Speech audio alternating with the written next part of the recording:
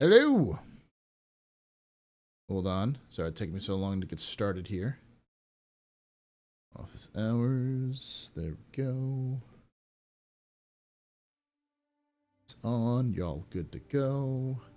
Welcome to the office hours, ladies and gentlemen. My name is Paul Berserker01 Batman Shelley. Your humble host and space bartender here at the AstroPub, your space bartender at the end of Twitch.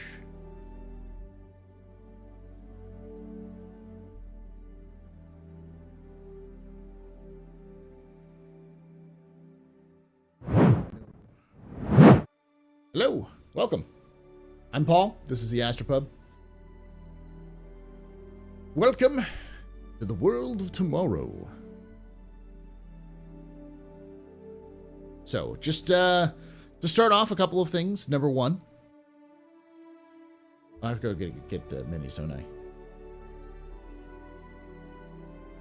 I? Hey, DRO. I don't know about you guys, but I think 3.23 may just be the friends we made along the way. Oh, all right. Let me start off with 3.23 because I think I have I think I have a a big reason why 3.23 is probably the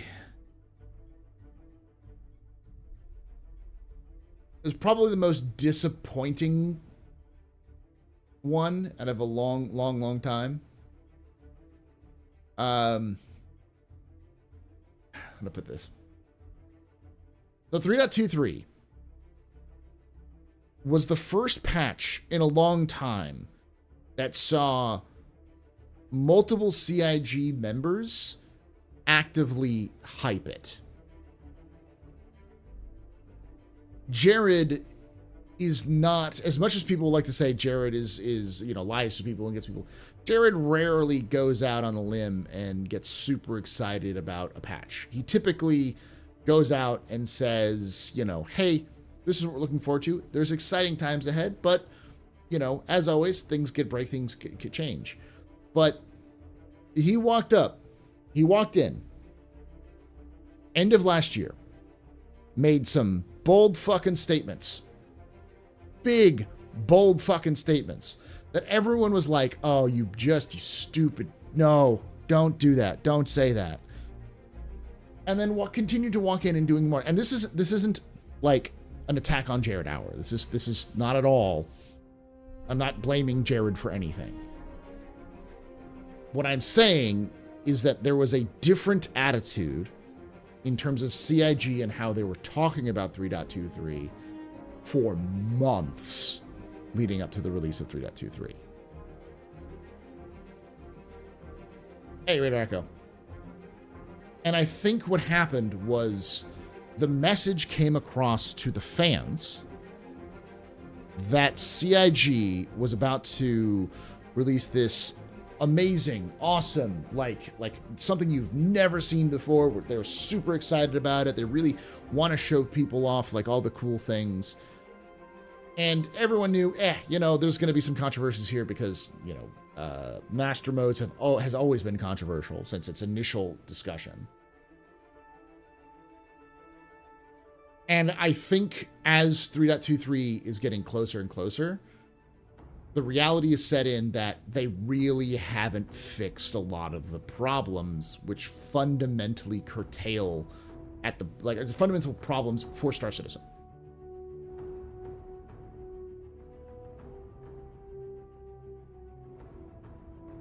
Watching CIG make bold claims is like watching a movie where a driver doesn't watch the road and talks to the passengers for a minute. Yeah.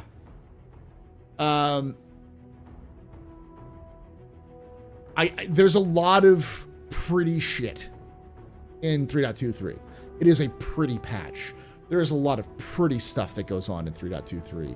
And there is a lot of optimizations which have dramatically or at least significantly improved the look and gameplay. Like, Vulcan isn't perfect, but it does definitely pump out a little bit more frames in some areas and worse in others.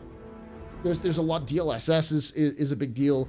There's a lot of things that have improved the gameplay in terms of the fundamental playing it. Like turning on, looking at it, seeing the frames. But the problem is that the underlying systems that these new showy features are built on top of is the same broken, buggy, problematic base that it was always built on. You can take away my spaceship. You can take away my space suit. You can even take away my space lasers. But you can never, ever take away my space game.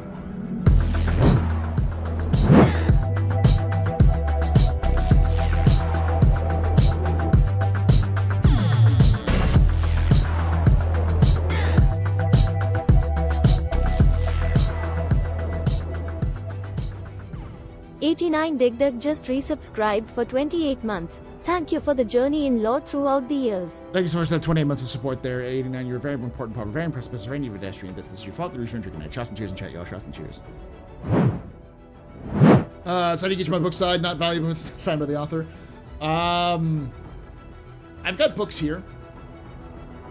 Cam's got a bunch of books. She's got like 30 or 40 books. If you can get the book signed if we can make enough money to fund both me and my wife going to CitizenCon this year. So after many people have reached out and said, Paul, you need to go, you need to go, you need to go, you need to go. I have a ticket for CitizenCon. That doesn't mean I'm necessarily going yet. I'm going to do my best to. But I've also done the calculations. And like bare bone minimum, if I'm just going by myself to CitizenCon, it's going to cost me $3,000. On top of everything that I already make. So I have to raise $3,000 above my normal what I make for the game. Now, doing this content. So I can try. I've got the ticket, which is the important part. I just need to earn enough money to do the to get the flight, which is the big expense. The hotel is sort of expensive, but it's like about half. It's about the same price, if usually a little bit cheaper than the flight. Yeah, it's minimum $6,000 for me and my wife. Well, maybe not in the minimum 6,000, because the flight is what's expensive. It's double the price with my wife. So if my wife's going, it's gonna cost me about $1,000 to get a ticket to Manchester from Austin. A return back there and back, and so it's about $2,000 for a flight. I looked it up, and the issue is like the price itself of the ticket is like it's like $600 for one ticket, which is not that bad. But then there are fees on top of that, so it's an additional like $100 to $200 for me to be able to check in a bag, because I'm gonna need a bag if I'm staying there for a little bit longer. And on top of that, it's like an additional $100 fee, $100 $200 fee for like booking online. So plus taxes. So it's like $100 fee plus taxes. So it's minimum $750. It's minimum $850, and then with taxes, it comes out to about like $900 to almost $1,000 just for the flight. And then for my wife, it is also. It's probably additional $1,000. So it's $2,000. This is basic. This is super cut down too. This is what the Pubathon's for? Partially. Because the thing is that in order for me to continue to produce content at the rate I'm producing right now, I need to make about $1,200 a month total. And up to recently, I've been doing okay. We've been doing really good. I've made plenty of money. The problem is that if I don't continue to make that price, I'm going to have to start making cutbacks somewhere in my life. Just things get more expensive. Life is just more expensive now, y'all. That's just the reality. You can take away my spaceship. Like a year ago was different from today. We're doing Pubathon at the end. Take away my space lasers. But you can never, ever take away my space game.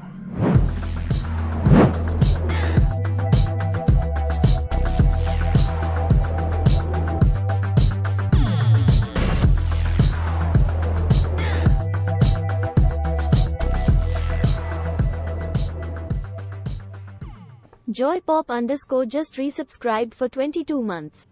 Thank you so much, Joypop, for that 22 months.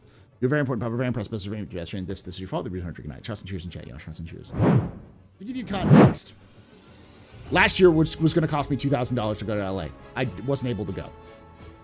The only reason why I went was because someone paid for my plane ticket, and somebody paid for my ticket, and someone let me stay at their hotel. That was it. I still ended up spending more money than I should have. I don't earn enough money to make those big trips, and things have just gotten more expensive. So, as a result, if I can't earn $3,000 between now and say July, above my usual amount, I'm probably not going to go to CitizenCon. The big thing, though, is flight. If I can get that, $1,500 between now and July, I might be able to earn enough money for a hotel and, spend some stuff on a credit card, then pay that credit card back with flight raising and stuff like that. But I'm going to do my best, but I can't guarantee it. It's just points programs. Yeah, I don't have any points programs. I'm a teacher. But back to the original thing we were saying as well, is that I think what happened is that Star Citizen currently, there are things that are going to change with Star Citizen. CIG is going to improve. The systems that they have right now will improve. They will improve over the course of the next 6 months to a year. But CIG is very slow at doing these fundamental kind of building blocks. Master modes is a good start. Same with these FPS changes. But they're going to need things like the resource system. They're going to need things like the new quantum system. They're going to need new scanning systems. They're going to need things like base building. They're going to need things like new repair systems, new economy systems. There's just a lot of stuff, and server meshing. Like, all of these things need to be put into place in order to significantly improve performance for gameplay, reduce the amount of bugs that are going to be happening, improve the overall feel of the game. There's a lot of things that need to happen. And 3.23 doesn't have any of those. It does have some of them. It just doesn't have many of those. So as a result, I think what a lot of players, myself included, when we're seeing all of the stuff that was putting in 3.23 and all of the discussions of how CIG was like, this is a huge patch. This is probably one of the biggest patches they've ever released. And then they release it, and it's like underwhelming to frustrating in terms of like performance is good in terms of your PC, but the servers are awful. Chugging, crashes, terrible refresh rates. Like, it's a lot worse than the testings that they've done in the past, which is not unusual. They gutting 50% of the patch last minute because they just don't have enough people to figure out how to fix these problems right now. Those things are still going to be put in there, but to say that they're not going to take another 2 to 3 months for them to put it in is probably, it's hopium at best.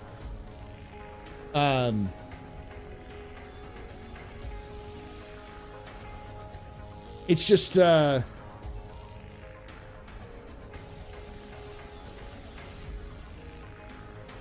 I'm surprised content creators don't do a group thing to help pay.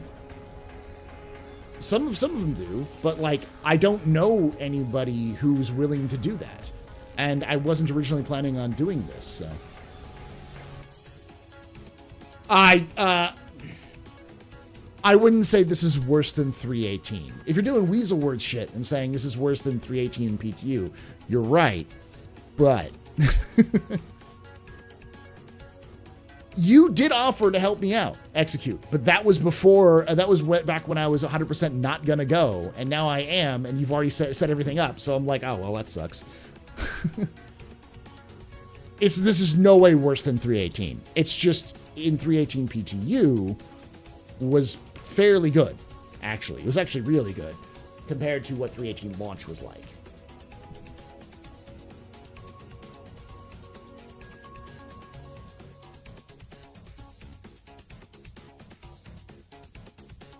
Do what? I just got here. How are you? I'm doing good. But you're implying, Andrew, that it's worse than 318. But it's not worse than 318. It's worse than when 318 was in PTU, but that's also implying that 318 PTU was like 318, which it wasn't. It was actually really good and stable in PTU. It was when it launched that it was awful.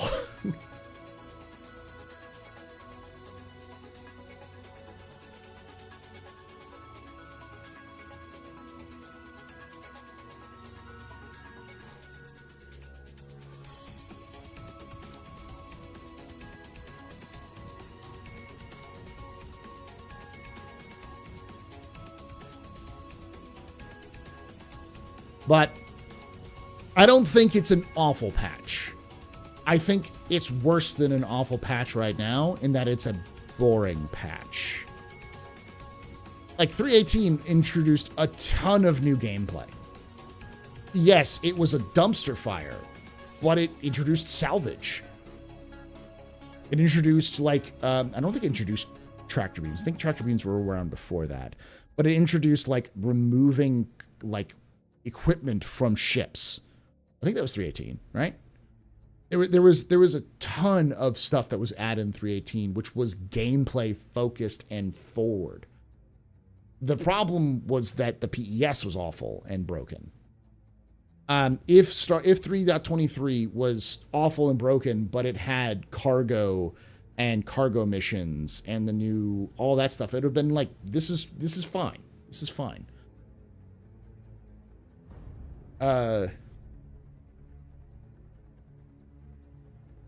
It's not actually, it's mostly, it's got content. It just doesn't have gameplay. And when you're trying to explain hull scraping racing missions, yeah, I was having racing missions. Yeah, there was a ton of gameplay added.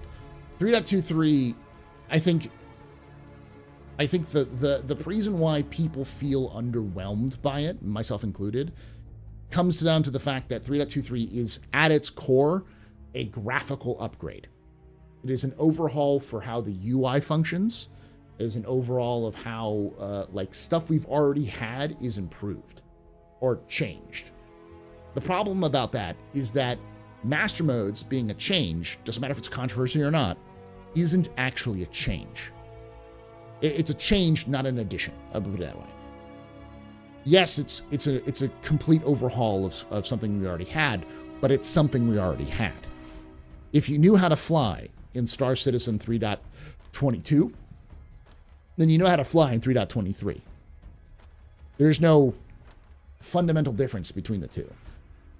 What changes are some of the more niche aspects, the things that are supposed to make the game more intriguing, but it's not like it's not exciting to look at, data sheet changes is what we see.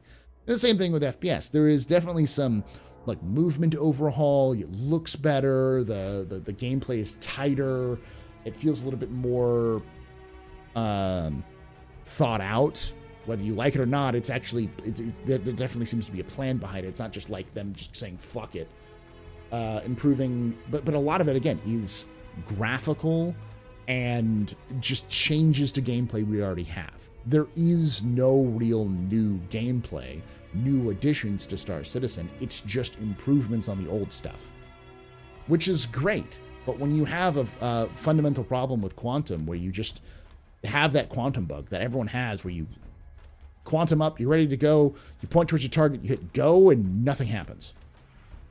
And so you unquantum, you turn off quantum drive, you turn it back on, and then you line it back up, and you line up and hit it go again, and nothing happens. Then you turn off your ship and turn it back on. You know what I'm talking about. You've all experienced it. That still exists in 3.23. It will still exist until the new quantum system's in. So the new star map is great because I can type things in and I can find it, so it's a lot better and faster. It feels cleaner, but it's still, the UI is still a little bit messy, and all of the fundamental things that UI runs on, like the stuff that the UI is designed to support, is still broken. It still has the same problems. So at its core, it's not really an improvement yet.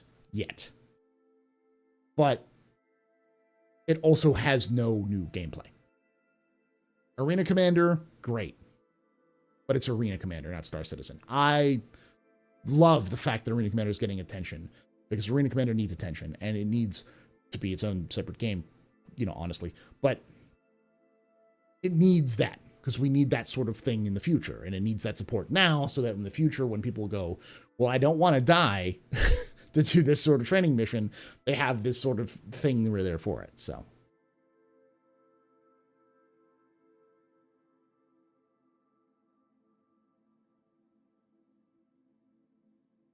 I think a hard review should be held till it's released. A little harsh. It could improve. You're right. There's a 100% chance it could improve. What I'm really talking about, MP, is more of the overall feeling I'm getting from fellow content creators and other players in general, which is just, it feels underwhelming. It feels like there was a lot of anticipation for the patch. I won't say necessarily hype, but there's definitely anticipation for the patch that kind of got gut punched when they took out a lot of the new gameplay stuff. And you go, okay, cool. They took out the new gameplay stuff so they can focus on making the game better. And then, like, it crashes every 2 minutes. It's like, I don't want to play this game right now. I have seen more than a few people who play Star Citizen who just basically rage quit. They're like, nope, I'm done with playing Star Citizen because Star Citizen, and it's always the P2U patch. I get it. It's a P2U. Those things happen. But CIG's releasing it next week. Let's not sit here and pretend that CIG's not releasing this patch next week. Because they're releasing this patch next week.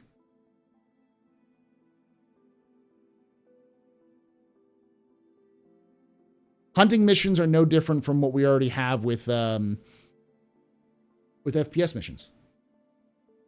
They're just FPS missions that don't shoot back at you.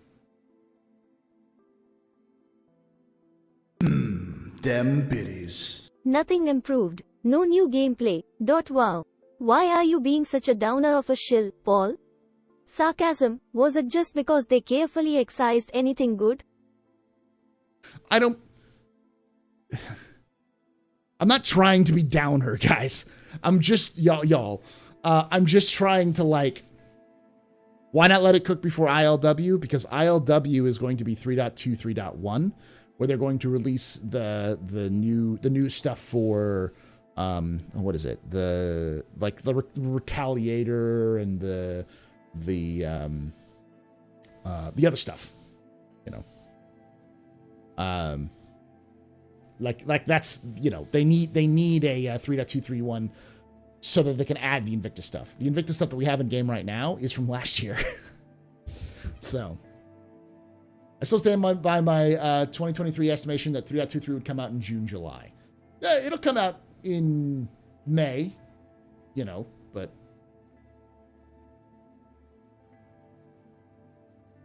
the real positive, you're a shill.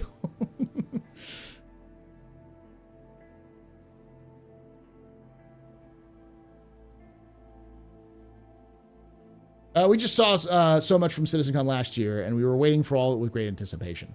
And we're still getting a lot of what we have at CitizenCon. It's just a lot of it is really it's set dressing.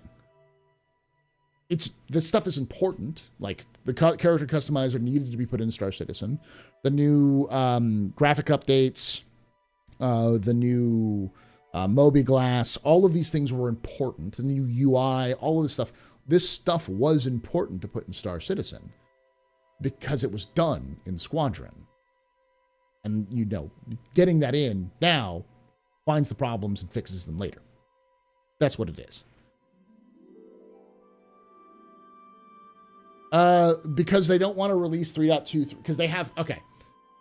JD, this is going to sound weird, but CIG has schedules that there are the times that they're a little bit more flexible, and there's times when they're inflexible. And the inflexible times are around big sales. Big sales have to be in a stable patch.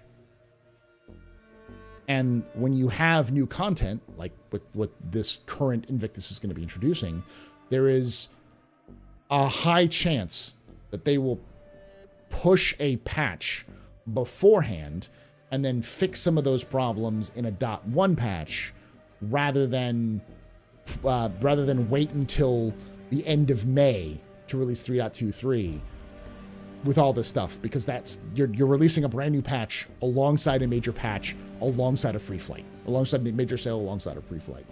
CIG doesn't bend the knee to marketing like a lot of people think they do, but there's definitely plans. If you prefer, I could just go back to Horizon, the city in the clouds. No, this is fine. Iris. No.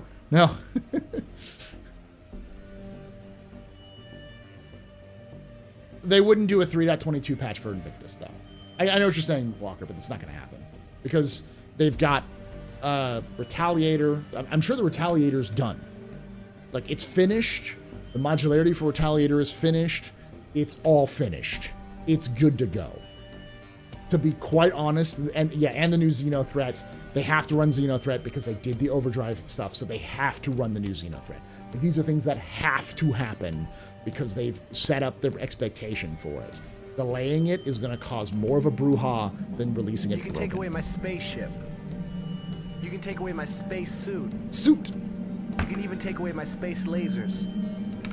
But you can never, ever take away my space game.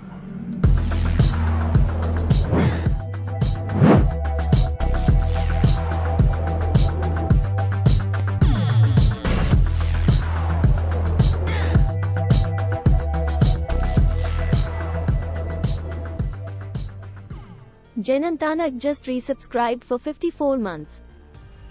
Thank you so much for the 54 months of support there, Jen. You're a very important pupper, very impressive pisser, very pedestrian. This is your fault that we return drinking night. Shots and cheers in chat, y'all. Shots and cheers. Brouhaha. Yeah.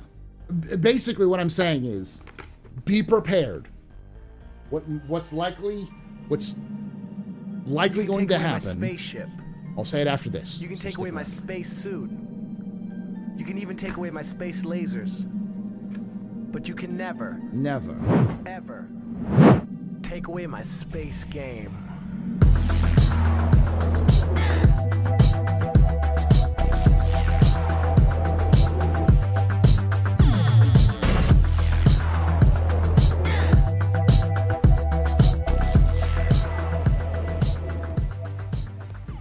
M Walker 300 just resubscribed for 17 months. Been following almost as long as I've owned SC. Whew. Thank you so much for that 17 months of Dem support there. biddies. Attention Stanton system, this is Special Agent Rowena Dilly of the Citizen Defense Force. My sources are telling me there are some unsubstantiated rumors that the Xenothreat are plotting to attack the local servers and destroy the backend of this game. Please stand by in case CDF activation is needed to utterly destroy this server's ability to function well. Thank you so much, Iris.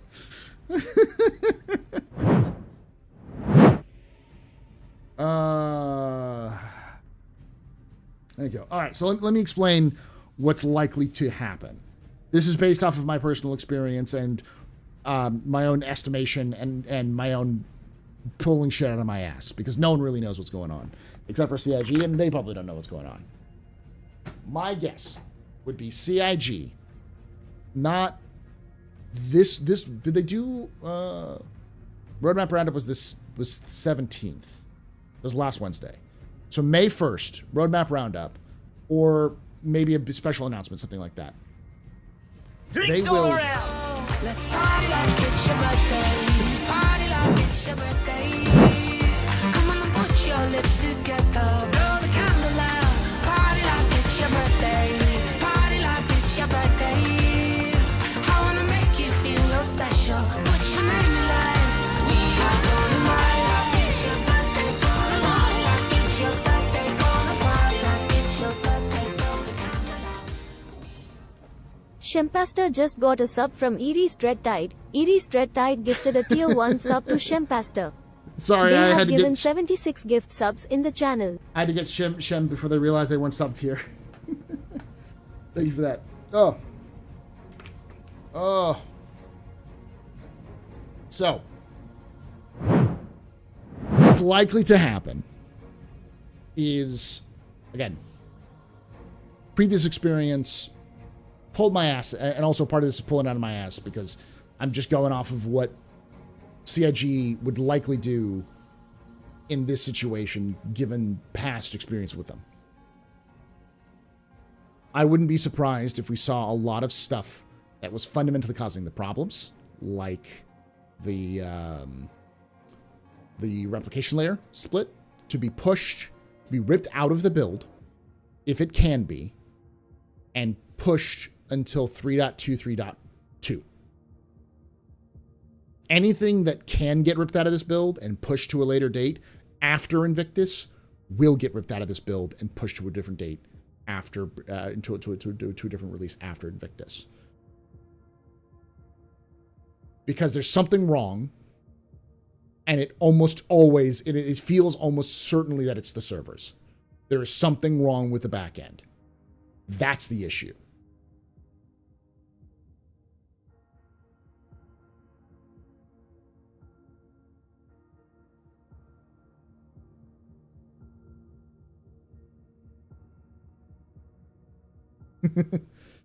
You can't take away my space laser. Yeah. So,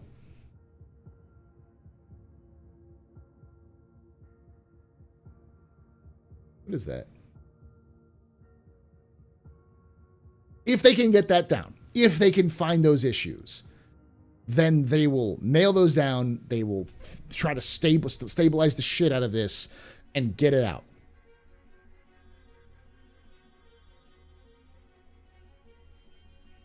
Because and that wasn't any better. So it wasn't the RL split issue.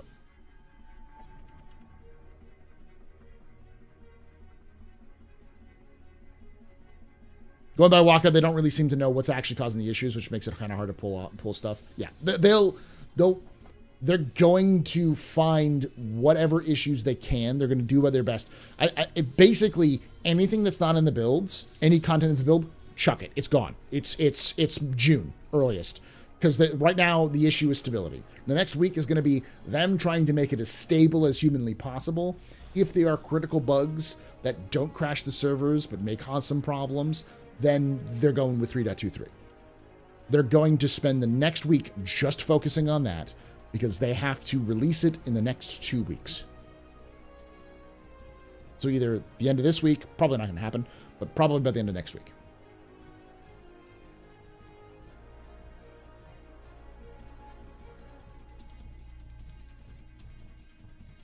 Once they figure out to stabilize it enough to limp, it's out.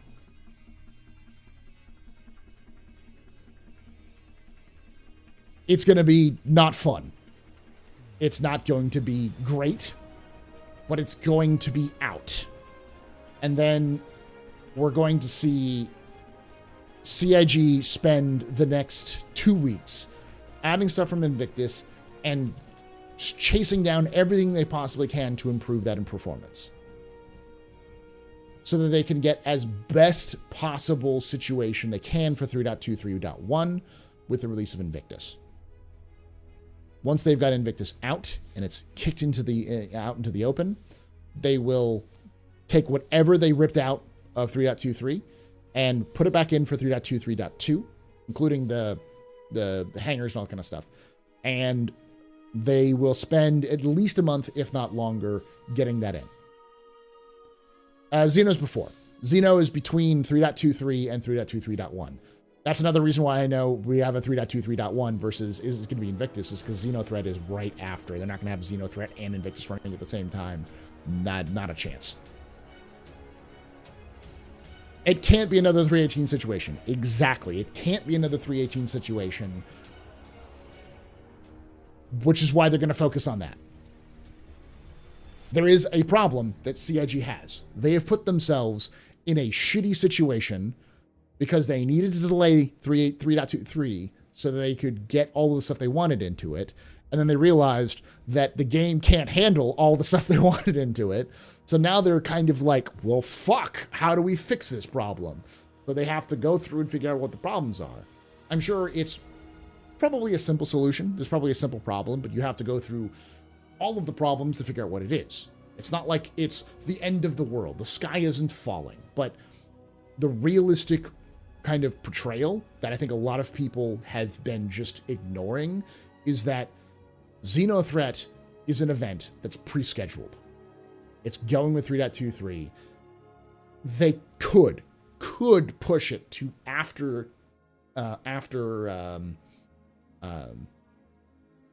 Invictus. Probably won't.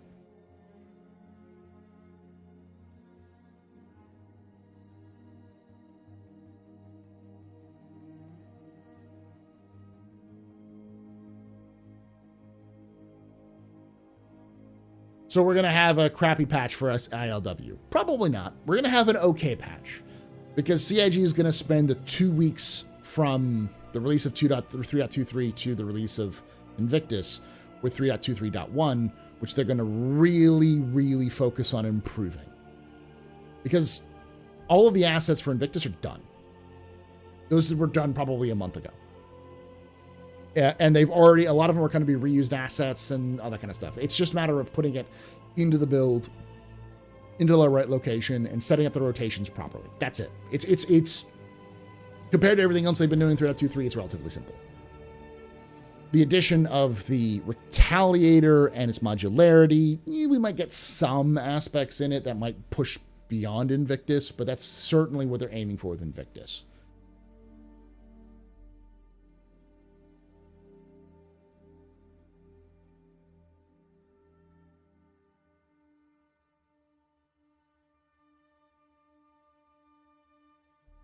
Why would they run Xeno at the same time as Free Flight and LLW? They wouldn't. They really wouldn't, which is why it has to be before or after. If it's after, they've got a problem because they also still are, they will stop running the Overdrive initiative at 3.23's launch. So if it goes after Invictus, it's going to be a month from the Overdrive initiative to Xenothreat, which completely cuts off all of the momentum that they're going into 3.23. Sometimes you just have to do that, though. Sometimes shit happens, life goes on. So, yeah, we're not seeing IAE, we're not seeing Invictus or the Polaris for Invictus. No way.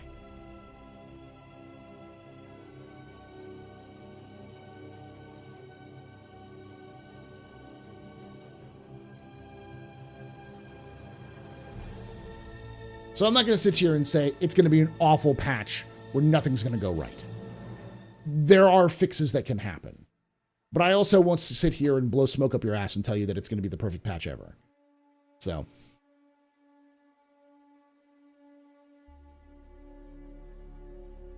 Overdrive Initiative 1 through 5 will run concurrent with Xenothreat. See, that's what we wanted to talk about because...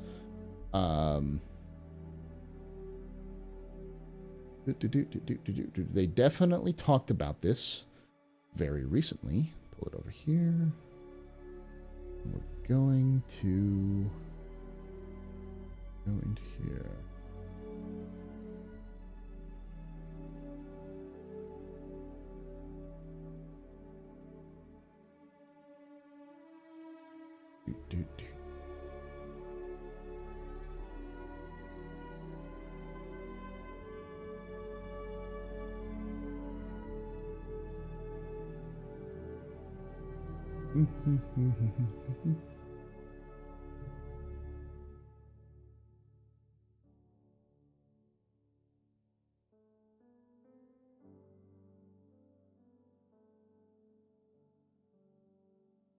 Trying to find it. Because that was the big one. I thought that there was a big release that they said specifically for a kind of an update for Overdrive Initiative. That's why I have that in the title.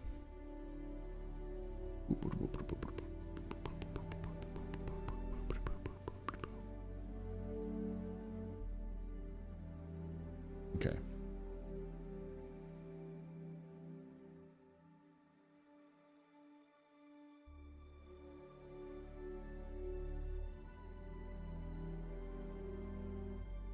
Okay, here we go.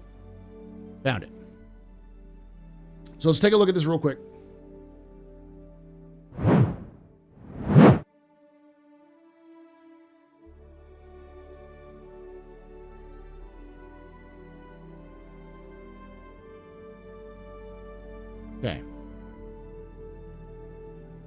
Xenothreat is putting our system in peril. This was produced on March 15th. Okay.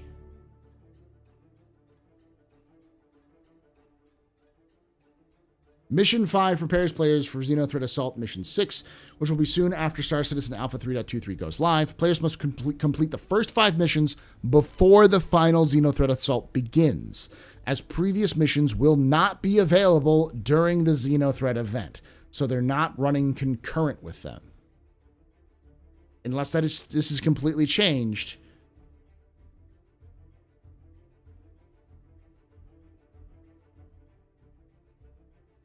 Can you give me the link? I'm not going to talk about that, X.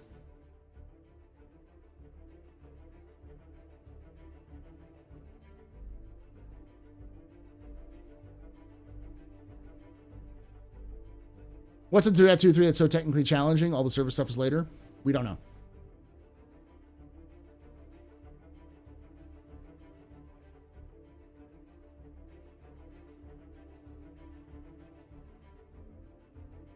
This was posted on March 15th.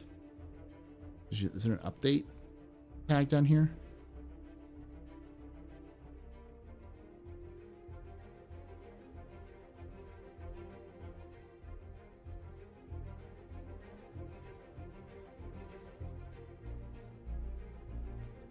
Okay, I'm reading a message from Nikao, who's the one of the community managers of CIG. Updating everyone with our edits in the FAQ and clarifying the most recent communication.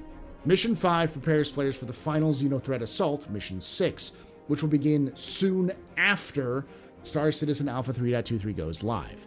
Players must complete the first 5 missions before the final Xenothreat Assault begins, as the previous missions will not be available during the Xenothreat event soon after. This was posted on April 24th, 2024.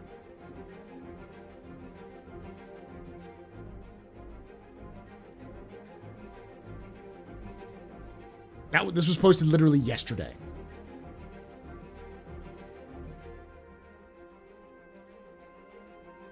I am scrolling down.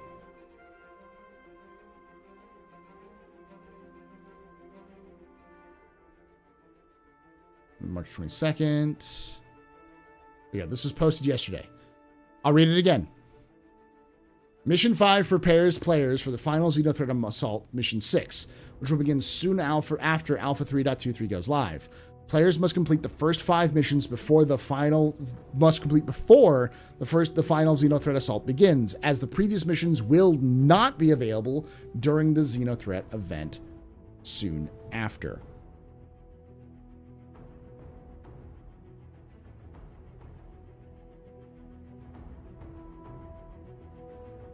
Where is this? Where is this further? I'm scrolling down further.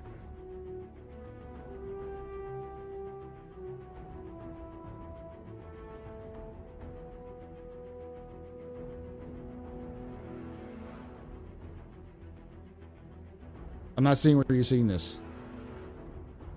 Okay, the reward mission will spawn for player, so you can complete the reward missions whenever you want, before, during, or even after Xenothreat Assault. Okay, so you can complete it afterwards.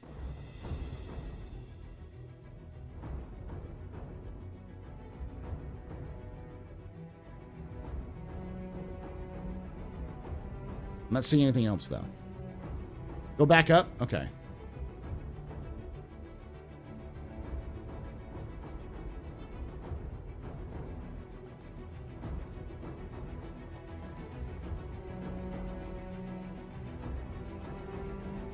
All the rewards were meant for Overdrive Initiative, including Xenothreat. We're simply making the F7A rental and token upgrade sooner so the community can enjoy the faster during the Xenothreat event. We're talking about this right here, which means all missions will be available in 3.23 up until the event starts. I don't know where you're seeing this. It says up until the event starts.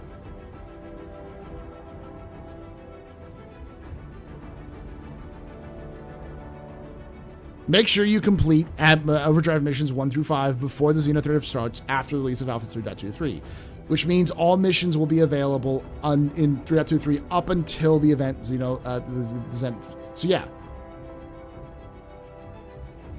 So it's still the same thing what I said before. Overdrive Initiative is going to be in 3.23. But when the Xenothreat assault begins, it will no longer be.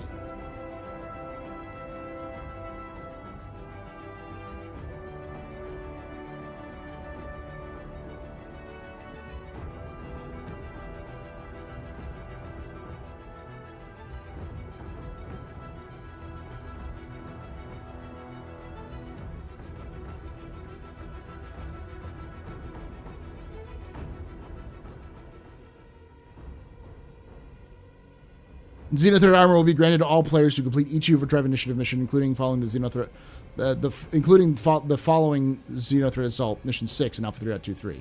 Make sure you complete. Yeah. There's nothing that says that. X, I already said I'm not talking about that live on Twitch, so don't post that link again. I told you on Discord about that. Look at your Discord.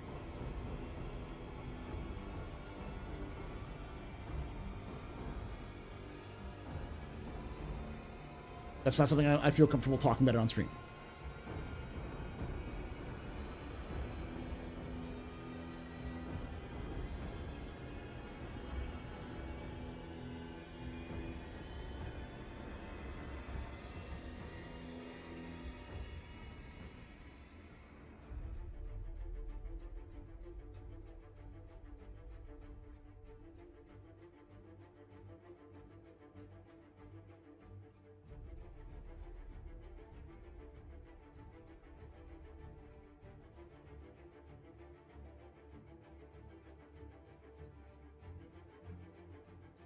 It's alright, X.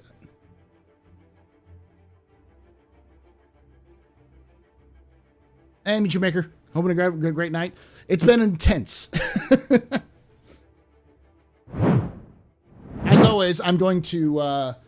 So when will 3.23 drop to the PU? We have no fucking idea. EPTU is the same thing as PTU. It's just bad naming conventions on CIG. Hey, Tree-san. You can take away my spaceship. Spaceship. You can take away my space suit. Suit. You can even take away my space lasers. Yes, but you like can him. never, ever take away my space game.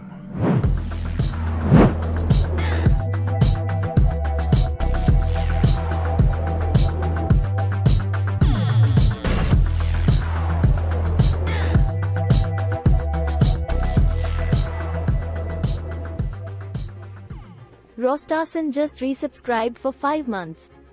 Thank you so much there, Rostason, for that 5 months of support. You're a very important pupper. Very impressive piece of any pedestrian. This your fault. Good night. Shots and cheers in chat, y'all. Shots and cheers. So yeah. So basically, we are going to be getting the Hornet upgrade with a release of Alpha 3.23.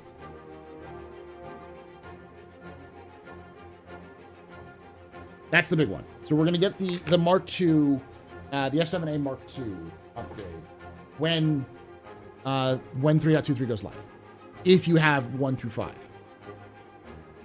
And then you're going to get the Xenothreat armor after Mission 6, which is the Xenothreat itself. Now I'm going to be the White Knight riding in my horse to defend CIG about the Overdrive Initiative, and I'm going to do it because I want to see more Overdrive Initiatives, and I don't want CIG to get the wrong message. Because I think being super harsh on CIG about this is probably not going to be a good idea. CIG doesn't react well to just screaming at them. The missions themselves are fine.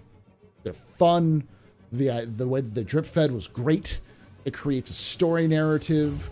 This is a good establishment of the base system is a good base system.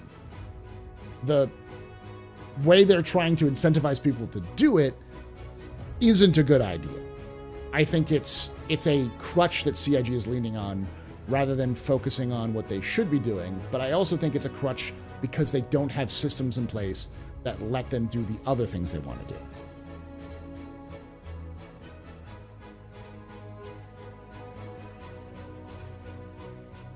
And I do think that they definitely nailed the landing on a lot of this aspect. I think they should build off of it. But I think the rewards, and I know a lot of people are like, well, the missions are buggy. That's Star Citizen. Like, that's just what you're going to have. And they'll get better over time. The box mission was bad, but I also think the box mission was a bad idea. My feedback, and I'm probably going to do a video where I kind of go over each one and then explain why it was good or bad on my own. And I'm going to make it kind of like, going to give my own thoughts on it. And I'll give you kind of a quick rundown of my own thoughts, and that is CIG needs to make events like this which cater to every single type of player, or at least most types of players. Generally, broadly categorizing, you have the FPS combat, you have the flight combat, you have the flight support, and you have the industrial players. And, you have the tourists, but, like, you don't want to have tourists in a war zone. And they do a good job of FPS combat. Decent job. Great job at flight combat. Okay job at FPS or flight support. There's not systems in there yet. And an awful job at industrial.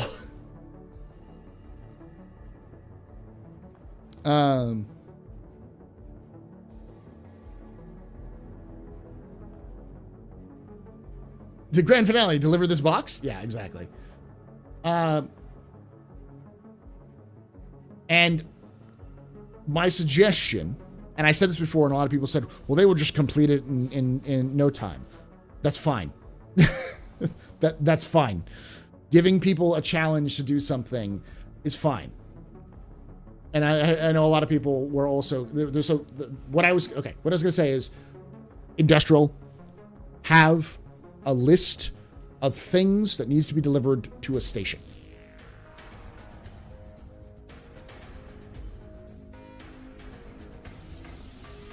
You gotta check out that link? What link?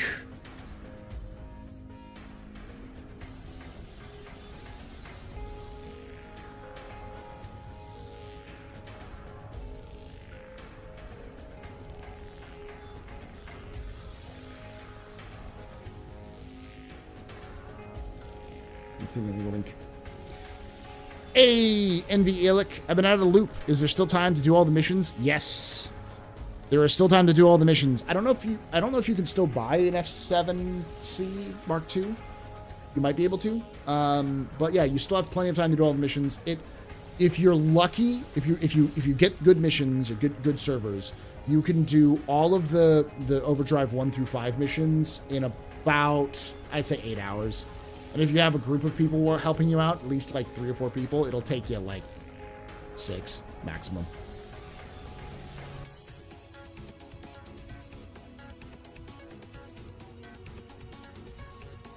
For Phase 5, I highly suggest you bring a mule. Why? You can just use a tractor beam.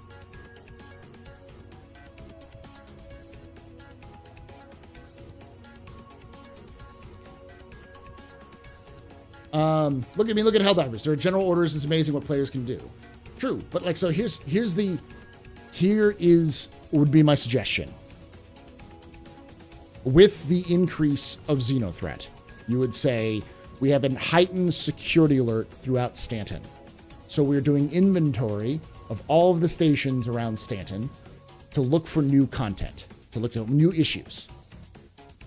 And each day, or each week, the industrial players would be given a request for a certain amount of goods to be sold to a station. Now, I know this isn't probably possible with the current systems they have in place, but when cargo comes in, this would be a perfect addition for that.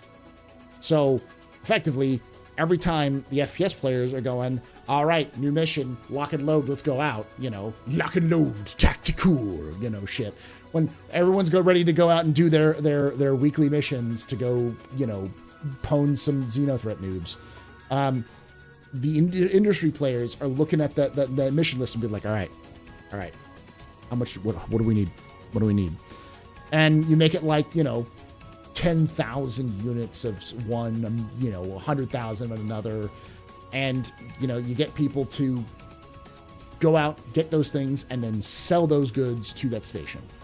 And in return, you do not get money, you get reputation.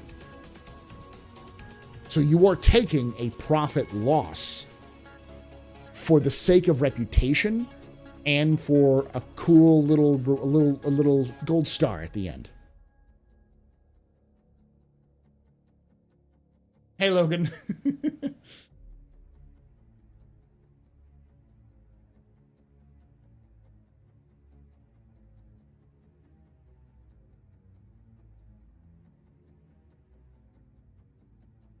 You are 100% a tourist. Thank you, Fishy.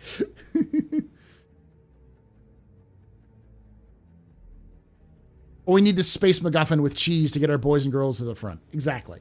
There's something you can do for the industry players to do it. I see, Daddy.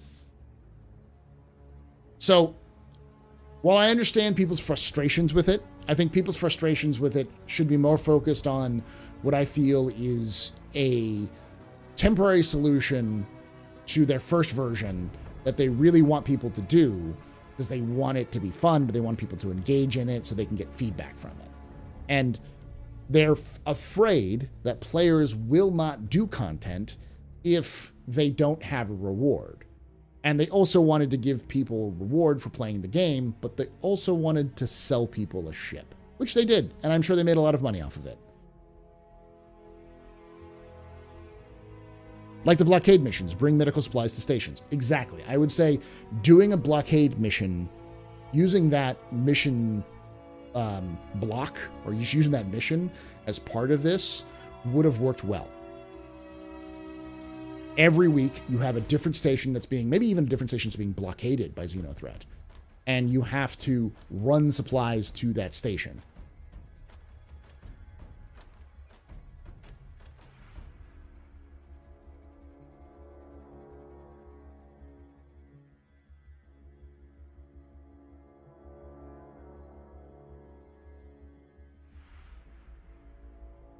Go ahead and give us 1,000 Dolovine. Exactly.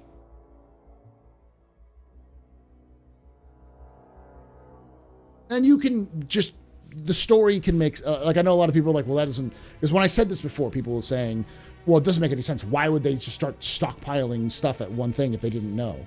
It's like, what?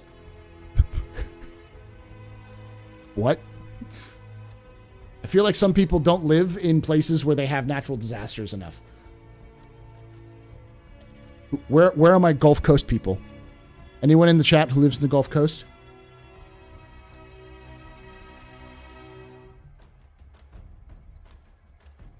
I'm going to ask you one question for those of you who live in the Gulf Coast. How much time do you know before a hurricane hits you?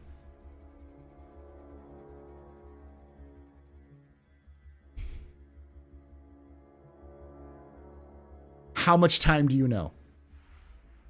And do you prepare your supplies every time hurricane season starts?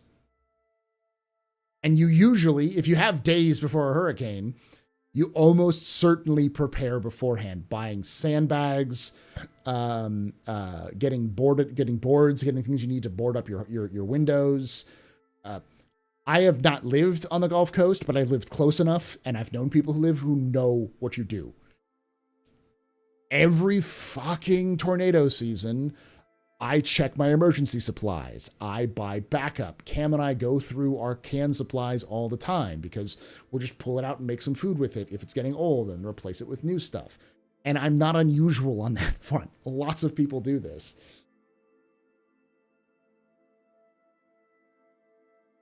So, like, the idea of why would you have all this stuff for stuff?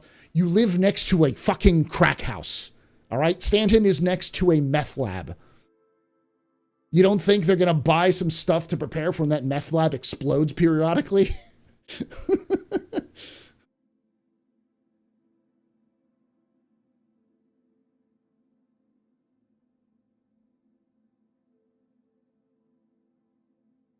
Yeah, and there's also warehouses filled with medical supplies and readiness supplies for it. You're good, Mr. Gold Ember. I get it. I heard about the meth lab in the Senate.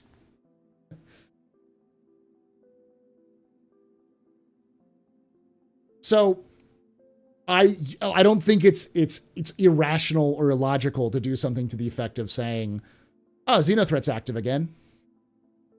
Time to check them emergency supplies." Because Xenothreat doesn't just show up and just like for a quick hello and leave. When Xenothreat shows up, they're there to just break shit. So when Xenothreat starts getting all wacky, you start going, all right, let's check out all the emergency supplies. Let's make sure that we have enough weapons and ammo stockpiled. Let's make sure the fuel reserves are up to date, you know?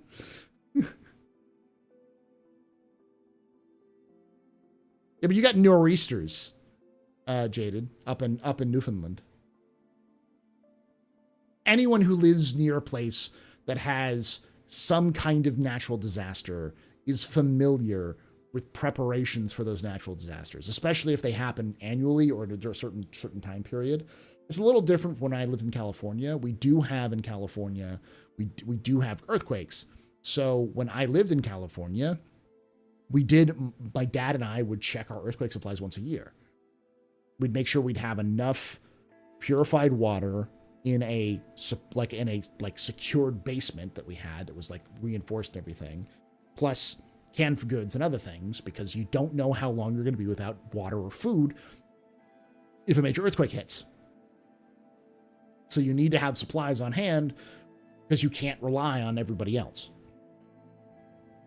Like you have road salt for every winter with the power outages supplies, yeah.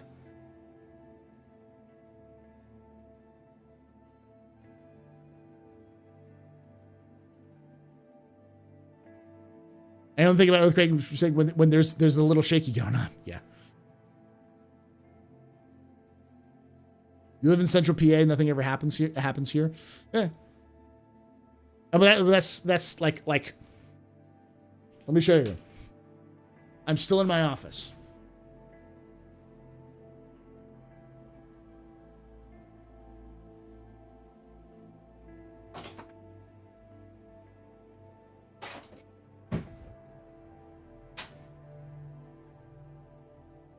Power supply. Tiny light.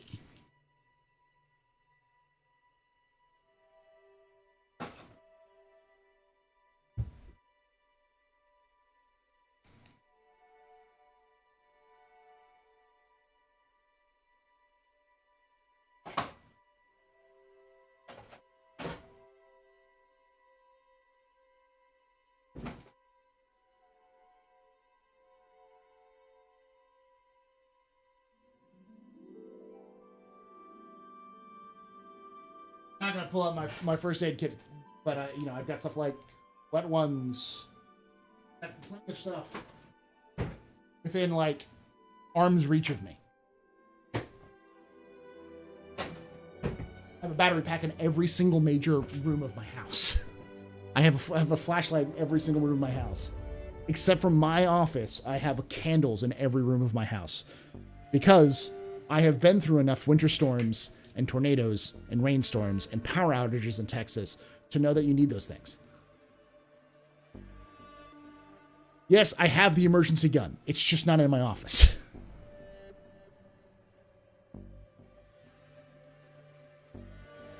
Oh, because my point was, Iris, was that there was some criticism when I said we need the event that is currently for Overdrive, that is Mission 5, is not a good event. It's probably the only event that I will point and say that is bad. And I think I understood what they were saying. They wanted kind of a downturn mission. They wanted a mission that wasn't super exciting or super engaging. They wanted to have the cool off, right? They wanted to have some sort of like less exhilarating stuff, which makes sense if these were right after one another, but they're not. But if they wanted something similar, they could have had an industrial mission whose sole job was to restock certain supplies at stations. So maybe stations are doing inventory because Xenothreat is active. You have no idea when Xenothreat's going to attack or where they're going to attack. So they're looking at their emergency supplies. And somebody said something to the effect in an earlier video I did. Someone commented that that's unrealistic. It doesn't make any sense. Why would you stockpile a bunch of stuff if you had no idea what's going on? And it's exactly what's going on. And I was relating Xenothreat to a natural disaster because they function like a natural disaster.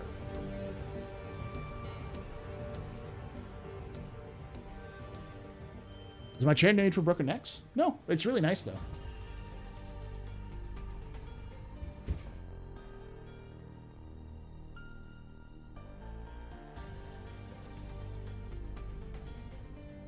I get what their idea was. Their idea was, why would they put all their eggs in one basket? Because that doesn't make a lot of sense militarily. And I was thinking, my point was, this isn't about, like, necessarily stockpiling for a Xenothreat invasion. This is about Xenothreat's going to come in and fuck shit up for about a week before the UAE eventually kicks them out. And it happens all the time. There would 100% be enough supplies in every station to get through a week's worth of raiding. Yeah, my wife wrote a book, Jugo. It's good. It's called Panic Eyes. It's available on Amazon. I don't know how many there are left on Amazon, actually. There were only 9 left of the first run last I checked. That was a couple days ago. But check it out. Get it. It's good. I've read it. It's good. Xenothreat's going to gank like rogues and Stranglethorn Vale. Exactly. So, the idea being that having those sorts of supplies are important. And having CDF go through all of the different supplies and going, we need this amount of hydrogen fuel, this amount of food, this amount of medical supplies, this amount of clothing, this amount of this material, whatever. And just have a random list of materials which each station needs, and it's in the hundreds of thousands of units. So like 10,000 SCU or 100,000 SCU, and have that running every week and change the station every week. So it's a different station, and your goal is to fill that up. And so the entire community has to come together to do that, is something that other games have done. Many games have done. And it is line go up situation.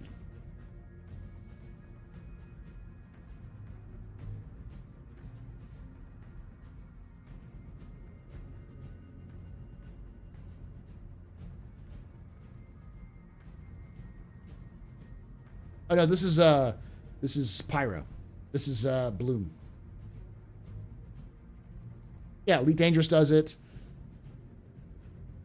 But the key thing is that you don't give money for the mission, you give reputation. So you are wasting money. If you do this mission, you are wasting money. You are going to take a profit loss.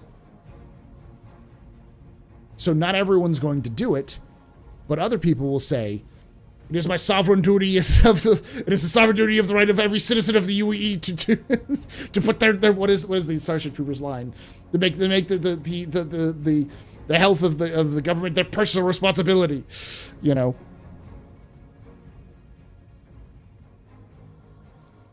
There'll be plenty of people who do that shit because line go up.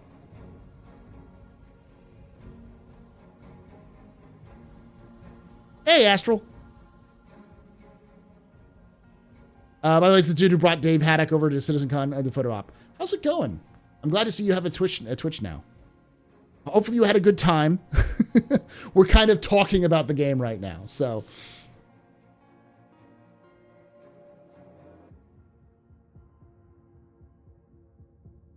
I'm glad you could bring over what was his name?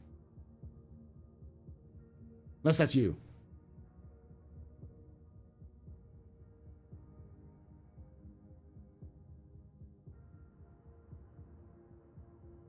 What do you think so far about master modes? I'm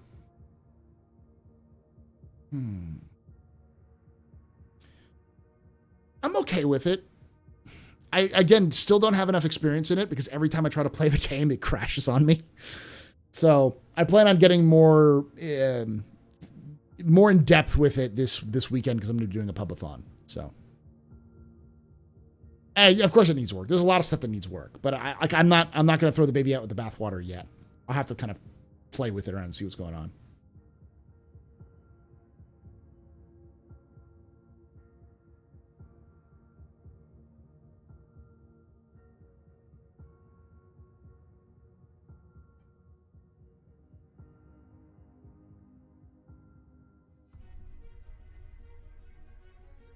Convert money into rep, yeah. And that's how you deal with like, oh well, they'll just kill they'll just get the entire thing done in a day. Like the community get the entire thing done in a day. Not if it costs a goddamn awful amount of money. I'm scared about owning big ships now with engineering. No more soloing my Carrack. Yeah. We made a captain's table about that, and I do want to like kind of emphasize this fact because a lot of people saw the title and didn't watch it and were like, "Oh, you're so wrong because CIG said." You didn't understand what CIG said, nor do you understand what the point was of what we were saying. We weren't saying you can no longer solo ships at all. That's entirely still possible. It's just, unless you're in ideal conditions, soloing big ships is going to be not a good plan. You're going to need some kind of backup. Somebody else needs to be helping you out. And the reality is a lot of people are like, well, that means I can't use my big ships alone. I'm going to have to only play with people, and I don't want to always play with people. So I'm going to need like solo ships. It's like, yeah. That's kind of the point. Like CIG wants to force you into that light and medium role, like a freelancer or a cutlass. You can fly those ships solo. They are multi-crew optional, but they're mostly single-player ships. They're fine for those sorts of roles. And you can do most of the gameplay with those. And if you don't have a group of people to run your economy or other things, that's fine. That's like the kind of gameplay they want you to do. CIG doesn't want you just to have a Carrack and nothing else. If you listen to how CIG talks about it, they mention all the time that they don't want you to sell your Aurora. They want you to keep your Aurora. And they want you to keep your small ships because they want you to do missions with them.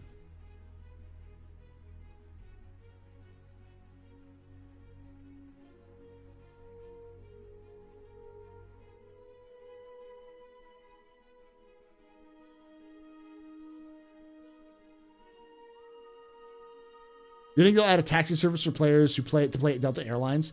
Yeah, of course. That's what the Genesis is for. Genesis is a like a, I was going to say a 737, but that's probably a bad analogy these days. It's an Airbus. What's their current plan on hiring NPCs to crew larger ships? It's still planning. CIG still wants that to happen, but all I have to say is take a look at how AI currently works in Star Citizen, and tell me if it's ready for AI crew members. They're called Starliners. Is your first time launching Loverboy, boy, or are you just saying it? Welcome, by the way. Hopefully you enjoy it.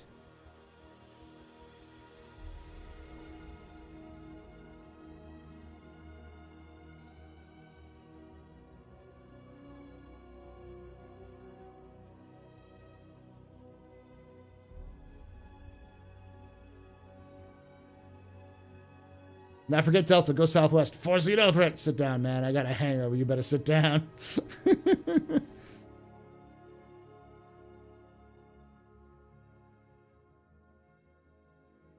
Well, yeah, I think we'll actually even have. I think CIG wants to have commercial flights where you can like get a ticket on a spaceship that will take you to a different location. I think CIG wants it the whole situation where you get your ticket, you get on the plane, get on the ship, you wait on the ship will then wait for it to be full or wait for a certain amount of time, then it'll take off and fly to another location, land, disembark, and it'll be that whole experience. And before anyone goes, well, that sounds boring. Yep, That's why you got to bring your own ship.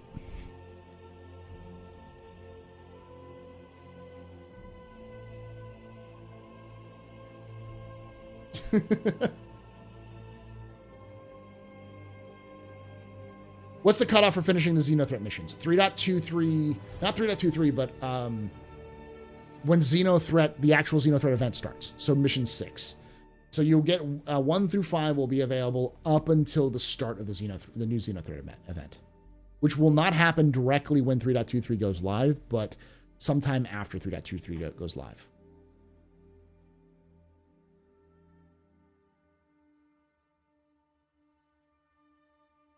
Phase 5 is still available on 3.23, 3.22, so. Yeah, the Genesis Starliner. That's the Crusader Starliner ship.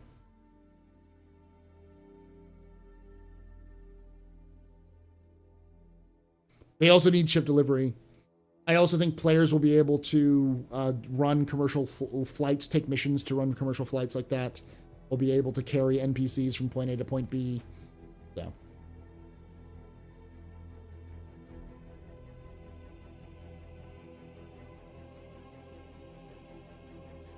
I can War Thunder Wings rip off. Yeah. So the reason why the Genesis is his favorite ship is because Jared came up with the idea for the Genesis. It was his ship. He's the one who came up with it. He's the one who pitched it. He's the one who made all of the marketing materials, or at least like worked with the marketing materials. It's his baby. He's the one who came up with the whole thing.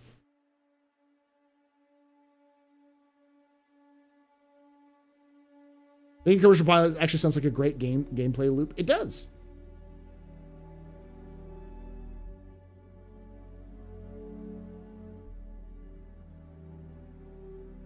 It's probably going to get reconcepted because the Crusader line of ships didn't exist before the Genesis. The Genesis was the only Crusader ship until I want to say the Hercules was pitched. The Star Runner, Mercury Star Runner was definitely one of the first one. It might have been the Star Runner that was the Star Runner was the first one that was released. But I think the Hercules was pitched before the Star Runner. Do you think CIG will sneak the whole E at ILW? No. I think they're super kind of locked in with what they're trying to do.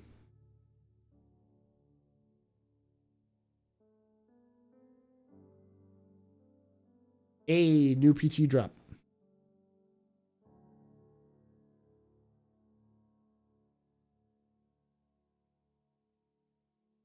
You know, it'd be really funny if the Genesis Starliner was called the Genesis Starliner Super or Max. The Starliner Max. Do it, CIG. Turn Crusader into Boeing. I dare you.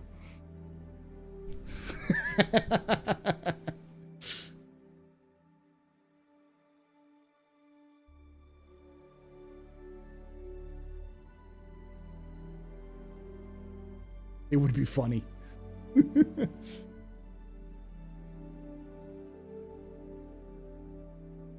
Max is always a cursed ship. The Max was always as cursed as the Carrack was. Ask Loken.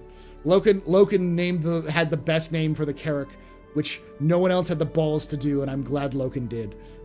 I don't know if Loken's still in chat, but tell them the name of your Carrack, Loken. If you're not in chat, feel free. Anyone who knows Loken's Carrack's name, it is wonderful. It is magnifique. Thank you, Cupan. No. Your mom is the Carrack that's owned by HC Vertigo. What Loken's ship is called the Event Horizon.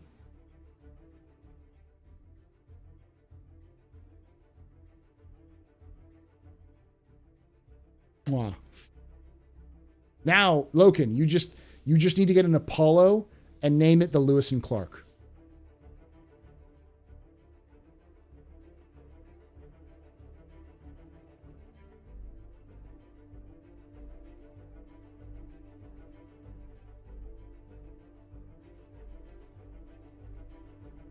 I guess he doesn't need eyes where he's going. I can just picture Jared right now saying, "This is your captain speaking," with his navy blues on, etc. Jared, I couldn't predict. No one can predict what Jared says. Not even Jared can predict what Jared says. I hope Jared's okay. It sounds like Jared's been having a rough time, which is why I didn't want to be like, this is all Jared's fault for the height for 3.223, because it's not Jared's fault. It's just a bad combination of timing and anticipation. I think CIG got swept up in their own sort of like excitement for the patch.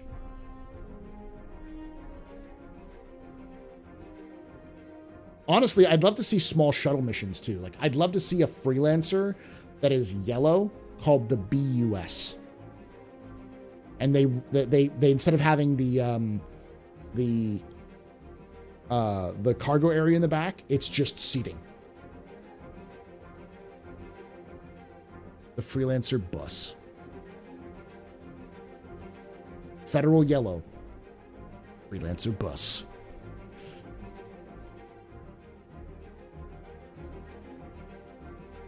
Yeah, I see like Drake Steel being used as a shuttle. That's a great short-term shuttle, short range shuttle.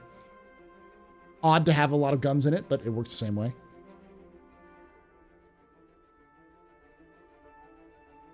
I can see the Valk doing it as well. And Valk does actually have that sort of capability in lore too. So, like, the freelancer needs a cart, like a specific people mover variant. I think that's a good one.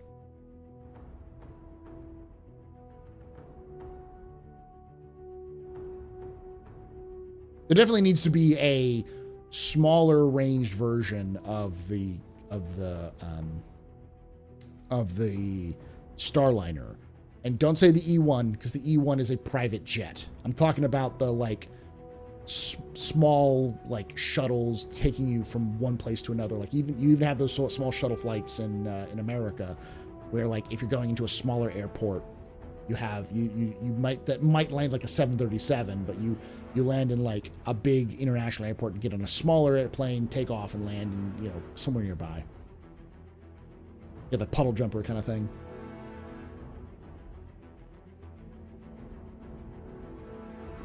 I mean, I agree. They need to just make cargo grid compatible seat rats. That's 100% true. But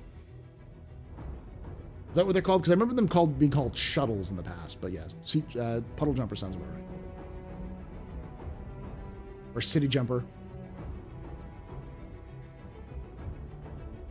E1. There, I said it. You're saying not oblige me to. The E1 is a private jet. It's like the Lear jet. All right, let's look at some of the updates. So the latest patch, which was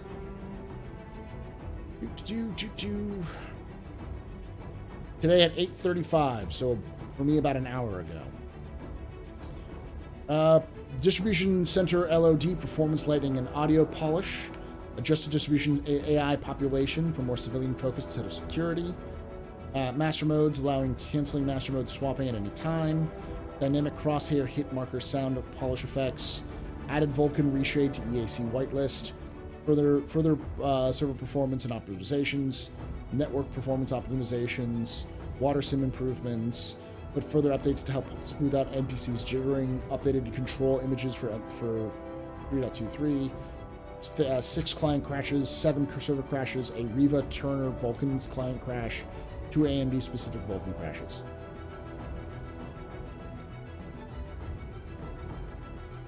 So it's all been performance stuff.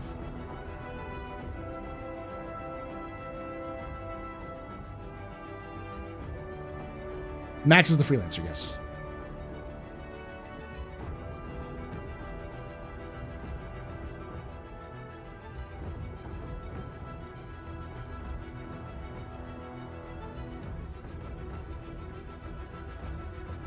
Good. Performance is obviously a priority of this patch.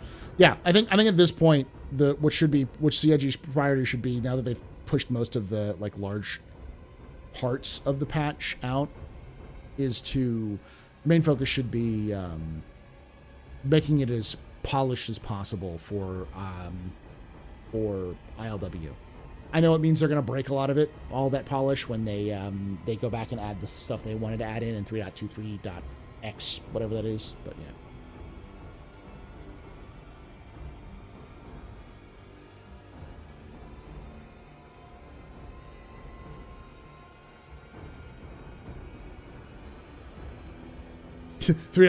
Twitter. I mean X. Yeah. Yep.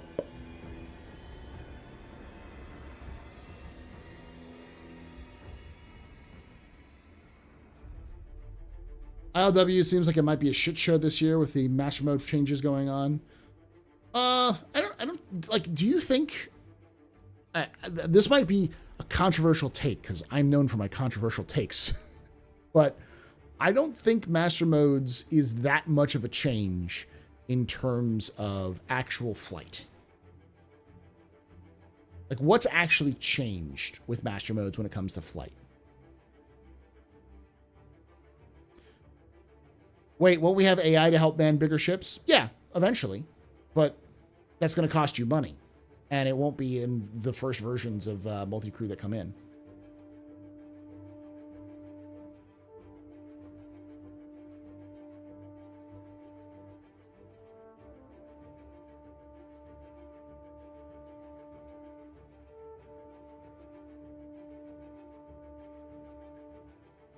The majority of newer players are going to love it. I feel like it's a lot more intuitive in some ways, but I also don't think it, like,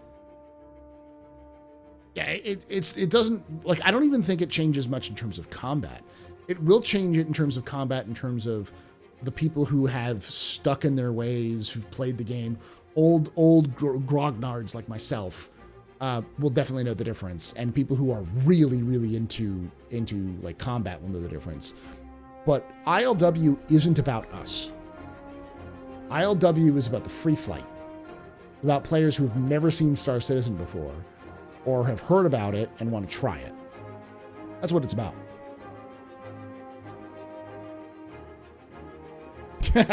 If I take passengers in my BMM, does it technically become an indentured servitude ship? Only if you sign a contract. Never sign a contract.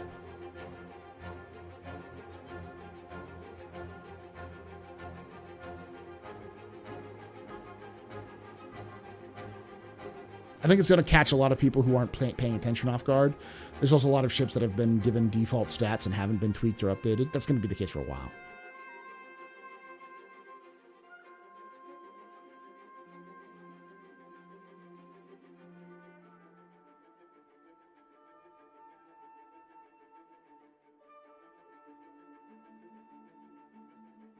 The ships they've really tuned are the Gladiator, the Vanguard, the Hornet, the Buccaneer, and I think that's it. Maybe the Connie, maybe the Hammerhead. But like, those 6 ships are the ones they've really kind of dialed in. But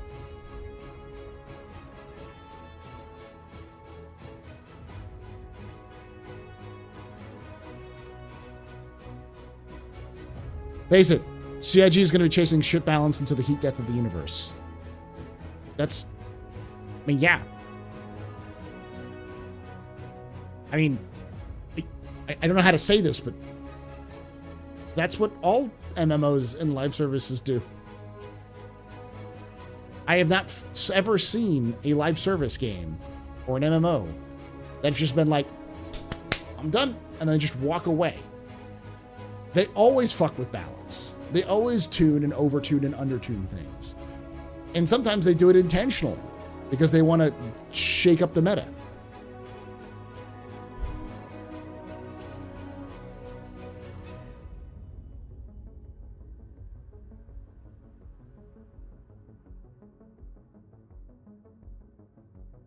You've just changed a few ships, yeah.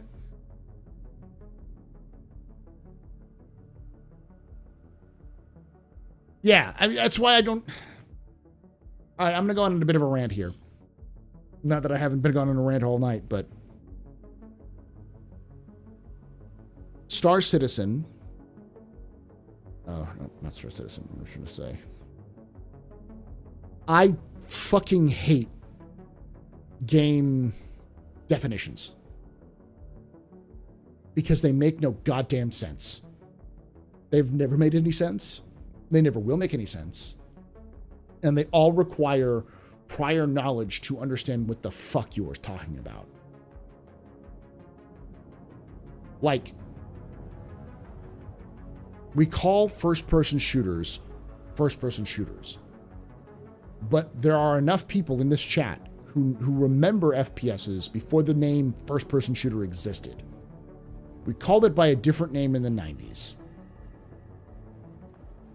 They were all called Doom clones. Didn't matter if they were actual Doom clones or not. They were called Doom clones. That's what the name of FPS was Doom clone, because Doom was seen as this FPS. It wasn't even the first FPS, but, you know, Doom clones. That's all they were called. Oh no, I'm old. Yeah, if you know it, it means you were alive in the 90s. Which means, yeah, to put it to you this way, there are people who were born in the 21st century who are turning 24 this year.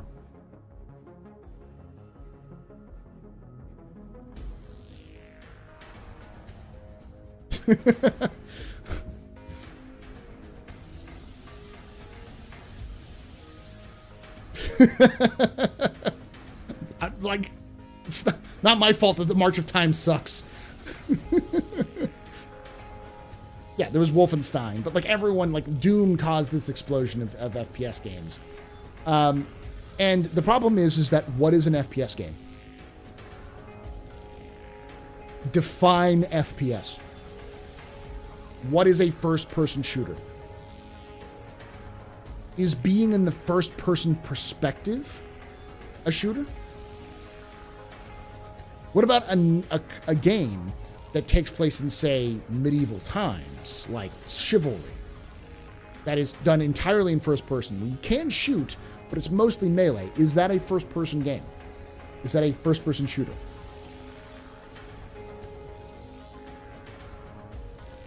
Yeah, is Minecraft a first-person shooter? Is Rust a first-person shooter?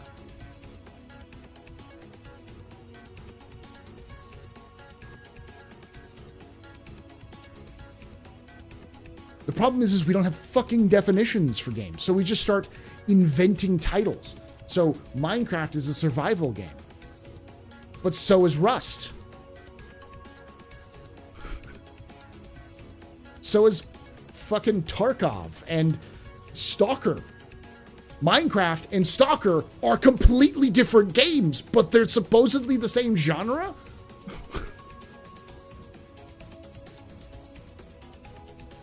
Like, all right, let's move even further. What would you call a beat 'em up? What's the difference between a fighting game and a beat 'em up?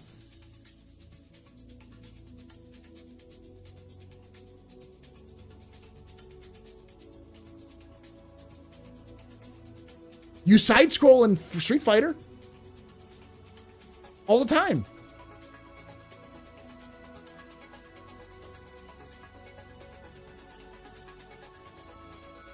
I'll get to that. I see that right now. I got you. But like, definitions in gaming makes no fucking sense. And so when you say, someone goes, oh, well, a live service game, like WoW. And I'm like, oh my fucking God. What the fuck? What is this fucking hellscape we live in? Like, and then you also have people who call all MMOs MMORPGs. It's like, that's not even getting into games genres which are defined by games that don't even fucking, like, many people have never even played before, like Metrovania or Soulsborne.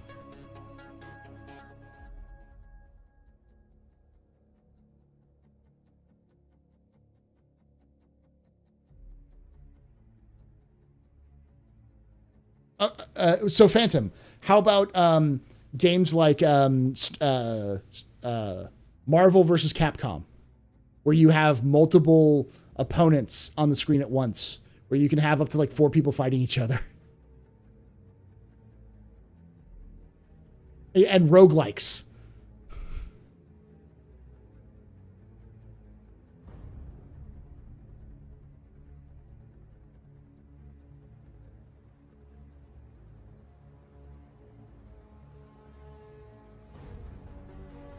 It's Smash Bros. Smash Bros is another example. It's a fighting game, but you have multiple people you can fight.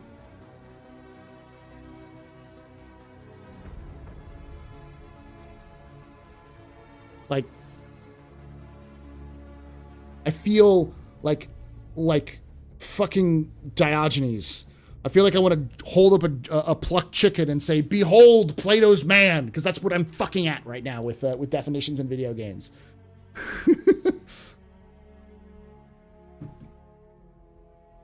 So I'm tired of this. Tired of it all. I'm just tired, chat.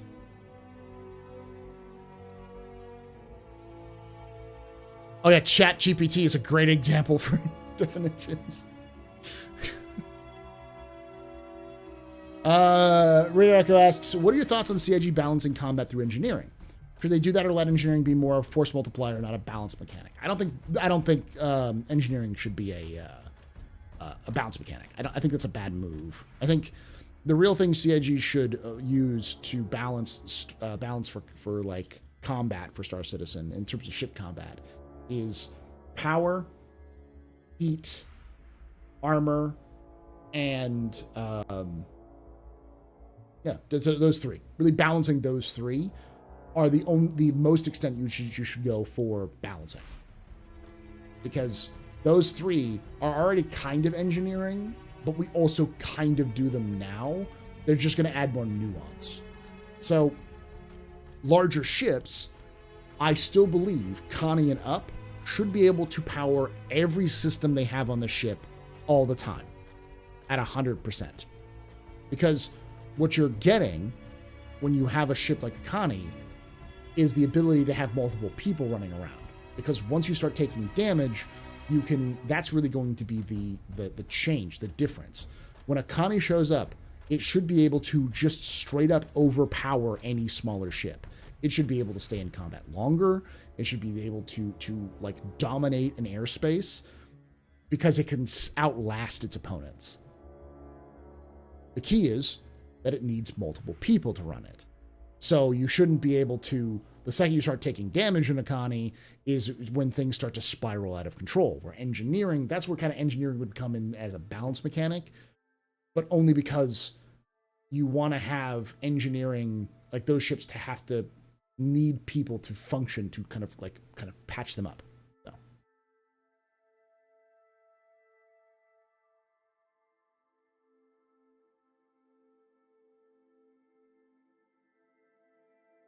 I think what we're really seeing with A2s is more of a experimentation on what they should do, because they're really at the early stages. And I think the feedback is important. It's critical right now for CIG and I should say personally, is to, if this is the direction they're going, give us more power.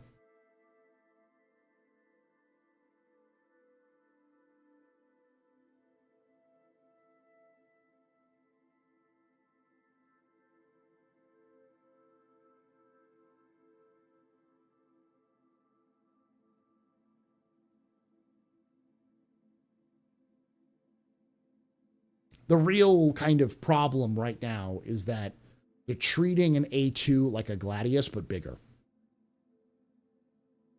Don't do that. Treat the A2 like a ship that's designed to go out into the black and stay there for days, weeks, months. Treat it like the way that, U.S. Navy ships are. Larger ships should feel like naval ships or cargo vessels, where you can run everything you want off of the power plant of a giant cargo tanker, because they're designed to have that sort of thing. They don't have a minimal. And I understand you want to have minimal power and have power be a meaningful decision for small fighters. That's the balance mechanic when it comes in. A fighter should be always playing off what it has at the time to emphasize certain aspects, because it's a small ship and its size is going to be the limiting factor because you can only have so much power in a power plant.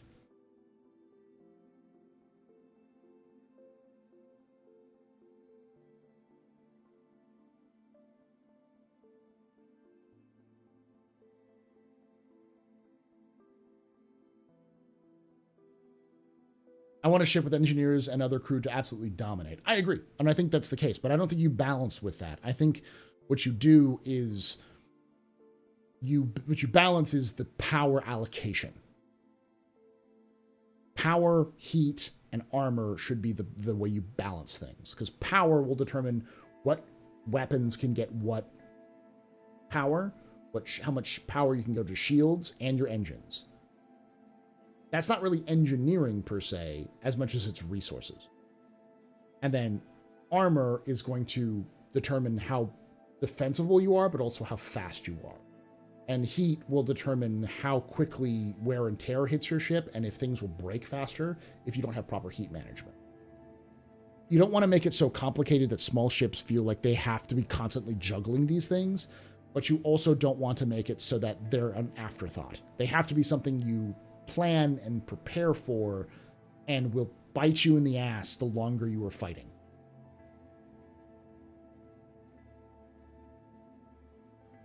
Combat as a mechanic, gameplay feature, combat. I don't even know what you would call it. Combat as a feature. You'd call combat mechanics. I've heard it called like that before, but yeah.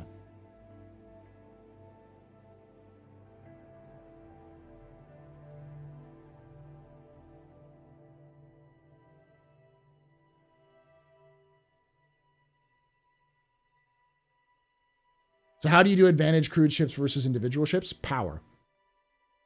All of those things don't matter for a larger ship. It should have more armor and still be fast, or relatively fast. It should have easy heat management, and it should have ridiculous power. So larger multi-crew ships already start off with an advantage. The problem is that the second that ship starts to take damage, it needs a crew to maintain it, and you need a crew to utilize it. A good example of that is the Hammerhead. The Hammerhead has no pilot weapons, but it has a vast array of incredibly powerful weapons that can be brought to bear. A fully crewed Hammerhead should make people shit bricks, because you can start attacking it, it can shrug off most of those attacks, and if it's fully crewed, you're going to be shot back at the second you take attack. It has missiles technically, but like those are limited quantity. But even then, you're not going to see tons of people flying in a Hammerhead with just the missiles.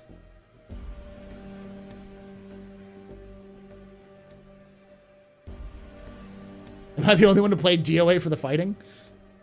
Yes, you are. I've heard good things about it.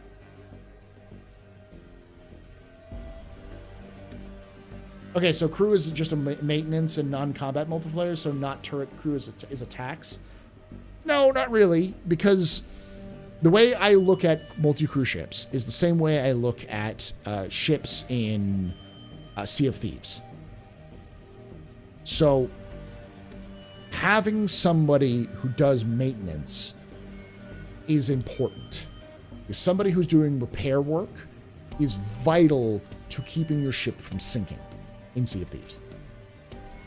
You don't need everyone on cannons, but you can put people on cannons if you want to use that as like a significant advantage, like as an alpha strike capability. And the more people you have on your ship, the better it will be at maintaining itself. So less of a tax and more of an add-on benefit. Does that make sense?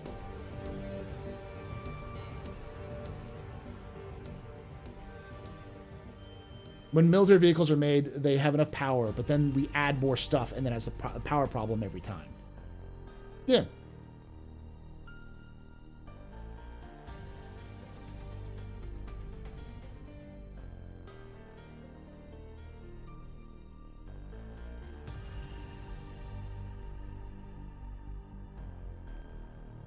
Yeah, I would see engineering as an advantage that ships have, that larger ships have, that will be able to keep them into the fight for longer.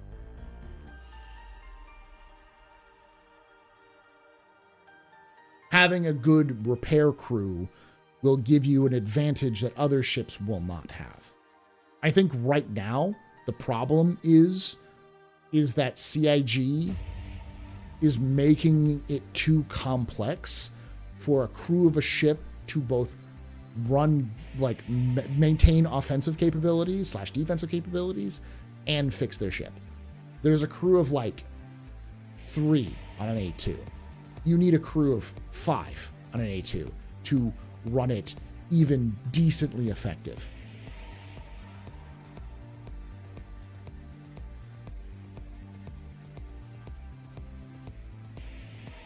I think that the longevity stamina would be the benefit. That it's the case as well. What I'm saying is, if you, and I think H.E. Vertigo said this in Captain's Table pretty well, which is, if you take a ship like the Connie and you stick it over Jumptown, that Connie should be able to stay at Jumptown until a bigger ship or a larger group of people who are specialized in taking it out can take it out. But it should be able to stay there all day and have no problems. If it has a decent enough crew who can keep it repaired and running, it should be able to dominate that airspace. So having the right amount, it needs to have enough resources to be able to do that on its own, but then because it has more people, it becomes difficult to attack without significant support. We're not going to do any capsules for this week because there's really nothing to do. But I will be watching ISC here in a moment.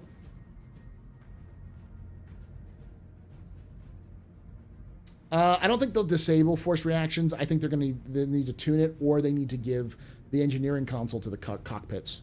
Like, this simple solution for A2s, in my opinion, is twofold. One, auto repair. There needs to be some sort of auto repair which can be handled by the engineer. Two, the co-pilot needs to be the engineer. So instead of having a separate engineering station, there needs to be a screen that they can flip to in the co-pilot and manage the engineering from there.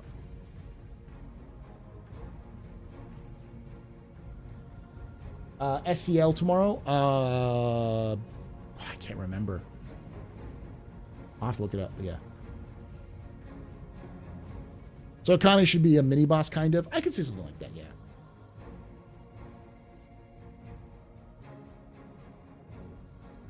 Moby Glass? Okay.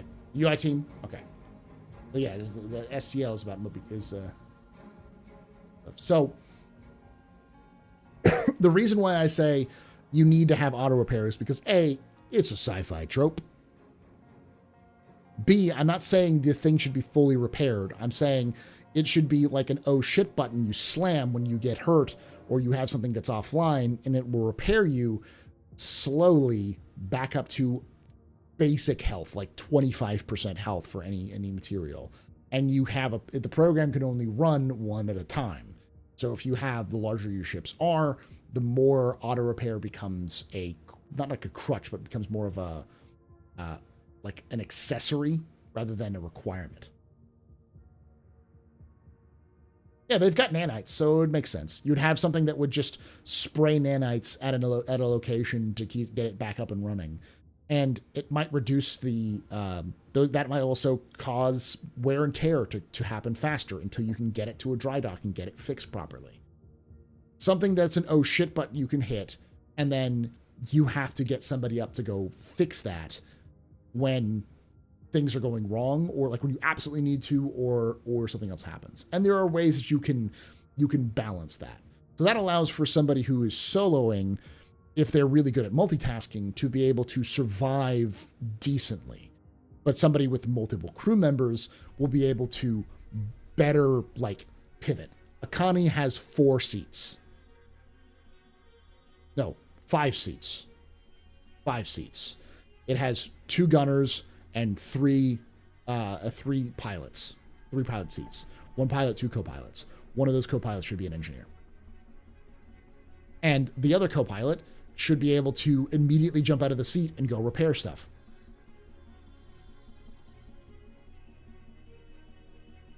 And it has a stub. Yeah. Repair limpets. That's kind of what the Vulcan is that kind of repair limpet idea. But I mean, I'm talking about like interior, like systems that are filled with a resource like nanites that you have a certain amount of that you can use for auto repair, and you will have to go refresh them at some point if you run out of them, and they're not like instant repairs.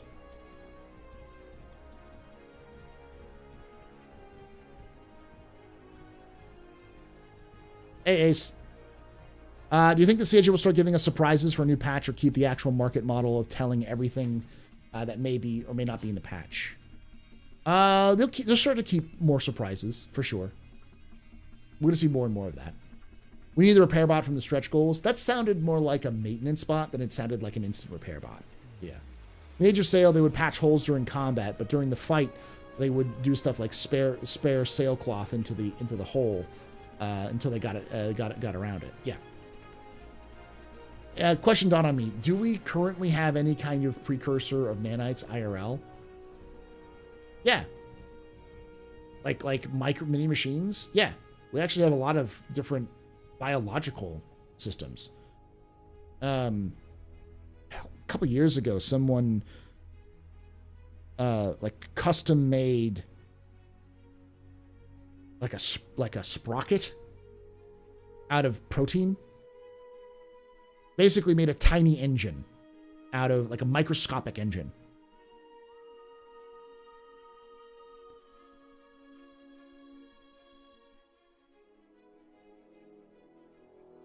Engineering will also include environmental and fire control. Those two systems are that smaller ships don't need. Exactly. And I think having something like an auto repair system on military ships or industrial ships might be an advantage those ships have as well, compared to like in smaller ships, which will give you like longer time, but a resource you have to manage. I saw this picture. A few gears smaller than a cell. Yeah.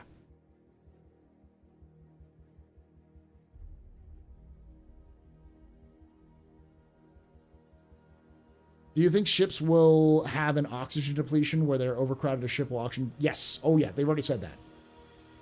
The crew capacity of a ship is how many people can live on that ship for a certain amount of time. They haven't said what's the time it is, how much time, but like the ship is rated for a certain amount of people living on it for a extended period of time. But if you go beyond that crew capacity, your environmental systems will degrade faster.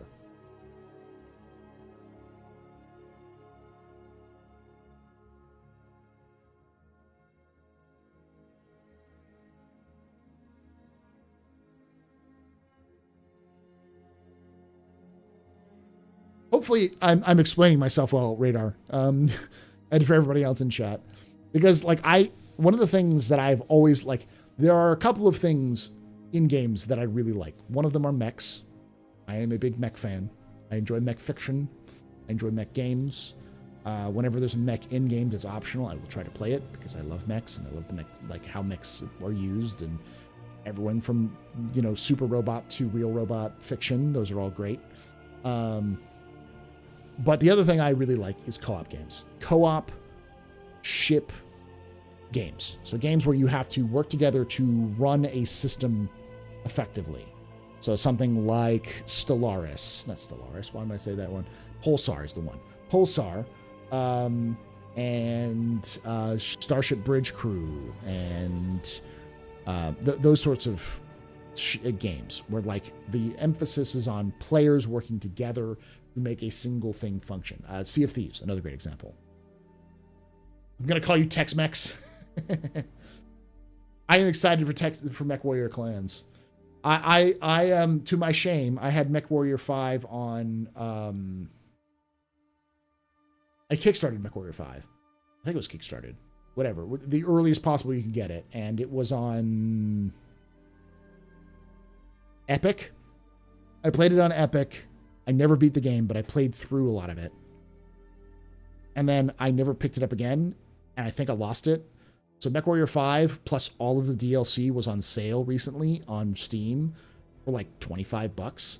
And I'm like, yes, would. So I think what I might be doing here in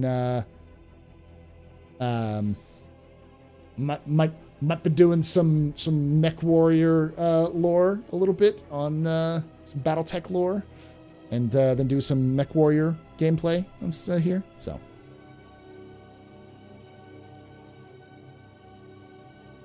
I'll need to grab people and throw them in there. I will beg Loken to help me out with that one for a Pub and Plays Friday. And yeah, UPenn, obviously. Have you tried MechWarrior Online?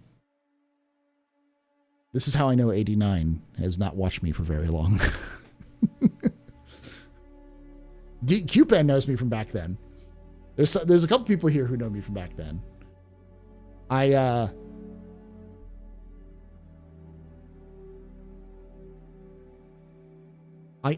played a lot of MechWarrior Online.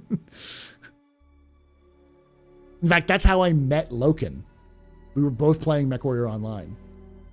I played MechWarrior Online when it was in beta.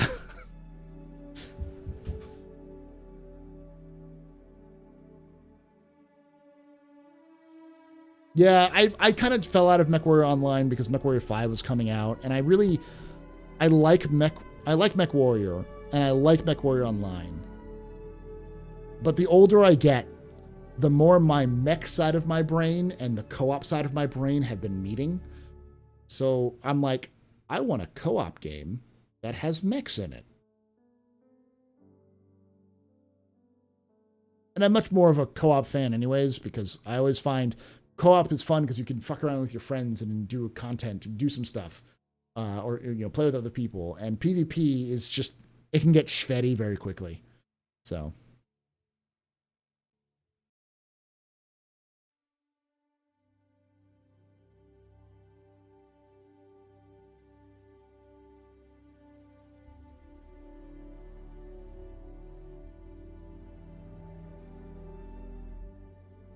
I had a rather intense discussion with a coworker about the tactical disadvantages of mechs. He beat me with, but mechs are cool. Mechs make no sense. Like, the reality of mechs is that mechs have absolutely no practical reality.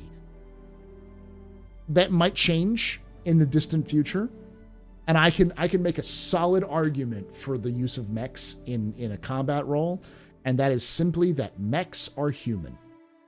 They are human shaped. And just like humans, they have thumbs. So, yeah, they can be pretty tall, and they can be taller than your average tank, but the tank doesn't go through swamps. It can't swap out its weapon on a need-to-know basis. It also just can't punch something to death. A tank requires an extensive refit to be able to turn it into like a mine clearer. Whereas a mech just needs a shovel. A big fucking shovel. There is some flexibility things you could use with a mech, barring the fact that there's no technological ability to do anything like a mech right now.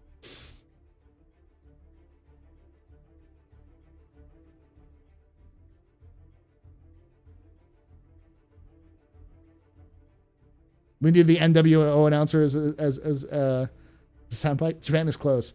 I do think that what was probably more likely to happen before we see mechs is exosuits. Because that's something that is, militarily speaking, an advantage. An exosuit's big advantage is not in combat, but in support roles. A artillery gunnery crew with exosuits could be loading and firing rounds all day long. Logistics teams loading and unloading vehicles would be able to load and unload vehicles without, the gasoline, the space, and the ground support requirements of a forklift.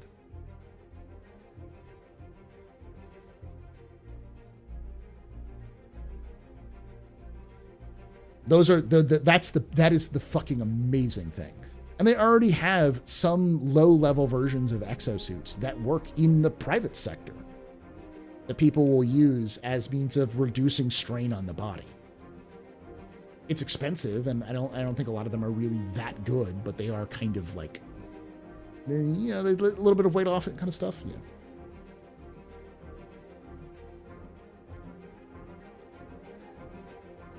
One guy with a power frame suit could carry a week's supplies for his whole squad. Yeah, it changes the game, because if the key is power, can you power a suit like that to make it work? And that's a lot easier to do than the size, the power, size, and mechanical requirements of a mech, because a mech is going to be as expensive to maintain and control as a tank is. But a power loader, a power suit, an exosuit would be a little different. Am I a clanner or an inner sphere guy? I'm going to give you the same answer that that Haven gave to me the first time I met him in real life. Whoever has the most money. I have a soft spot for Rasselhag, because Rasselhag is they're woefully bad at what they do, but they are so determined. They were outmatched and outnumbered, and they still fought like fucking tooth and nail.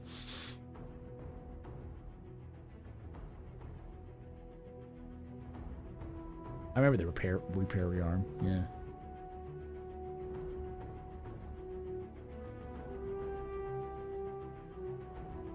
Yeah, out in the field is harder, but I think that's more reasonable. Like, you could almost see an exosuit being able to carry its own power supply and everything else, and swap those out.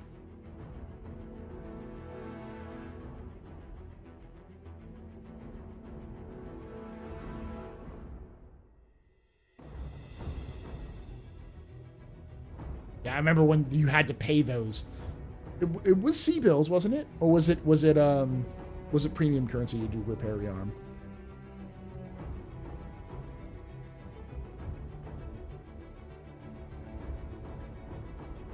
Yeah, but a power suit, power loader still has to be calibrated for its operator, otherwise you will pull them apart on switch on. Yeah, but we have stuff like that already. Like there are calibrations for like eye trackers and other things like that. Like the Apache requires you to train and prepare and dial in your eye movements for aiming the gun. It's just a training thing. It doesn't take that long. Repairs were C-bills. Was it MC? I remember the repair rearm being like every single time you did it, you had to pay. And so it would cut down on your gains a lot.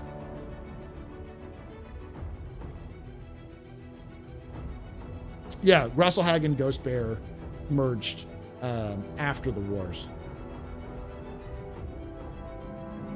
Hey. You can take away my spaceship. Hey, Cindy. You can You take say away my long time no space see. suit. You've been here pretty recently. You can even take away my space lasers.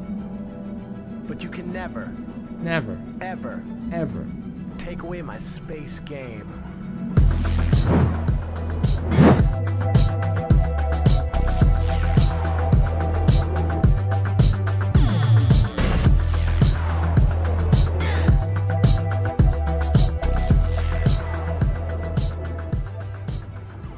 Sandy Sanderson just resubscribed for 22 months. Long time no see. How go the things?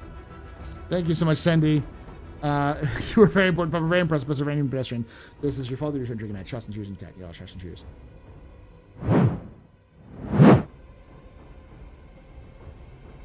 AD Polite. Yeah, we were talking about that on my on the Astro Historian. I was talking about the difference between, it was like, what is a Titan suit? Is it a power armor? Is it a mech? Is it something else? Drinks all around. Hey. Party like it's your birthday. Party like it's your birthday. Come on and put your lips together. Blow the candle out. Party like it's your birthday. Party like it's your birthday. I wanna make you feel real special. Put your name in lights. We are gonna party like it's your birthday. Gonna party like it's your birthday. Gonna party like it's your birthday. Blow the candle out. Ruon_Tudor just got a sub from the First Tasty. The First Tasty gifted a tier 1 sub to Ruon_Tudor. Thank you so much, Rowan, for Thank you. First, I should give that we're on tour to you're both very important puppers, very impressive business venue pedestrians. This is your fault. We should drink a night. Shots and cheers, chat, y'all. Shots and cheers.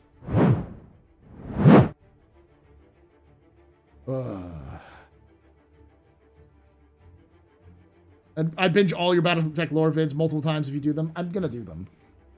I just don't want to step on Tex.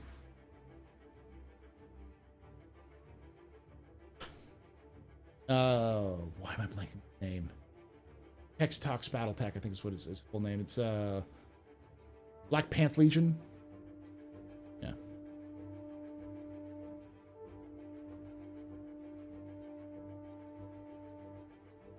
I've been trying to diversify my content for a while now. And like I fucking love mecha fiction. And I like science fiction, and I like how the stories can be told in science fiction. I just really, really don't want to do like Star Wars, Star Trek. 40K is interesting to me. I definitely do 40K, but like there's plenty of sci-fi out there that I think people don't really talk about. And things like Battletech, things like in MechWarrior, things like Titanfall. I might even do Armored Core. Because that's definitely stuff in there too. So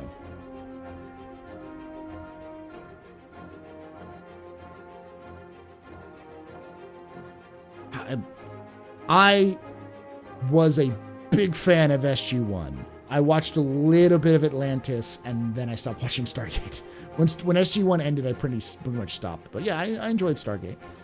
I don't really want to go too far into like television and movie lore because those are nice, but I feel like my wheelhouse is games more and more, but you know.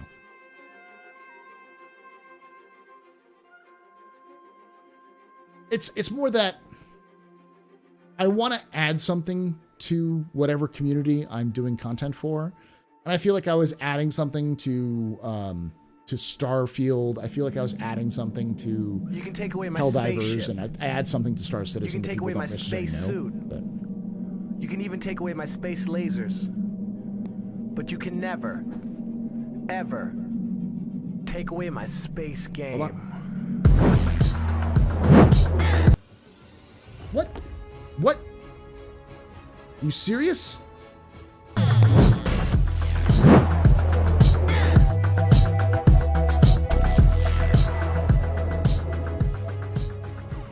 Gifted Grizz, a membership. Grizzman56 celebrates 16 months of membership. Thank you so much for that. 16 months of membership there, Grisman. You were very important, Papa. Very impressive, of any pedestrian. This is your fault. We return drinking night. Shots and cheers in chat, y'all. Shots and cheers. What the absolute fuck? Oh, sorry. It was off. Thank you. Hey, Grim Gear. I have to ask. I've watched your channel for years. New to Patreon. What is the X Historia ad Astro at the end of your videos? So it's Latin. It means through. It's ex historia. Historia is H. So ex historia ad astra, which means through history to the stars, or from history to the stars.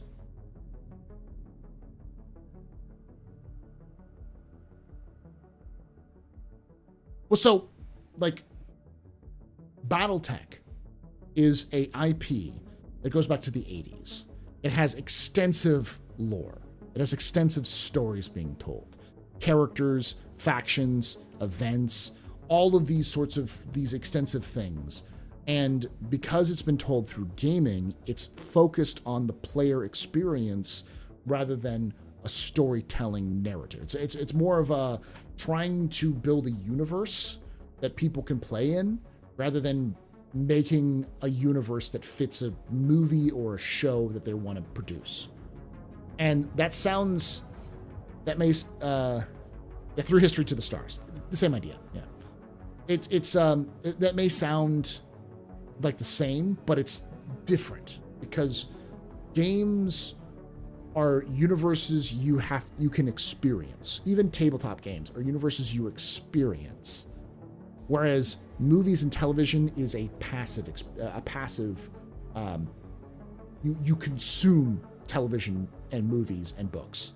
So you are an outside observer looking into a world with movies, books, television, that sort of thing. But with games, you are part of that world. And so games require a lot more world building and set dressing. You need to feel like you are part of the world you're in. And I'm not going to say the word immersion, because immersion can mean a lot of different things, but you just really need to feel like you need to be bought in to the universe. And as a result, video games often have a much larger canvas, or not canvas. They have a lot more stuff, peripheral stuff that they expand upon. Like Star Wars tried to do that with like giving every single like detail in the first couple of movies their own like spin-off characters and their own explanation as to what was happening, which is fine, but that's for like a book. Yeah, that's like more like for people going, neat. This isn't the experience. This is just part of like a little extra thing I can pick up. It's like a little treat that I can get out of oh yeah, that one stormtrooper in this scene that bumps his head. It's actually this guy who did this and this, and it's like, oh, that's neat. That's neat. But like in BattleTech, you don't have that set dressing. You don't have the one stormtrooper who does something. So you have to kind of fill in the world with events that have happened to make it feel like what was going on, but let players have that agency as well. So you can't be as precise, which means you have to go broad. When you go broad with those sorts of backdrops, it creates a lot more content, which is optional, but still fundamentally cemented in the world.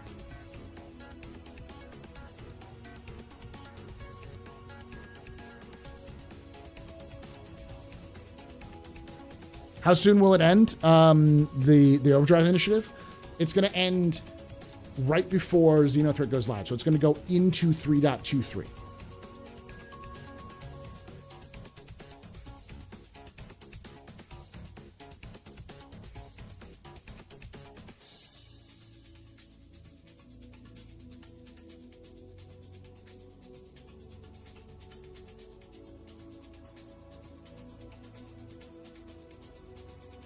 Yeah, Jaded, kind of. But like you have the same kind of situation with like Star Wars, where you have novels that are built to flesh out the universe of the movie.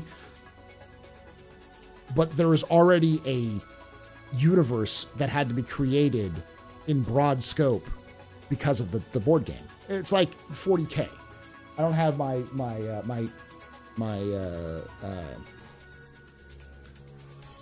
manual, the game manual, that sort of like the basic version has all of the information about the universe built into it, but it's like this thick, like half the book of the what are they called? They're not called game manuals. It's not a codex. Codex is a specific. I'm talking about like the book that is like the game guide, the rule book. Yeah, it's just called the rule book. I don't remember what it's called. Like they have a name for it, but yeah, the rule book has like a massive chunk, which is just setup. And the same thing happens in BattleTech. Like the BattleTech rulebooks have a huge chunk of just, this is the universe you're in. Because in the 80s, if you didn't have a movie property you were building off of, or TV property or a book, you didn't have that backstory. So you have to build a backstory for a universe that the players are going to play in.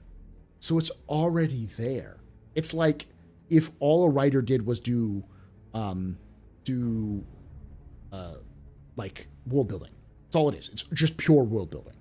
And because it's pure world building, there's a lot more stuff to take in because that's part of the experience. That is the experience, compared to something like a movie where the world building is done after the experience has already been created. Does that make sense?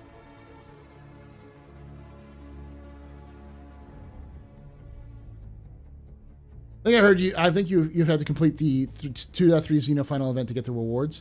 So I'll read you exactly what it says. This was posted yesterday, and I'll say it again because I said this earlier. people coming in late, which is fine.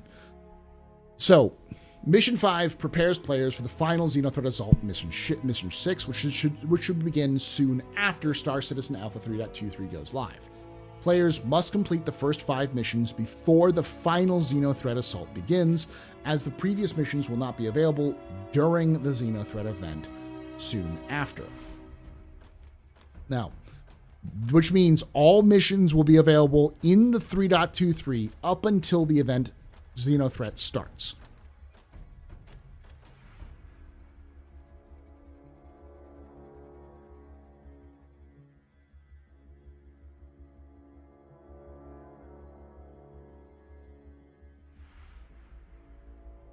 Hopefully that explains some stuff.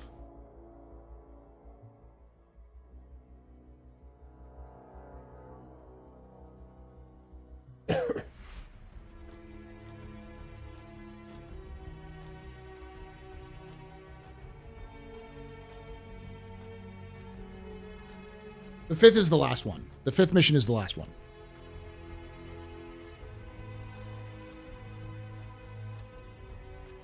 So, if you were a real estate investor in Star Citizen, which ship would you use to show off your clients' land claims for sale? Probably 600i.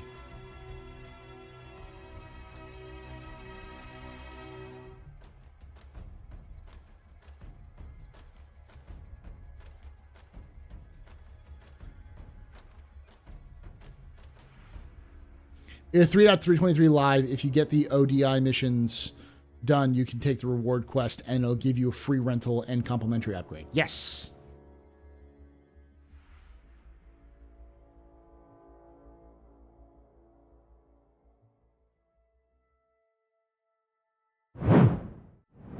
And they aren't soloable. You can do them solo, but they're difficult to do solo. The only mission that's really hard to do solo, I would say, is the first one. Because it's the data heist missions, which, as it goes along, gets more and more enemy spawn.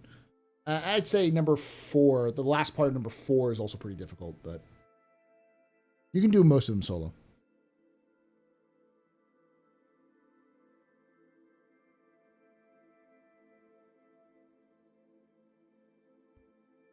If you got like 4 people to do the entire mission chain, you could get it done in like 6 hours. E1's okay, but E1 doesn't have a lot of people.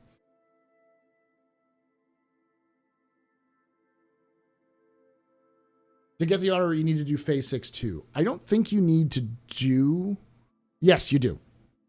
The Xenothreat medium armor will be granted to all players who complete each Overdrive mission, including the following Xenothreat Assault Mission 6 in Alpha 3.23. Yeah, that's what it says. Yeah, you do have to do Xenothreat to get the armor, which tracks.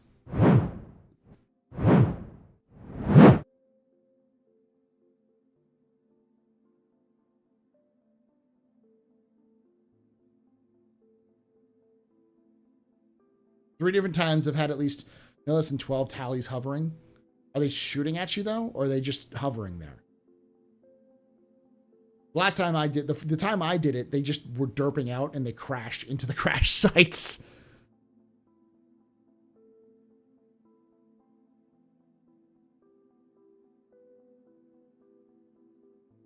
Oh, I didn't have them shooting at me. Maybe it's because they weren't working well.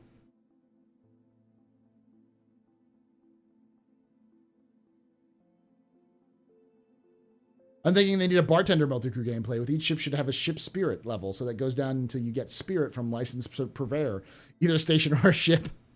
I mean, I do think that they're going to be doing something around morale for AI crew, because if they get too low, they'll quit.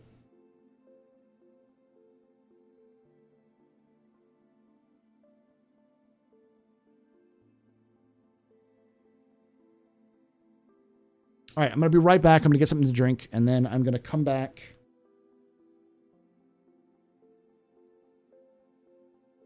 And we're going to do... Stars.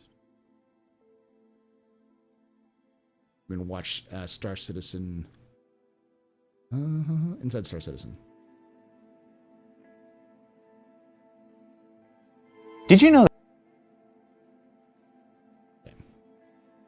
Be right back.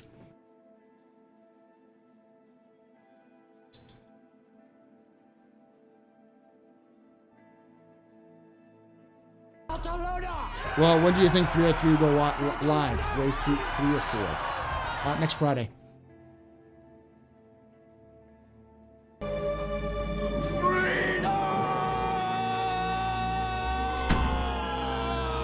Weapons free, y'all.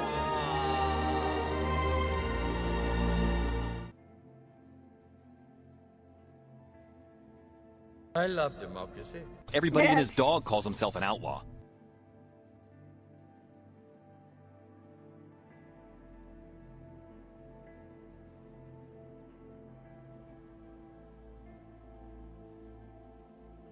Mission complete. Burrito I eat. There you go.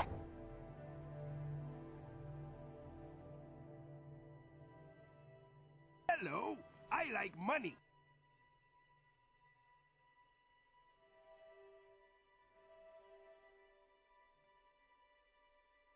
Good news, everyone.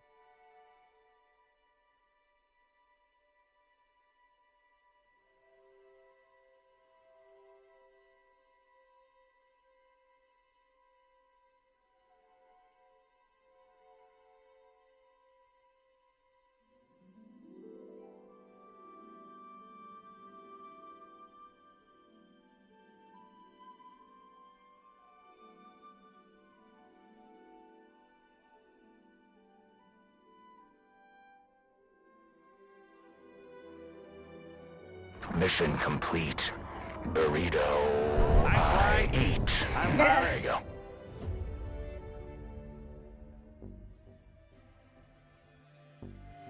Weapons free, y'all.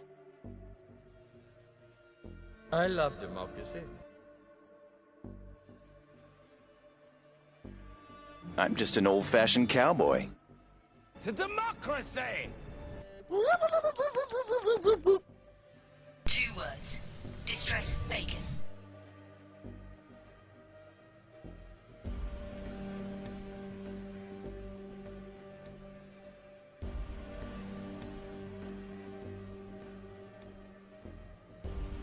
Hello, I like money.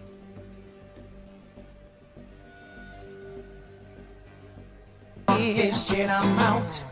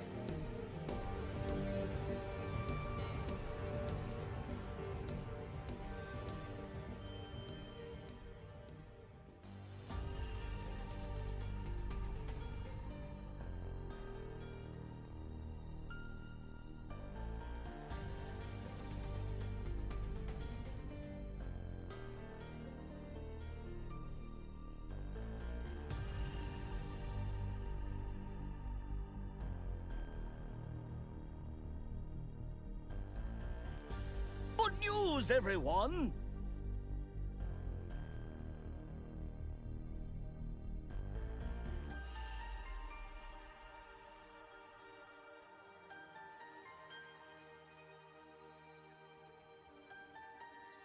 Everybody and his dog calls himself an outlaw.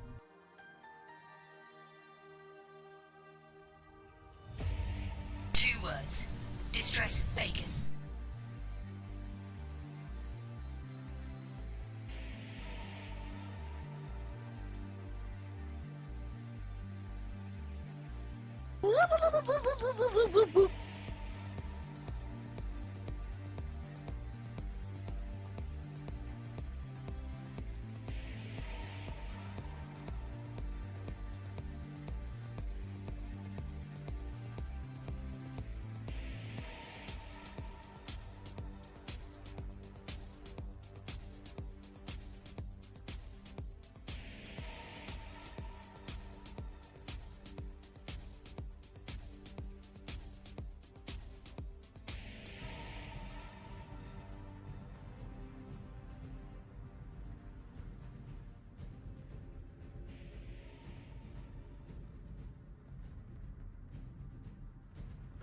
I'm fly.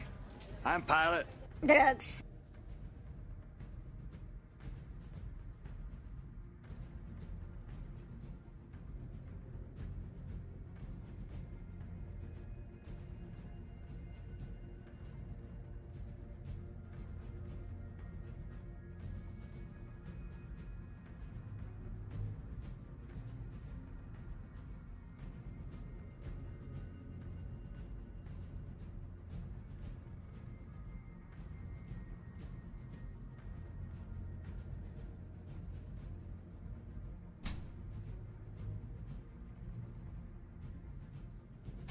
All right, I'm back. Stop spamming it. No more spam. Spam is not an option in this kitchen.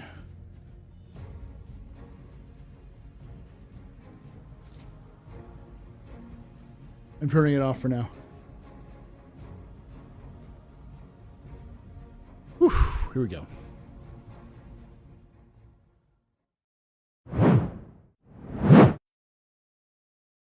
That Alpha 323 doesn't just have a ton of neat feature updates for the Precision universe, but it's also got an entire host of new tracks, modes, fixes, and more for Arena Commander? Well, it does. Here's Arena Man Duncan Bunting himself to tell us more. Arena Man. I'm just giving everybody nicknames now. You only have 8 minutes to explain all the Arena Commander things coming in Alpha 323. Forson's taken half of it. So with... Sorry. 7 minutes, 50 seconds. What?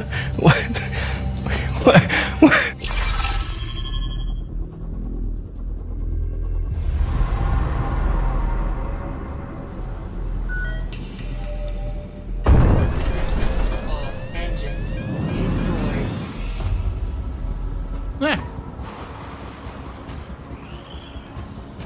For 323, we've got a bunch of new maps. We've got 5 new racetracks coming to Arena Commander. First, we've got the Skyscraper, which is across the urban scape of Area 18. There's actually a map from the PU, which already has the holographic sign set up. So this was a fun one for our teams because we had to kind of mix Arena Commander and PU together for this race. Next up, we've got Kaplan Circuit. Kaplan Circuit is in Orison, and it is a very long but kind of straight and still challenging. Wasn't that a Anzia Racing? Wasn't this a Crux Cup map? Map. I don't think I've ever raced it without crashing after the first turn. Next up, we've got another map on Orison. Nice. It's the Dunlow Derby. Now, this was actually a community challenge from last year when the community team reached out to you guys and challenged you to get the best lap. We've now formed. Can someone tell CIG the jump points have too many ads? It's gross. Welcome to space capitalism, Radar. Formalized it and put it into Arena Commander. Fourth, we've got Lorville Outskirts. Now, this is right beside Hurston. And the reason we're getting it into this patch now is because we got streaming, and it was actually our first ever map that we set up with streaming technology on Arena Commander. The race is across this mining forge facility that's behind Lorville, so you're ducking down and under buildings, between rocks, in and out of pylons. It's a really closed-in, high-G race in low atmosphere on a heavy planet. The fifth map is called the Stanton Pyro Jump Point. It's actually something you guys helped test, and it was implemented for the Master Mode's experimental mode for Classic Race. This map was created so that we kind of want to see the difference between players racing SCM versus Nav mode and whether they switch between them. And the map just worked so well as our second zero-G map for Arena Commander. We wanted to add it into Classic Race now that Master Modes is part of the entire game. Huh. What's streaming? So they have, I believe they've implemented a system where they can stream in and out content like they can in the PU in Arena Commander, which wasn't in Arena Commander before. Arena Commander was pretty much abandoned, and DJ and his team really kind of brought a lot of those features from the PU into Arena Commander, to the point where like they can now like generate entire planets, build FPS planets, look FPS game modes on that planet, and it will run better than the PU, or the same as PU. So As a bonus, we're getting Miner's Lament, which was a classic race map, enabled in all flight modes, so you'll be able to experience Swarm or any dogfighting mode on Miner's Lament, which is a really awesome map to experience with the new Master Mode speeds because of all the cover and debris everywhere. It really makes for a kind of a unique experience compared to our other maps. So let's get into the new experimental modes for 323. Starting with Engineering. We've got 3 game modes coming. I'm going to let Torsten tell you about it. So we introduced, with the help of Duncan's team, an experimental mode in the... I love Thorsten. Thorsten is he gives no shits. He suffers no fools. He will just tell you straight up what's going on, and I love that. I remember when they asked Thorsten, they call Star Citizen Beam Citizen derisively. What do you say to that? And he goes, "They're right." It's like, yes. Beam Citizen, embrace the beam. The Arena Commander, where we have 3 different modes. It's a duel, it's a 1v6 fight, and it's the free flight. So in the first mode, in the 1v1 mode, you, as your group, are sitting in an A2, and you are facing another group of players in another A2. Ideal crew is 6 players. You fire at each other and try to destroy the other ship, while some of the players might be running around and repairing any damage that has been dealt. The purpose of our test, we focus on the time to kill, where we want to see what a difference that wasn't in the game last time I saw it. This was not showing up properly. The corresponding engineering team on the ship itself does. So we are looking at the time for how long the items actually survives, how long the fuses survive, how long the A2 itself survives, how long the players survive in that scenario. In the second mode, you are again using the A2, but this time you are not fighting another A2. This time you are fighting a group of Gladii. So the difference is that there are multiple attackers, so you basically have to coordinate your defense. But in addition to that, we are also looking into a different sized weapons, a different loadout. The A2, for example, is fully energy weapon, versus the Gladius actually has a ballistic that has different penetration values in comparison to the disclaimer. So we put some penetration values right now on the energy weapon, which is not the plan right now for the actual release, but for our testing purposes we needed to put some values there. The difference is it's multiple attackers with a different type of weapon set, with different type of ammunition that has a different impact on the ship items inside the A2. We are hoping to learn how much longer the A2 survives in this scenario versus multiple attackers. So if we suddenly gain an advantage over multiple attackers once an engineer is actually running around and that didn't exist. Like that really, this part right here didn't exist. And fixing items or doing some maintenance that is required. The third mode is free flight. In free flight, you basically spawn any ship that is valid for the mode. You can familiarize yourself with the base principles of the engineering gameplay, so you can experiment with the engineering console, figure out a balanced power management. We currently already have a very limited power management available to you, where it's just about turning items on so that you are off and on to get into a positive or equal balance so that you don't deplete your battery. Also meant to be for you to help you orientate yourself for the other gameplay scenarios, so that you know where to look for the relays, where to look for the fuses, where to look for the corresponding items. So it's basically the learning practice room for the actual modes.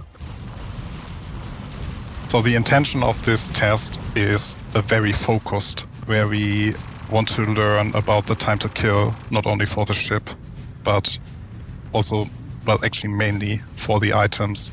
It is not the full engineering gameplay loop. So we don't showcase the full energy balance. Also, how's it going there, Victoria? I didn't see you there earlier. Energy management, coolant management, all the other resources that you will have.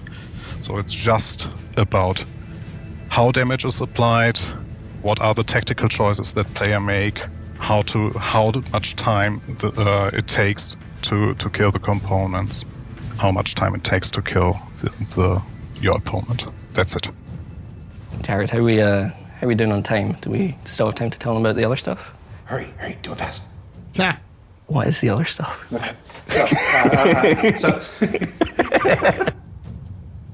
So for 323, we've also got custom lobbies coming to Arena Commander. Now, this was previously called private matches many years ago, and it's finally coming back in the form of custom lobbies. The reason it's called custom is we've got a bunch of custom settings for you guys, and this is something we're super excited to expand upon. So I want to see you guys team up with your mates, go into custom lobbies, feedback on our feedback threads of what custom settings you would like. And So this is a good example. Like, Arena Commander's great. All the stuff that's getting added in is great. But a lot of the stuff is stuff we already have, and like we already had private lobbies in the past. Now we've got a new custom lobbies, but it's kind of like bringing something that was taken out before, which is cool. It's great. Don't get me wrong, but I understand why some people are super like not excited for 3.23 now that a lot of the stuff's been pushed to a later time, but you know. We'll implement them. The other big feature is obviously streaming, which I mentioned earlier. This is really awesome tech that we finally got into Arena Commander, and it's going to let us bring quite a lot of fun stuff to you guys fairly soon. Characters in VoIP is another update coming. VoIP we're enabling in Arena Commander as well with mute and unmute functions. And your PU character is now playable in Arena Commander, so no more running about as this default bald character. You can now customize your character and bring it into Arena Commander, do whatever you want. There's also changes to Gun Rush, Pirate Swarm, general team balance. For Gun Rush, we've been working closely with the weapons team to get them the feedback that they want, so they've been helping us set up new weapon lists. One of the big Gun Rush changes is that we're adding multiple weapon lists so that we can turn on and off different weapon lists for you guys to play throughout the patch. For Pirate Swarm, the Javelins are getting replaced with 2 Idrises with a lot of firepower coming after the event that happened in 322.2. For team balance, we're addressing some of the challenges we've had with it recently. All right, so this is going to be a little bit weird. Do you know what they originally had replacing the Javelin in 3.23?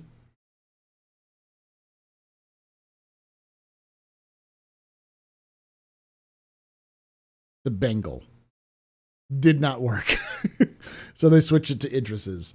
Probably still won't work. I love the idea. I love the concept. I want to see it, but it's just not work. And the reason why they're removing the Javelin, to be kind of clear, is that it is getting reworked.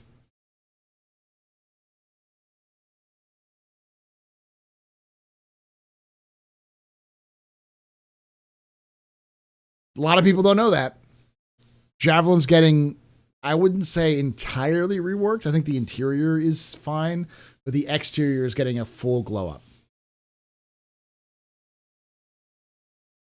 Ha! Now that Elite Dangerous is selling ships for real money, maybe Star Citizen will take their solo mode? No, never. The closest we're going to get with Star Citizen solo mode is if they do like a freelancer or privateer style single player game. For 322, we tried out some stuff, and for 323, we think we've came up with the best solution. It's going to keep you playing with your teammates and have the best experience. And finally, let's talk about achievements. Target destroyed. So there's 2 achievement updates coming with this patch. The first one, you're able to play Endless Vandal Swarm. If you reach Rave 25, you're going to get the new Vandal Aggressor badge. Next up, we've got the 99th Test Squadron badge. Now this is a badge that was added for 322, and it's getting an update for this patch. For this badge, you just have to play every experimental mode throughout the patch. So that's most of the stuff coming to Alpha 323 with Arena Commander, but there's a couple more things. Check out the patch notes when they drop, and be sure to check out Arena Commander. There's a lot of exciting things coming to the PU, but we do have some surprises still left, and did that work? I felt like that was way too short. I did one quick sentence. No, you're good. Play Arena Commander. Please do. So what did we learn this week? Well, we learned that there's 5 new maps for racers and a whole new mode for grab love bikes on the way. That the next experimental modes for Arena Commander are just a narrow slice of the engineering gameplay focused on time to kill for ships and components alike. And that private lobbies, they're back. And they're called custom matches, and they'll be waiting for you when Alpha 323 drops. For Inside Star Citizen, I'm Jared Huckabee. Thanks for letting us share the process of game development with you. And we'll see y'all here next week.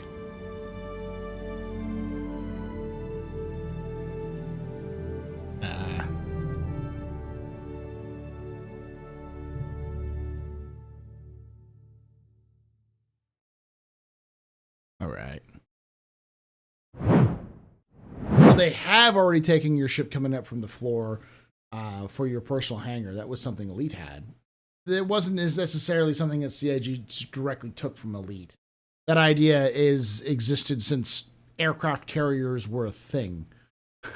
It is the main way that aircraft go from being stored inside of an aircraft carrier to the flight deck of an aircraft carrier and take off.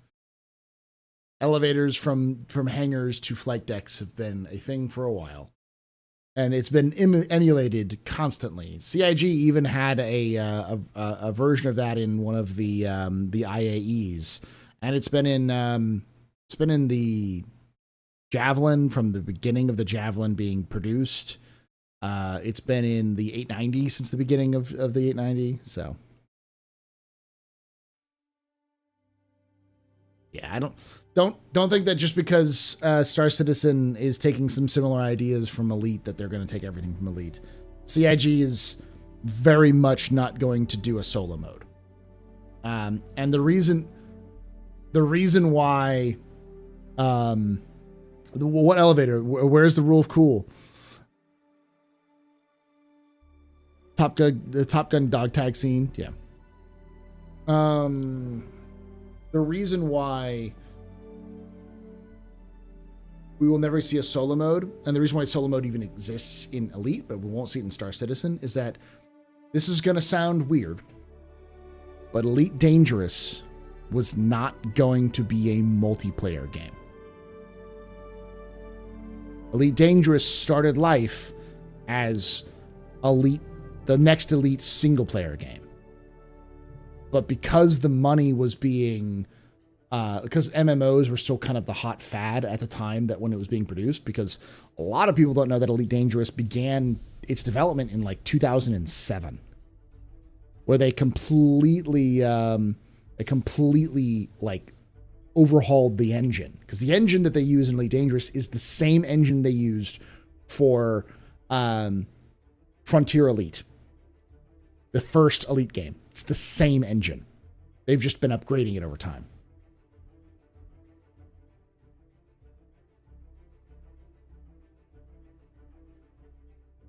I saw your post that the first run of Camilla's new book is almost sold out. Very cool. Yeah, I don't think they didn't produce like warehouses of the book. I think they did a certain amount for first runs. So like they had them, they printed a certain number and gave it to the different outlets initially, and then they like they're printed to order rather than being printed like en masse. But it's really cool to know that the initial run is completely gone.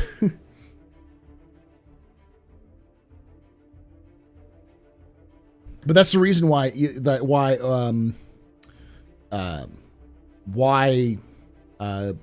Solo exists, because that was the original game. Solo mode was the original game. And then they added open and said, oh, well, the open's the real game, because they wanted to get more multiplayer, but it was an afterthought. Same with Odyssey. Odyssey was just them trying to figure out what to do to make it. It's one of the reasons why again, this is going to sound messed up, but I do think that it would be better for FDev to stop production on Elite Dangerous, take what they've learned from Elite Dangerous, start a brand new Elite game with all of the stuff that they have in Elite Dangerous released with the game when it launches, and have it be online. Take the time to build out a good back end and really make a online experience with the next Elite game with first-person combat, with first-person on stations, with all of the things that people wanted from it.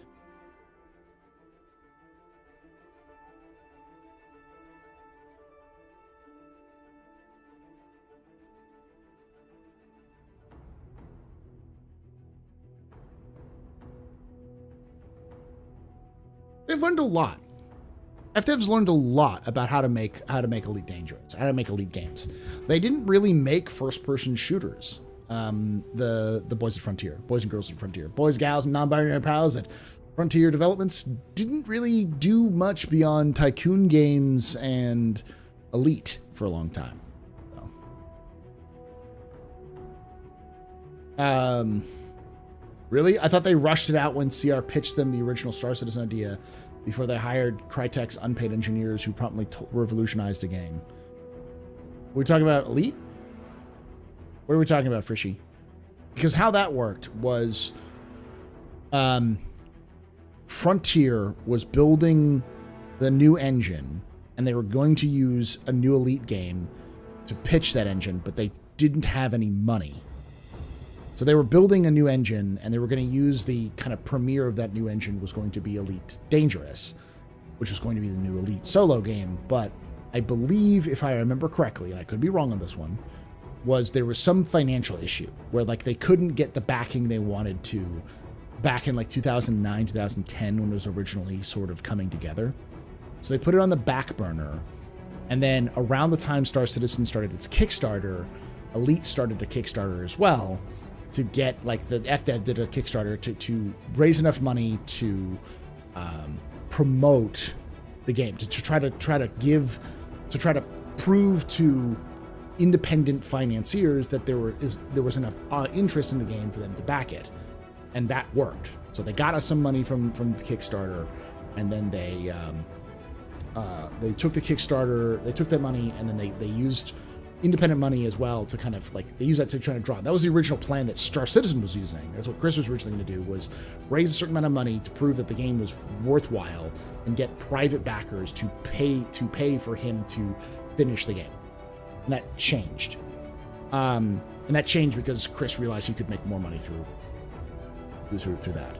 So it's almost, in my opinion, almost certain that FDev saw Star Citizen do well and used Star Citizen doing well as a signal that they could get their game out. Put together a pitch, put it up on took what they already had, their rudimentary systems. They put a video out on for Kickstarter, did a Kickstarter, got enough money, proved that they could get money, got the financial backers for it, and then slowly built the game over the course of a couple of years. But as a result, they made it an MMO when it wasn't really an MMO, and they had to, because like you can't, like Star Citizen has more players per server than Elite does. Last I checked, unless Elite's been updated for something. Last I checked, Elite had a maximum cap of about 35 per server, but you just don't see it because it's just kind of like back end sort of shenanigans.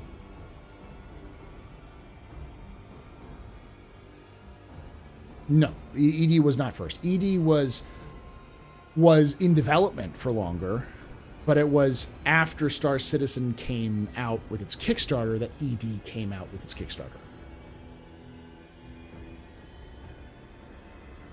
Elite is older than Star Citizen, though. Elite is the first space game, other than Space War. Like, the first Elite, Frontier Elite, came out in, like, 1984? I want to say. 83? One of the first video games, like, computer games. Like, shit's fucking ancient.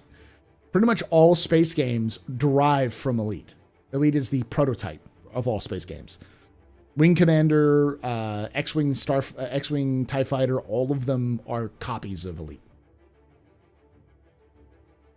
I believe Elite invented the power triangle concept, so...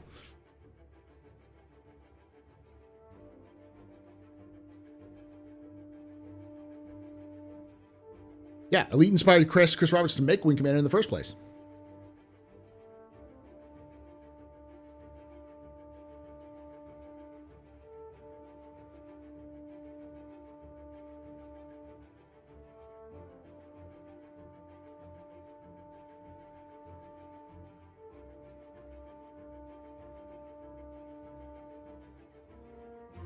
You know an older one called Space Ace 21? When was it produced?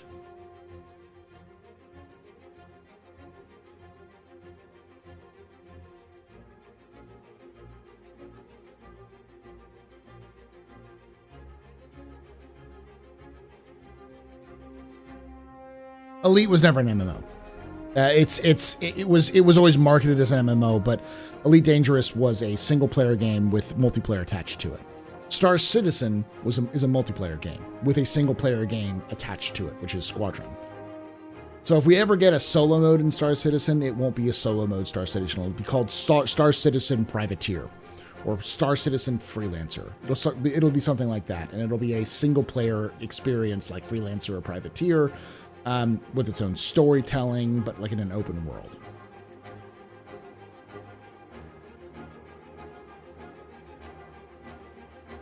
TRS 80, 1981. Ooh. Have I checked that Starship Simulator? Not recently, but I did see a lot of it being when it was being worked on. It looked interesting.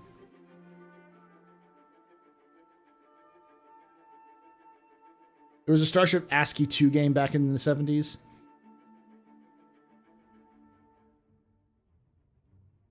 But I don't think any of those games had the same kind of scale or scope as the original Elite.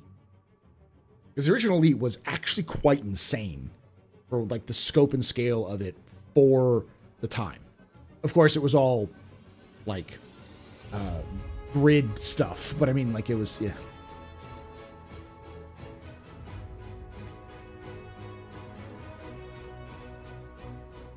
Yeah, ED was the first big game like that, yeah. No, I remember they sold their game in little bag. You pre-packaged it. You had people who were packaging stuff in little baggies, and that the developers themselves would get together and bag like a certain number of copies and sell them at conventions or word of mouth.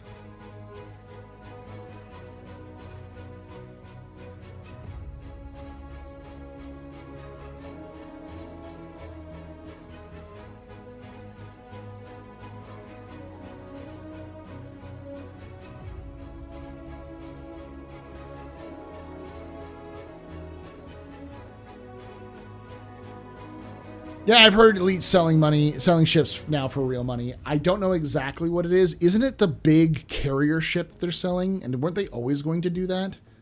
Because I remember people talking about it, and then I kind of glanced at it, and I was like, isn't that the big carrier they always were going to sell for money? Wasn't that the big carrier they wanted to release like 3 years ago?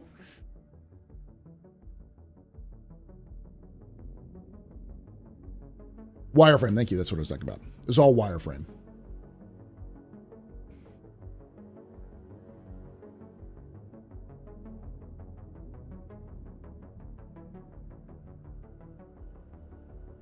All right.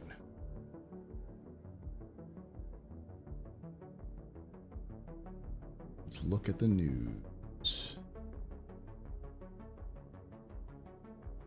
All right. Let me look through it real quick.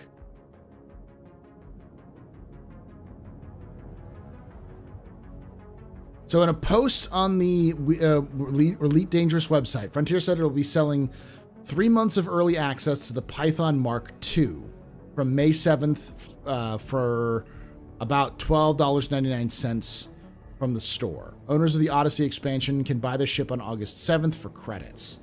Elite's non-premium virtual currency. Those who do not own Odyssey can only access the ship variants from the store or ARCs. Frontier is also selling pre-built ship packages, which include ships that have been upgraded from their base models. We envisioned these pre-built ships, built ships, to be a quicker start for new players to get involved in areas that they have the most interested in, or for existing players to. Okay, yeah. So they're building ship packages. Okay.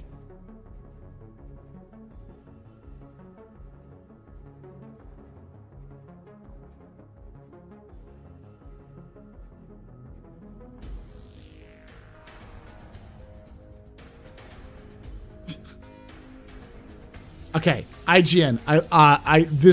I'm reading an IGN article. It's safe to say this announcement was infuriating veteran players of Elite Dangerous, some of whom have accused Frontier of going down the Star Citizen route in its bid to generate revenue from the long-running space game. While players will continue to be able to earn arcs in-game, playing Elite Dangerous daily, or by contributing to events in-game, the fact you can buy currency with real-world money and spend it in early access to new ships has sparked pay-to-win accusations. And with a single article about literal pay-to-win ships, you have now officially lost all trust, said Redditor ZayDE. It's ridiculous enough that you have to pay IRL money for any sort of ship customization in-game. You have to pay money for, but adding paid for ships once again in a game you've already paid for is unacceptable. Said Redditor. The second you say said Redditor, I'm like,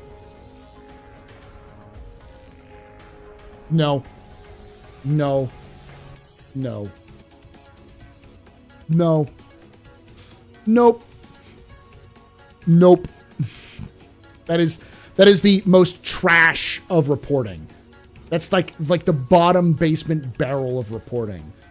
Even man on the street reporting is a little bit more like less disingenuous because they actually have to be in front of the person and give them their name. Fucking ZayDE, who the fuck is that?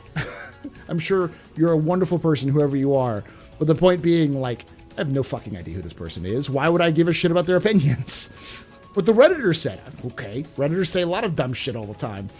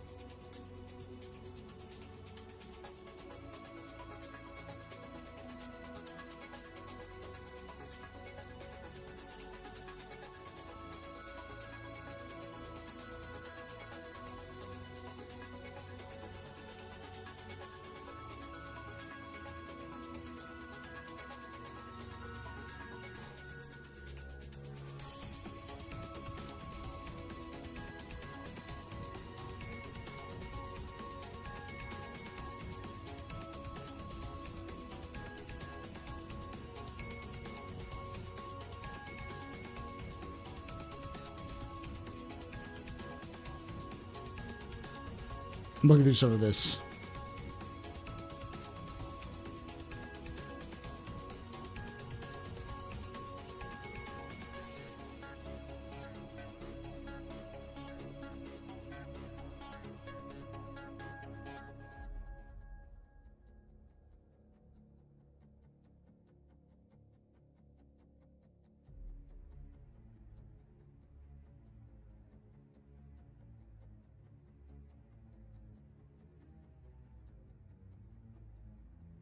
Looking through some of the comments as well. This is always a mistake.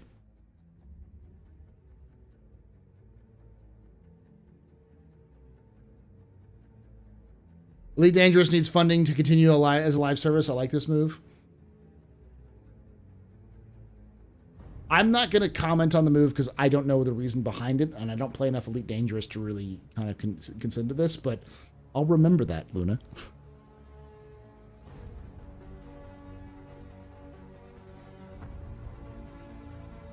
Oh, the Frontier development forums are notoriously awful.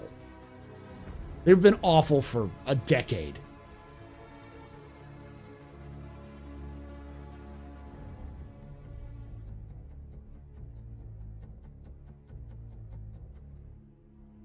You can't please the ED community. They've been mad for years. No new ships were coming out. Now they're mad that the ship has almost gotten taken offline. Trying to stay. Yeah. No, that's. Rev, you could just replace ED community with gaming community. That's the case of every gaming community.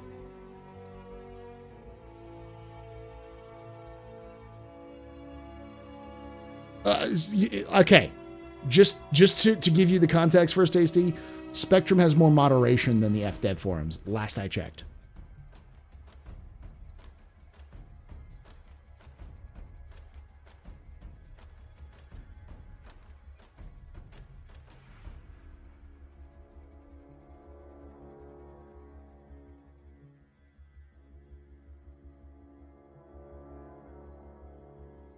Hey, Velocity. Yeah, as much as people shit on banned by Knight Rider or deleted by Knight Rider CIG, it means Knight Rider is doing something. Also, hi, Knight Rider. I know you sometimes hang out here. So I've known Knight Rider since before they were paid to be a moderator at Star Citizen or CIG.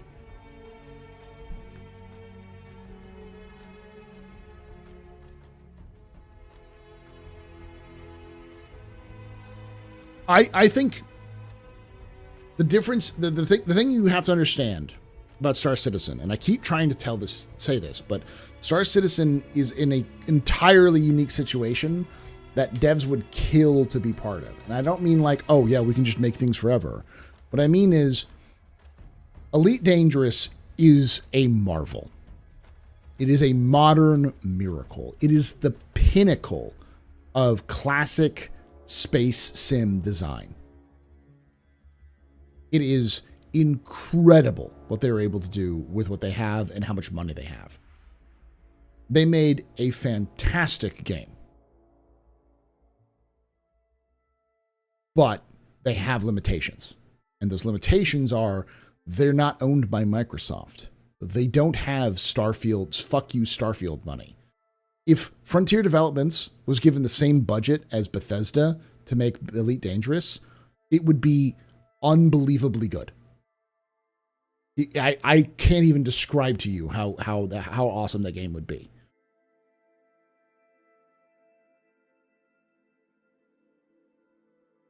Like, it is insane.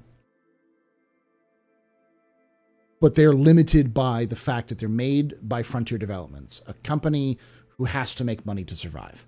And how do they make money? They make management games. They make tycoon games. That's what they do. Just people buy tycoon games. Zoo Tycoon, Planet Coaster, Jurassic World.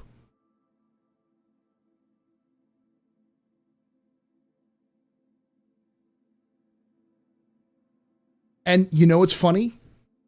All of them use the same engine as Elite. They run on the exact same engine.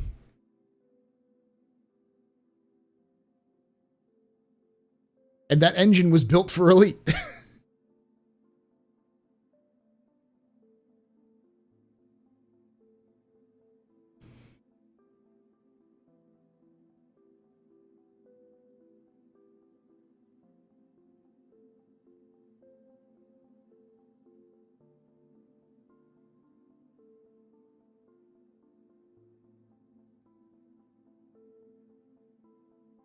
So,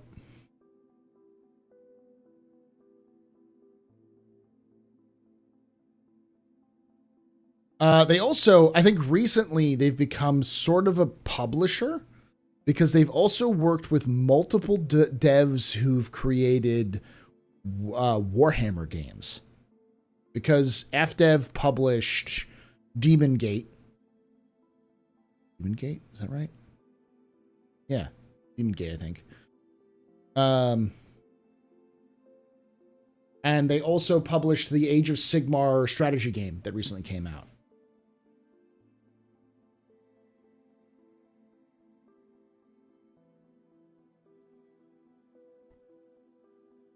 So, but that's really the issue. And I think that that is really, really the fundamental not breakdown, but that's like the really fundamental difference between Star Citizen and other games is that Star Citizen doesn't have to worry about money. Like, as much as we bitch and complain about CIG using everything they can and selling ships and trying to make money any way they can,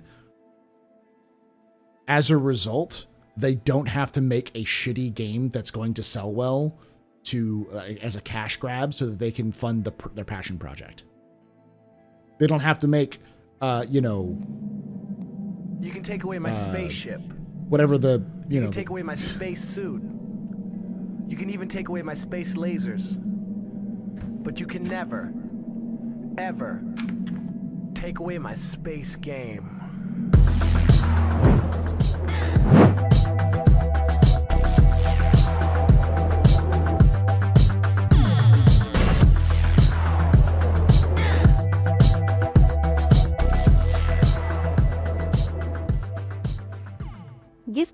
for a membership. Deeper celebrates 20 months of membership. Woohoo. Hey, thank you so much for that 20 months of membership there, Deepa. You're very important, Papa, very impressive, Mr. Very pedestrian. This your father reason I'm drinking night. Shots and cheers in chat, y'all. Shots and cheers. What I mean, this is a liberal showing up here. But what I mean is that, like, the amount of personnel and effort and time and energy that goes into research and development and all of the stuff that's need to be done for Star Citizen is going into Star Citizen, or at least it's going into projects that are helping Star Citizen, like Squadron. I sincerely doubt that the developers who had to be either hired or pulled in to work on Planet Coaster helped the development of Elite Dangerous. Which is why I say it is amazing what Elite's been doing. It's insane that games like No Man's Sky was built with the team that they had. I don't even know what the team of X4 was, but it's a really good game for what it is. There are, these are tiny teams which were keeping a genre alive before anyone gave a shit about it. But they're all limited by the same problem, that they are not infinite money machine companies, so they're gonna have to make decisions. Sometimes those decisions suck.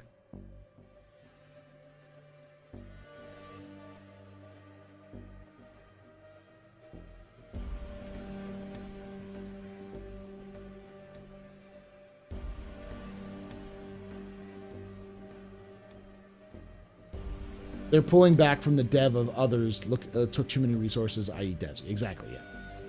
Oh, don't get me wrong. Elite is beautiful, and its soundscape is unsurpassed. I played several years until Odyssey. I played Odyssey when I washed my hands of it. Odyssey was so bad. The initial release was pretty bad. It got better, though.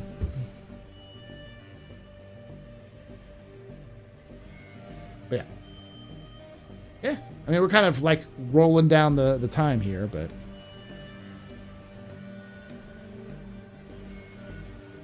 I was talking about the player base on Spectrum, not the moderation, just to be clear. First, this is the only game financed this way. It's part of this success for sure. There's some Ultimate Dev on the team. I'm pretty confident. I'm sure there are. Yeah.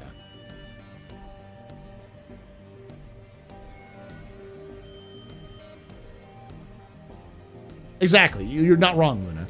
It was a financial success, and they want more, and to continue to fund it, they're going to need to find other revenue services.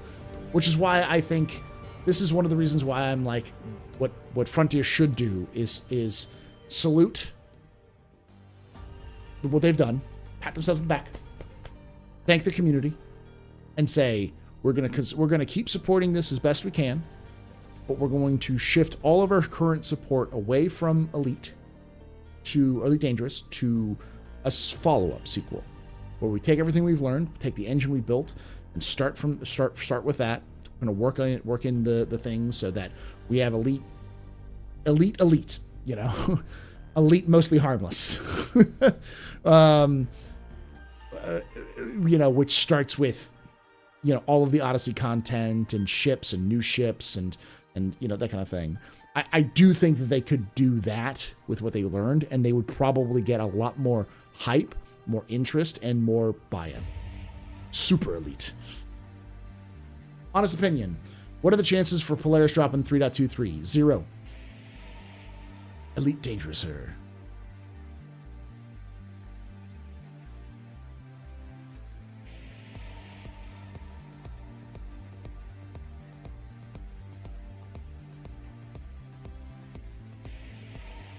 The sting in the tail of live service games, when to kill it.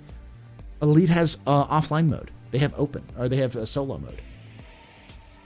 They always had an offline version of the game. You can take away my spaceship. Like, it's there. You can take away my space suit. You can even take away my space lasers. No views. But you can never, ever take away my space game.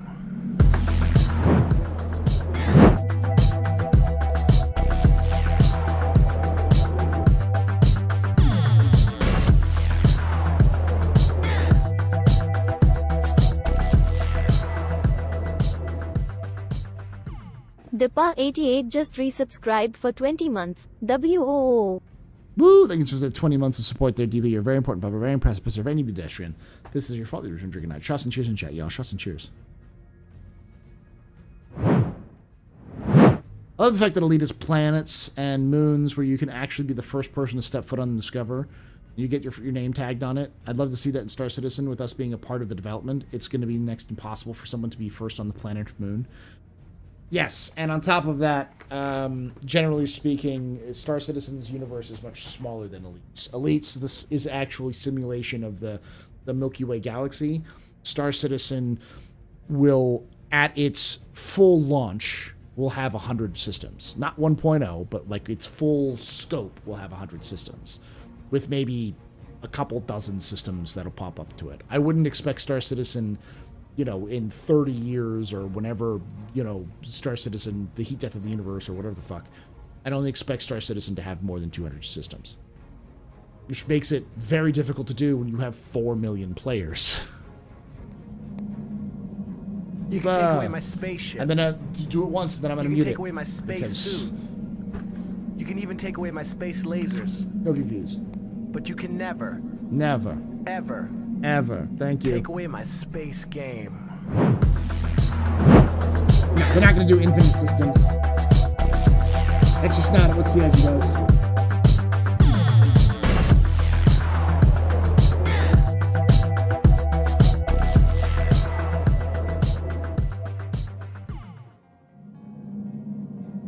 You can take away my spaceship. Thank you, Deepa, for gifting those 5 subs. You are very important puppets, very impressive pistons, fanny pedestrians. You rock. Shots and cheers in chat, y'all. Shots and cheers. No, I just, for some reason, like, it doesn't, it treats resubs as gift subs, and it treats subs as, or gift subs as regular subs, which doesn't make any sense to me, but I don't know how that system works. But yeah, Crystal King, I don't think we're going to see, thank you for gifting those subs too, by the way, Deepa, to Cyberwolf, Tjorn, Dragleton, Dragotalon, Daniel, and Ryback. But I don't think CIG is going to do infinite numbers of proc-gen systems. It's not in CIG's design style. It doesn't work with what this kind of story CIG wants to tell. Because as much as people will make fun of me about it,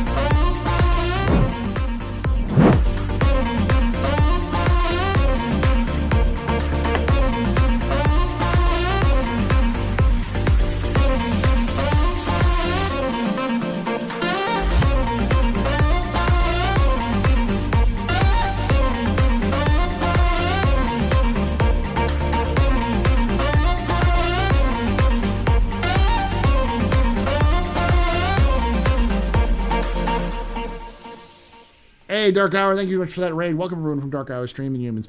My name's Paul Berserker 01, Batman Shelley, your humble host and space bartender here at the AstroPub. Space bartender person.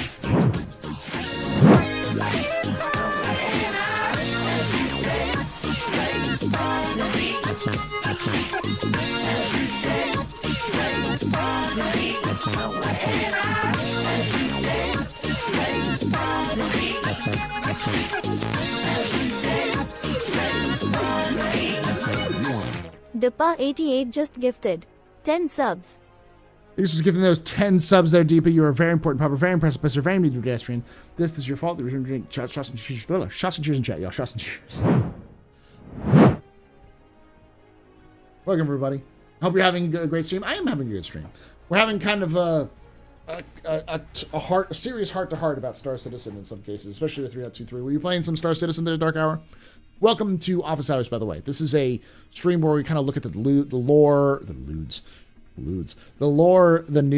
of Star Citizen. So we look at some of the updates. We watch ISC. We look through some of the dev reports, the monthly reports, the roadmaps, that kind of stuff, and just kind of get an idea of what's going on. I tried to say the lore and the news at the same time, and it came out as lewds. So we're just gonna stick with it.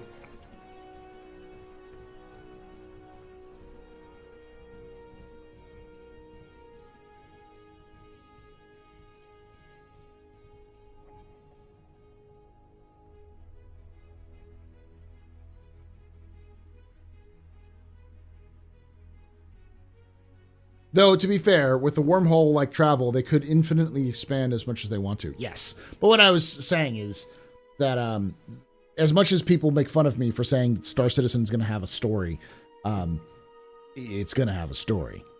I don't know when it's going to come out, but it's going to have a story.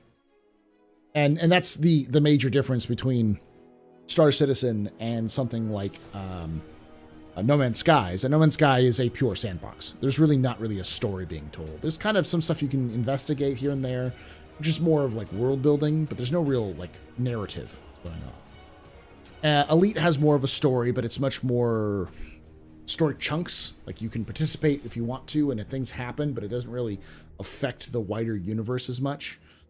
It does, but it's much more kind of limited in scope. And CIG intentionally has smaller numbers of systems because they want the player experience to affect those systems more frequently.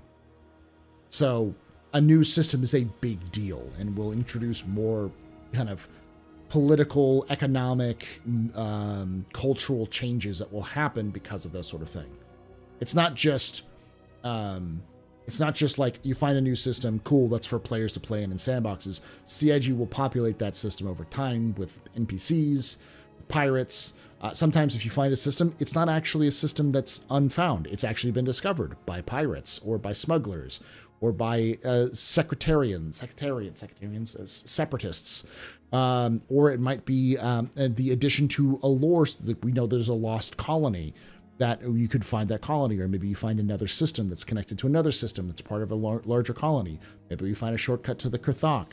Maybe we find another system that the Hadesians had settled. Maybe we find the groups that whoever are pushing out the Vandul. These are the things that will happen with what you discover. So you're not going to see, and that's why I keep telling people, exploration is not what you think it is. And everyone is setting themselves up for a massive disappointment if you think you're all going to discover jump points. It's not going to happen.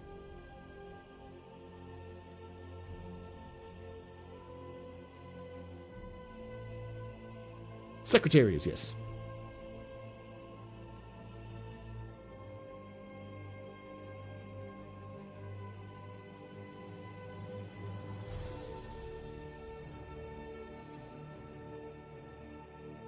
Well, part of the story is Xenothreat is growing into Stanton. Yeah, exactly. And Ninetales is growing more ambitious and more disruptive in Stanton as well.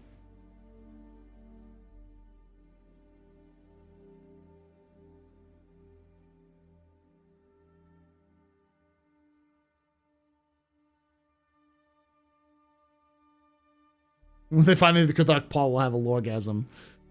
I just want to see more interactions between groups. Like, for instance, there's a group in Star Citizen lore called the Otoni Syndicate. The Otoni Syndicate is a decentralized group of mafia. It's a decentralized mafia, where each system has a leader, and that leader of that system is represented at kind of like a larger council. So you can think of like each system is a region that has a manager, and then the managers get together to talk about business in like a larger kind of like board meeting, as it were, because it's taken that sort of like business-like approach to syndicates.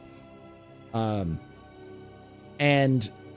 as a result, the Otoni Syndicate in one place might be different from the Otoni Syndicate in another, but they all work together. They cooperate with one another to kind of like move illicit substances or to deal with problems. Like, say somebody skips out on paying this Otoni Syndicate branch protection money, or like they owe them money and they don't get it and they skip out and they go to another system. They can send a message to the head of the Otoni Syndicate in that area and say, hey, this motherfucker just bounced on us. They're in your system. And they can go, cool. And they go out and they go take out that person for that other group. And, you know, that other group will then give them, you know, kudos or give them some sort of like benefit for that sort of thing. Have a good night there, Renawan. Question, will they be cats? No, not a clue. But like that is an interesting thing. Like there could be story missions where you do a bunch of jobs for like Ticia Pacheco, Butch Pacheco, who is the leader of the Otoni Syndicate in Stanton. and you prove that you're a good enough, you're a bad enough motherfucker that like she'll go, hey, I have this contract where this person jumped out on us on one of our other fellow groups, and they're in this region. Take them out, and when you do that, I will write you a letter of recommendation or letter of introduction to that group's leader when you go to that system. So now you've got an in with the Tony Syndicate in that system because you know Tisia. Yeah, it's very Yakuza-like, yeah.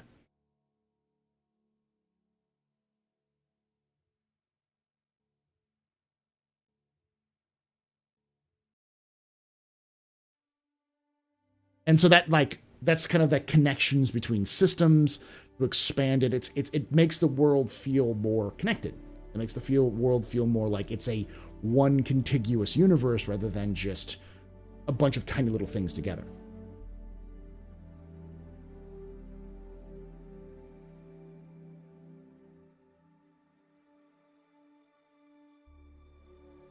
So things like mission givers will be important for those sorts of things.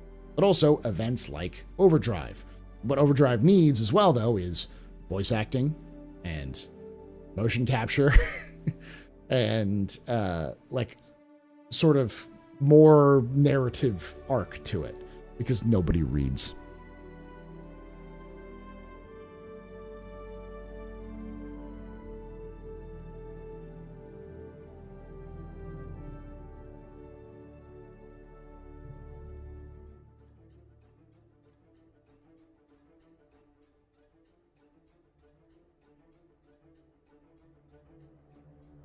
Ain't got time to read.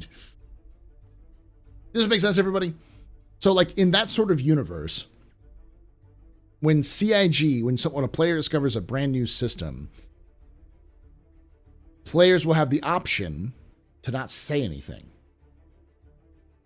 But if another player finds it and then goes to the UEE to tell them about it, they'll have the ability to name the jump point and claim rights on the jump point and the system. Or they probably won't let players claim the rights, but they'll definitely pay the player for the rights. So, like, you'll get a bounty on it. But you may also not want to, because now you suddenly have your own system if you're hiding it properly. You're not going to see ChatGPT with Star Citizen because... not because CIG wouldn't want to use ChatGPT, but because CIG would want to have their own proprietary AI tech using the large language model. And at that point, like the amount of work and effort which would go into doing that, just have writers write, wouldn't be that hard.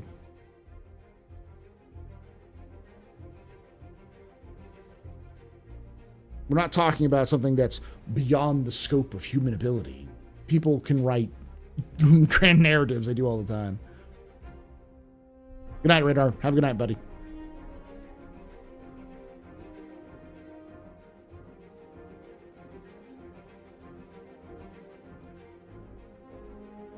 But will players have the option to unalive that mother trucker,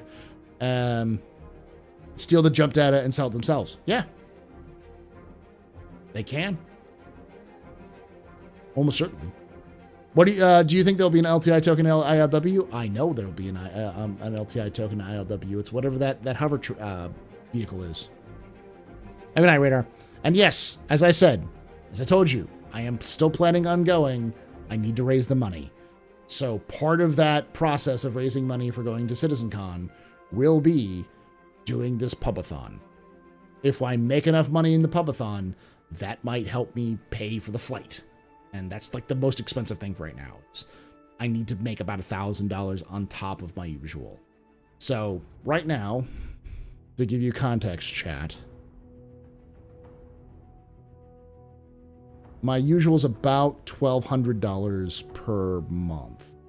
And if I can make a little bit over that, I'm fine. I'm making about $450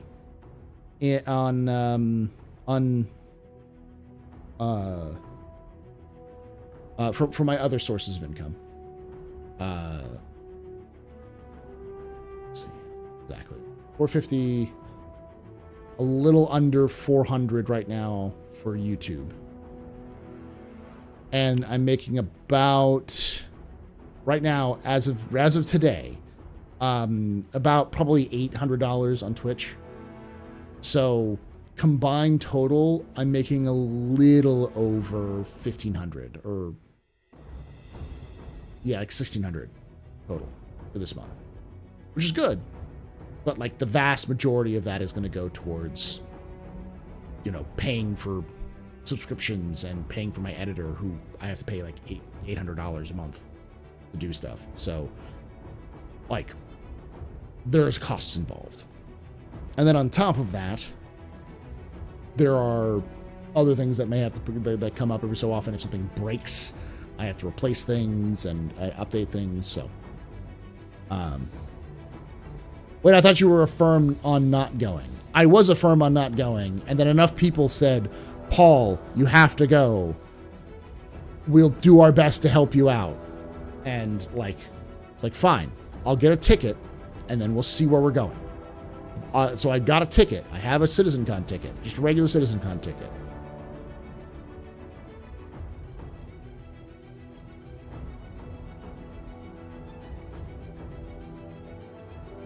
And at that point, like, I can afford that. I'm planning on going. That doesn't mean I am going. I still have to raise about $3,000 to go. On top of my usual. That's what I was saying.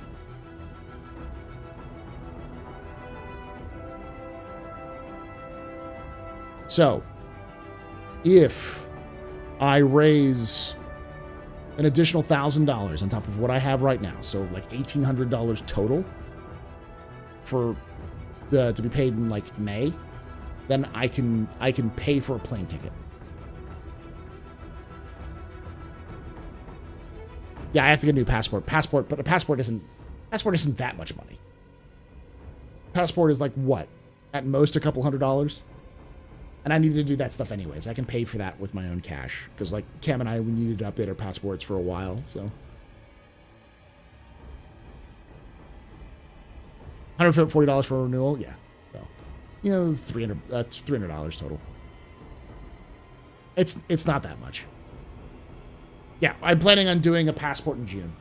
Because Cam and I were going to get our passport updated anyways. That had nothing to do with me not going or not going. We were planning on getting it done, yeah.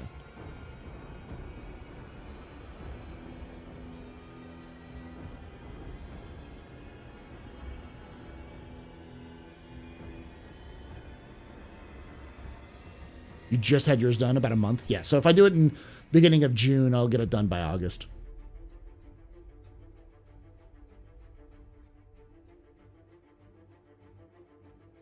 Three months still would be September. I'd still be fine.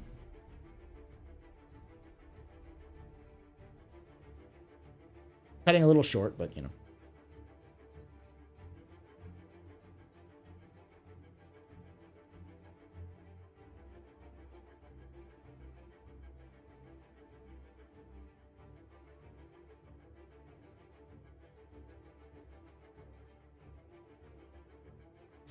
I can't. I don't have the money. I'm a teacher, y'all. I don't make a lot of money. Cam and I both work, and both of our combined incomes are less than $100,000.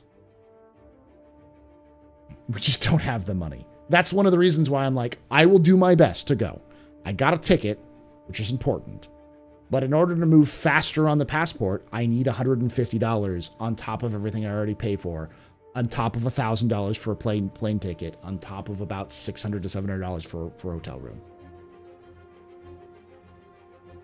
So, as a result, I'm at the mercy of the generosity of the community. And I'm not saying the community won't do it. I'm just saying, like, it's up to y'all.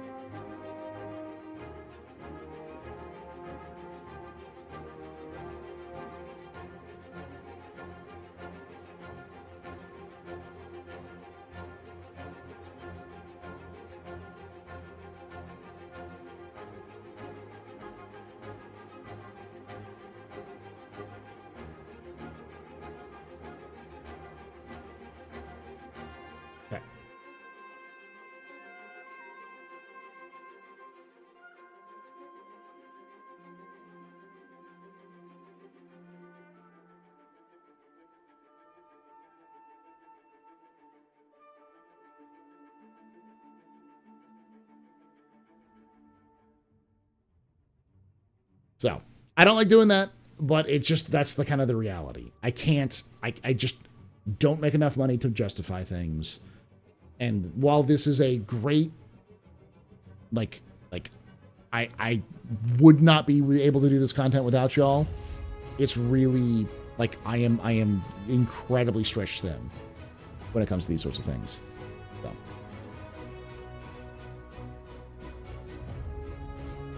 But people were like, you have to go. So I bought a ticket just so I had the ticket. But, you know. Tomorrow's Astro Live is them biddies.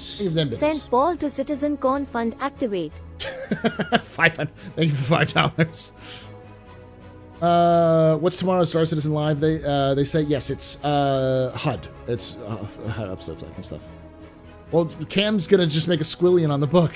I wish that was possible, but it's even that Cam doesn't get paid any money for the book until January 1st of next year. So any money she makes on the book sales, she won't see until the beginning of next year. Because I don't know the details behind it. I just know it's royalties, and it's yearly royalties rather than monthly royalties.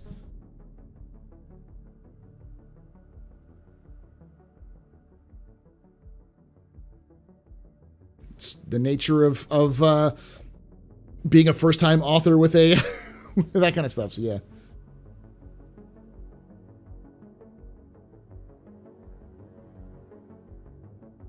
Thank you, Victoria.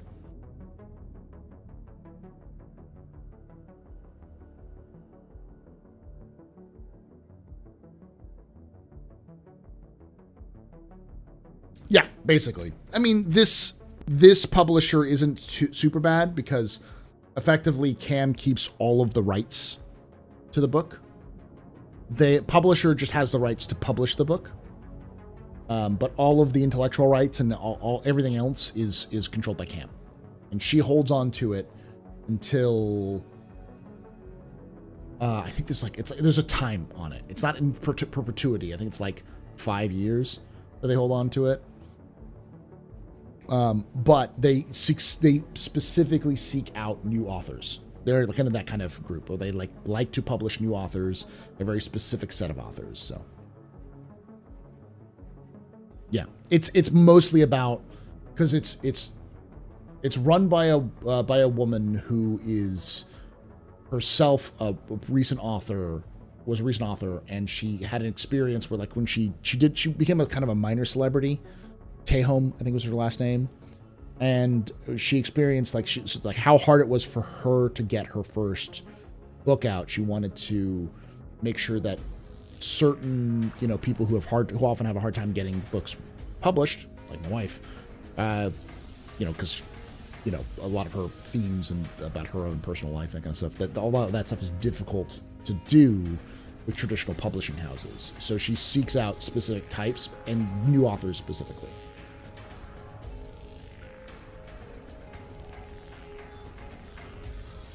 But it's also one of those things where if you have a published book, it becomes a lot easier for you to publish a second book because you can reach out to people and be like, I already have a published book. These are the reviews on the screen. You can see it on, here are the reviews for it. And here, I sold this many copies of it. So there's an established audience for this, for me as an author. So.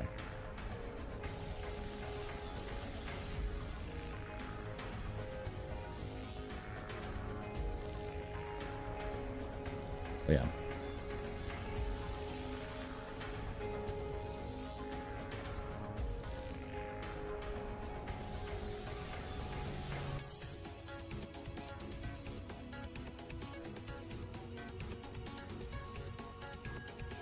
We're on the XX printing? What do you mean?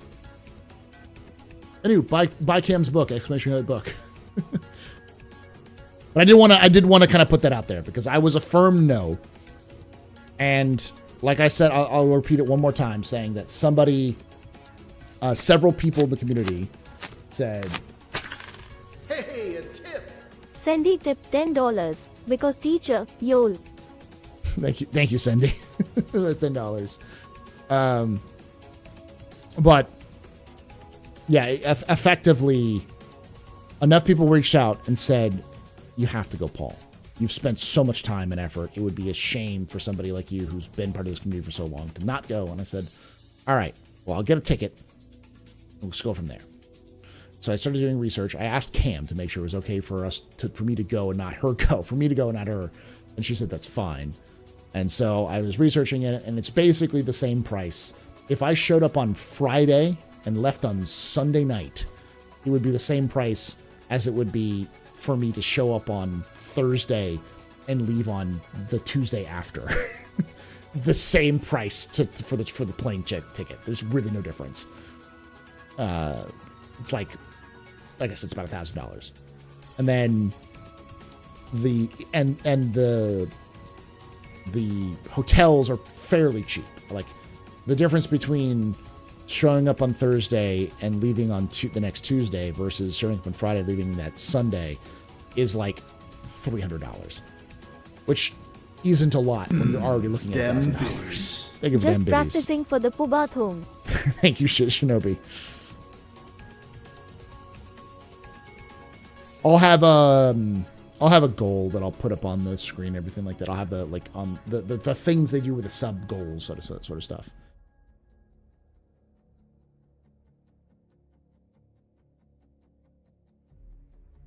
Did she sell out earlier this week? Let me check.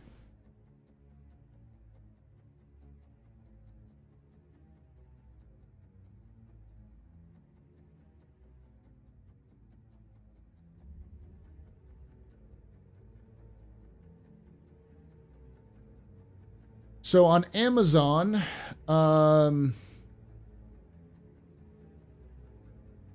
there's 12 more in stock. So they restocked it because they had 9 more. Now there's 12 more. So they restocked it, and now there's 12 left. But on Barnes & Noble, it's still in stock. Hey, a tip. Onikaji tipped $200.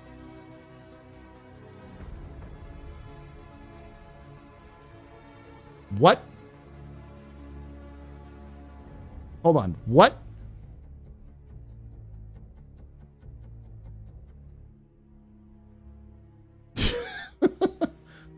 I heard that wrong. I was looking distracted and I hear somebody donated.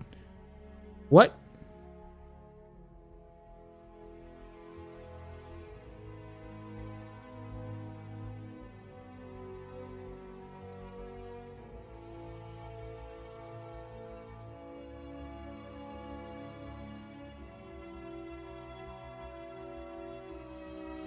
Okay. Thank you for the $200.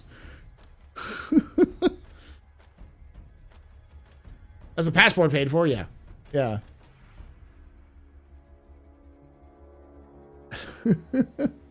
Thank you. And I'm doing a Tuesday to Tuesday, so my cheapest price. Got time for a trip to Warhammer World. That's my plan. My plan is to go on Tuesday, is go on Monday afternoon to go to Warhammer World and go home on Tuesday. So. Onakoji, thank you. See who that was. But yeah. You didn't have to.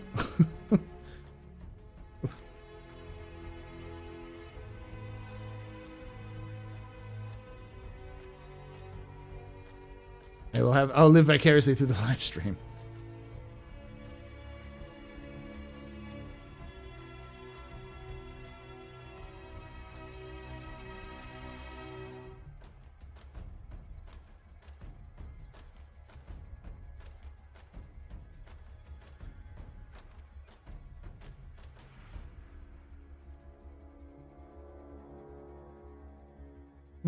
Okay.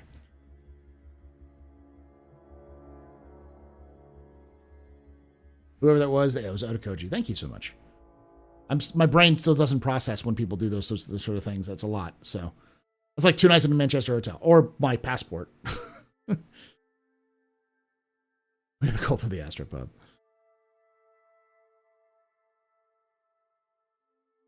I mean, that's 200, not 1,000, Mr. Cold Ember, but it's a good start.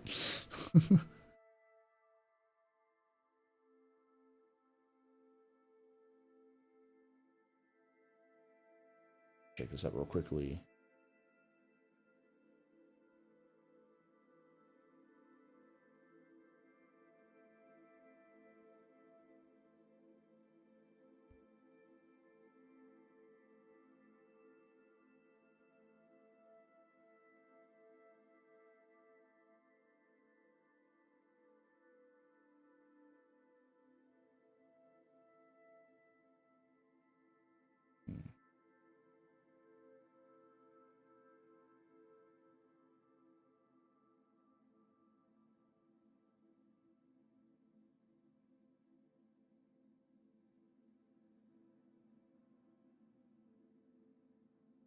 Me and Algred got a week in Manchester for $1,500 for both. Not bad. Dollar dues. That's still about what I would pay. Like I said, it's about $1,000 for the flight. It would be about $1,500 for me and Cam to go. So $1,000 for the flight, and then the hotel is the same no matter what. Like it's about like $100. The cheapest I could find is like $100 a night, which is not too bad. So if I stay there for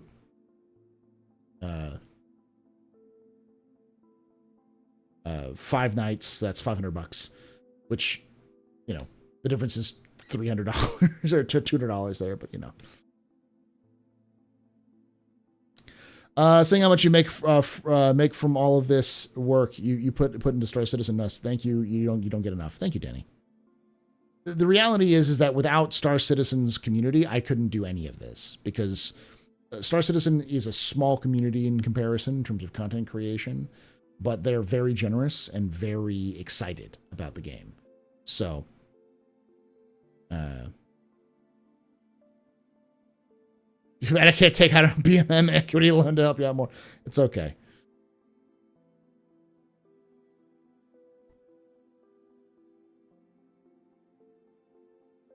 I know what I'll do. I'm going to set a goal, chat. Because this is a big, important thing. And I have something that I don't care about. But it's still pretty cheap for me.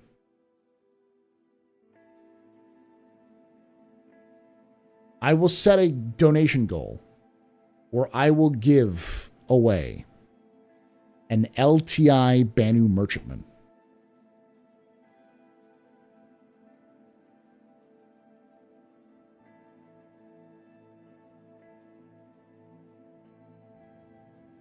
I have an LTI original Banu merchantman. The one that was $250, like when it first released.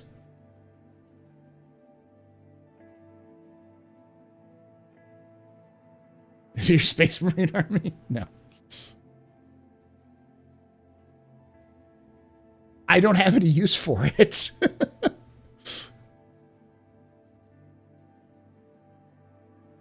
Originally it was going to be the bar, but I have the 600i, which is the bar.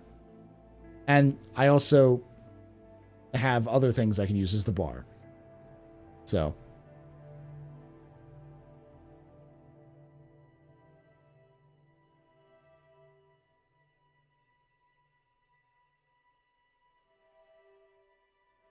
only if you have a secondary goal to not give it away. Okay. Okay. I'll set that as my stretch goal.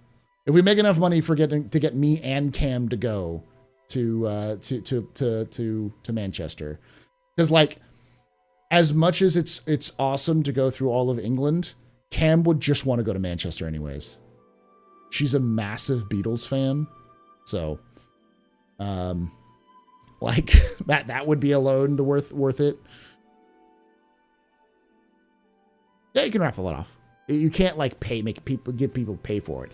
It would be like a big goal sort of thing.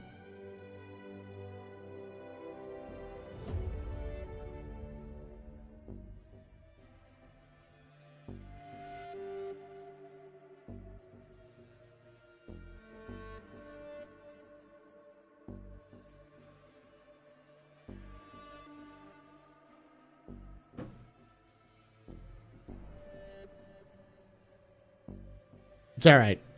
The other thing I could also do is, this is actually kind of funnier. If I raise the money before Invictus, I will buy a Redeemer and give it away. And you'll force me to use the Redeemer for a month.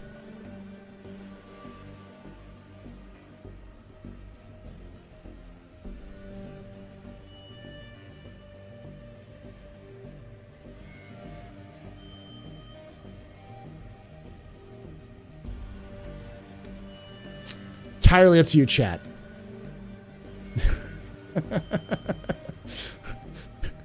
I say ban immersion, but everyone's like, "Don't do it." And then I say,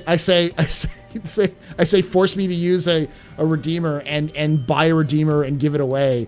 And all of you are like, "Yes, do this to yourself."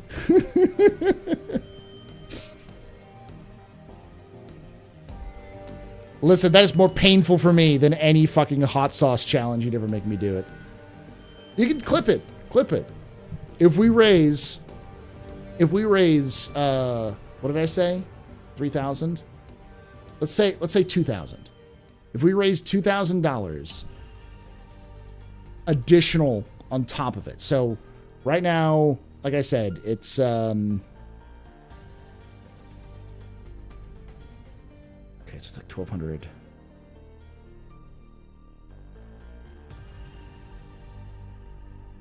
$2,000 on top of what I normally get, so I normally need to raise. So this month would be $1,000. On top of that would be 1,800, and then another 1,800 next month. So a total of like a little over 3,000. So like $32,000 total over the next 32,000. No, 3,200.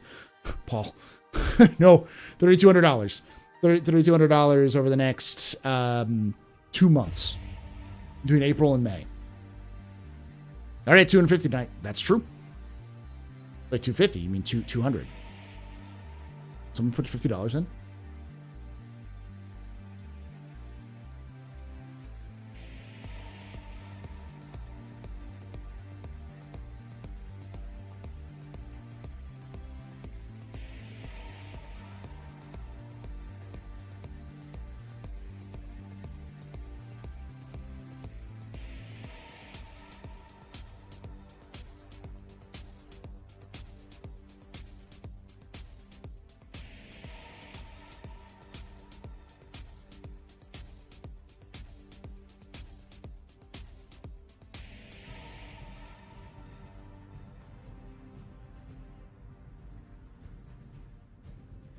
Fuck. Someone said you had 250 tonight. Velocity says that, and then there's a name so long to annoy somebody. Drops $50. Let's see that Redeemer funny pub, man. I'm contributing to this membership. Hey, Wacka.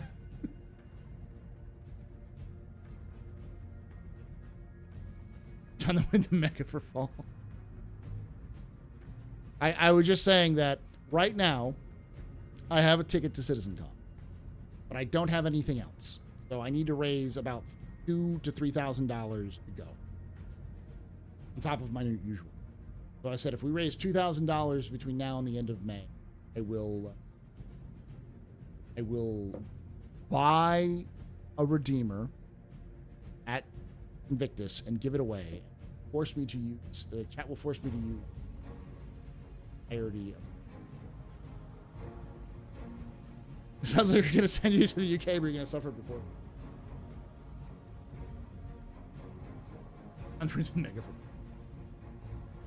I'll do my best. I'm also going to try to find like sponsorships and stuff like that.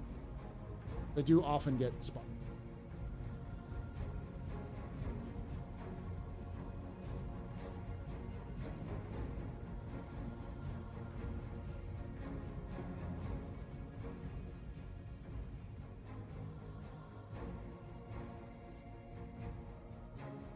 Hey, thank you so much for that 17 months of support there, Mr. Gold Ember. Wait till the last day of Invictus and we'll get it done. God damn.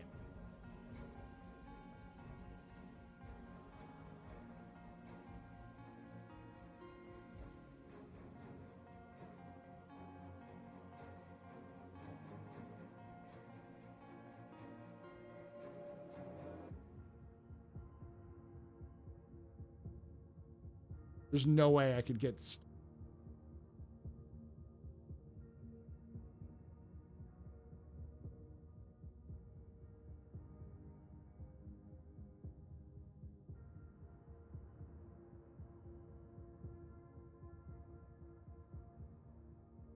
Roblox sponsorship? Oh, mobile.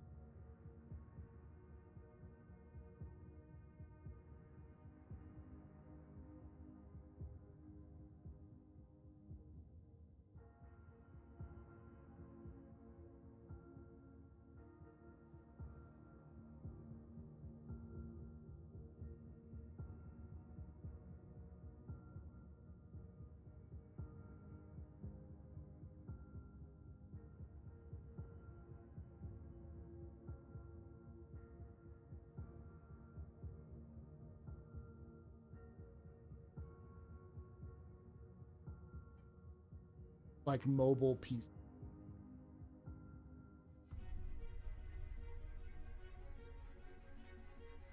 My audio's cutting out. Oh, I touched.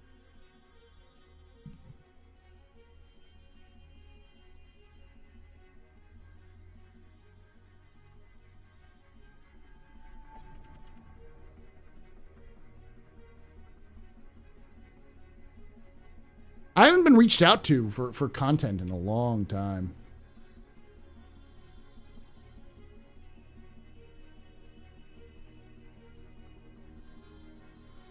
I honestly probably need to reach out to a management company that does a lot of these things.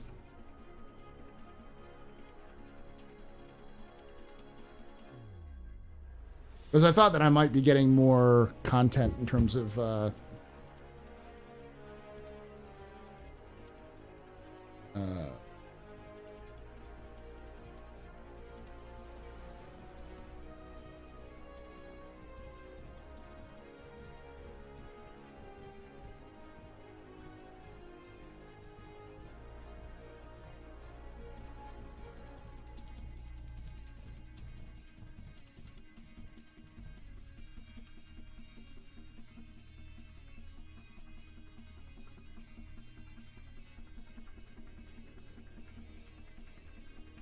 anyways, I'm just kind of drifting now, but yeah. Thank you, Reaper Vano.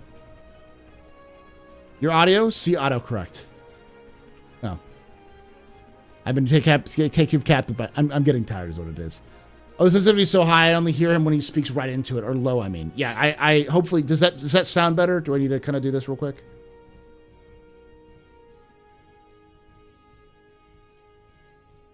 Is that any better? Because it should be better. Because that's, it's midnight. Yeah, it's almost midnight. I've been streaming for 4 hours. Oh, where this thing usually works. Anywho, so here's the deal. I have no idea what we're doing tomorrow. Almost certainly we will be doing multi-crew, multiplayer content.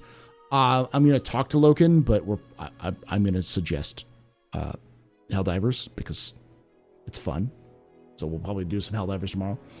And Saturday, 8 a.m.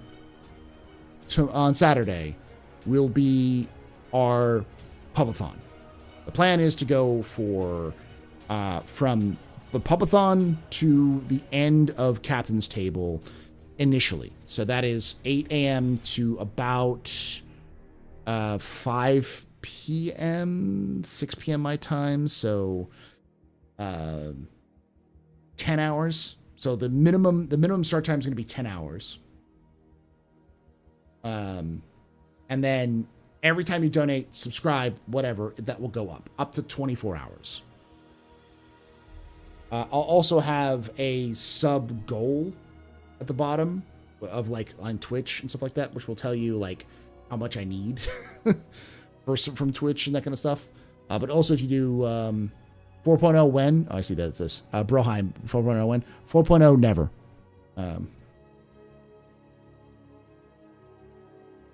Here we go, carrying Paul's. What do you mean again? Execute.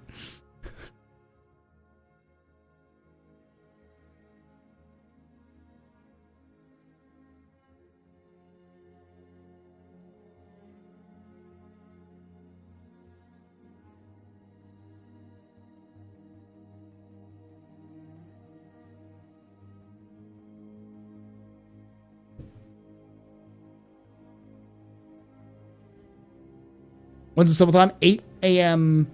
Central, so 9 a.m. Eastern, Saturday. So the maximum is going to be for 24 hours. So if I go, I can go for 16 hours. Let's party like it's your birthday. Party like it's your birthday. Come on and put your lips together. Blow the candle out. Party like it's your birthday. Party like it's your birthday. I wanna make you feel real special. Put your name in lights. We are gonna party like it's your birthday. Gonna party like it's your birthday. Gonna party like it's your birthday. Blow the candle out. Executors just got a sub from Shinobi Trip _. Shinobi Trip _ gifted a tier 1 sub to Executors. Thank you, Shinobi, for They gifting have that given too. 11 gift subs Sub. in the channel. Thank you for that. You were both very important puppers, very impressive Mrs. Vanny pedestrians. This is your fault. Use what drinking at. Trust and cheers and chat. Y'all shall cheers. We'll finish this up here shortly, but so 16 hours will be the maximum. So from 8 to midnight. I think that's 16 hours.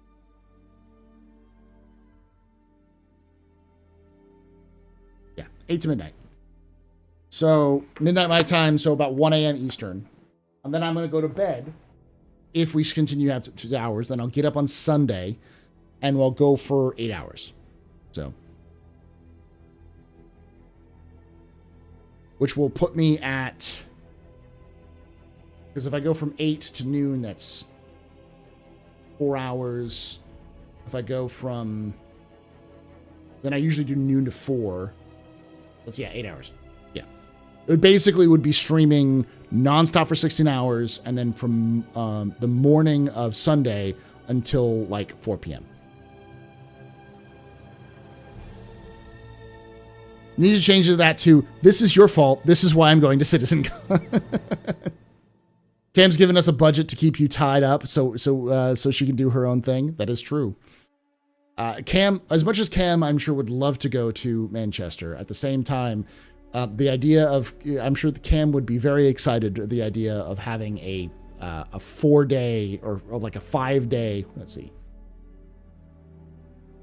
6-day, almost a week, where she gets the entire house to herself to what she calls her bachelorette lifestyle, where she can eat what she wants, just hang out with the kiddies, play video games, like lounge on the couch, not have to do anything.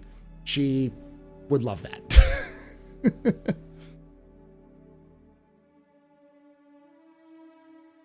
Star Citizen 1.0. Much like religion, we all have faith, but very little factual evidence to support our hope. Yeah, I don't think we're going to see 1.0 for a while. Quite honestly. I still hate that CIG's calling it that, because it's not fucking 1.0. It's stupid. It's so fucking stupid. It's such a bad move. What they should be calling it is soft launch, or, you know, beta polish, whatever the fuck they're calling it, but... Just like anything in Star Citizen, 1.0 is 2 years out.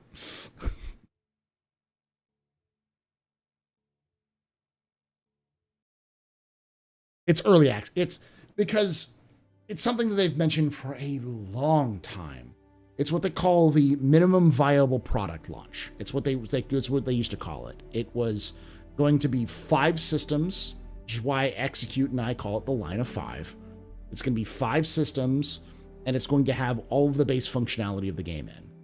The idea is that you do a launch, so they stop wiping, or they still have the option to wipe, but they're probably not going to wipe. They get to a point where they're not wiping anymore. They have 5 systems, and they can produce the other systems as they go along. With the hope of having Star Citizen being out means that they can focus on other things. So. No, we're not going to see Polaris for Invictus. I wouldn't be surprised if we saw Polaris in a hangar or on the show floor for people to see as kind of like a nice preview, but you won't get inside of it. Because they said the outside is in like Lot 0 phase, I think. So it's almost ready to go.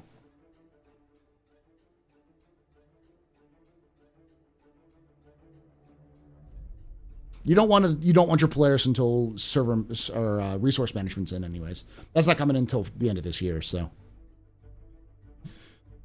But I will continue. I will leave you with this.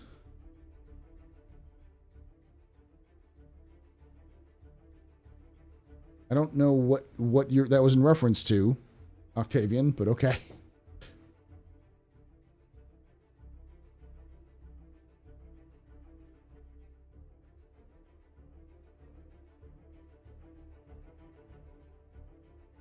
The point at which they can threaten the community with buy more ships or we're pulling the plug. Ouch. So this is what I would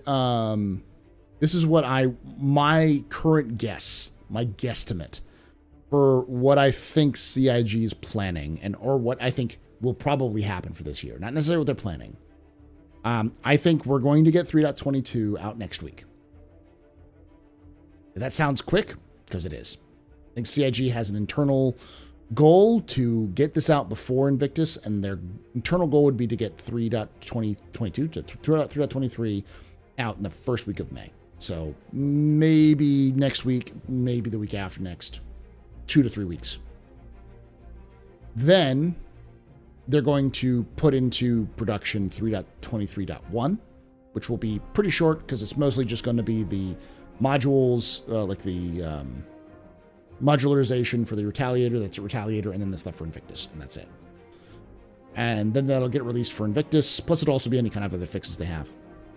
And then once Invictus is done, or while Invictus is going, they'll have 3.23.2, which will have all the stuff that they couldn't get into 3.23 into that build, so they can test it through Evocati, and then even in PTU, and then release it to wider Evocati at the end, wider PTU at the end of Invictus, and then release it to live in like end of June, early July. Then from July to September, they're going to be doing a bunch of Evocatis, or like preview testing, then Evocati on 4.0. And we'll probably see 4.0 into Evocati sometime in September. And releasing into PTU between the end of September and CitizenCon. I wouldn't be surprised if Chris Roberts went on stage and said 4.0 is in PTU, the Wave 1 right now, or Wave All right now, whatever. And then PTU 4.0 release probably at the end of October, with 4.0.1 being like IAE. And then maybe a patch, maybe a 4.1, probably not, but probably like a 4.0.1 or 0.2. Probably a 4.1. Almost certainly they're going to release 4.1, not because it's going to be actually 4.1, but they're just going to call it 4.1, because fuck it. Because people got mad when they didn't release a .x patch, and people said, we only had one patch this year, even though it wasn't. But yeah.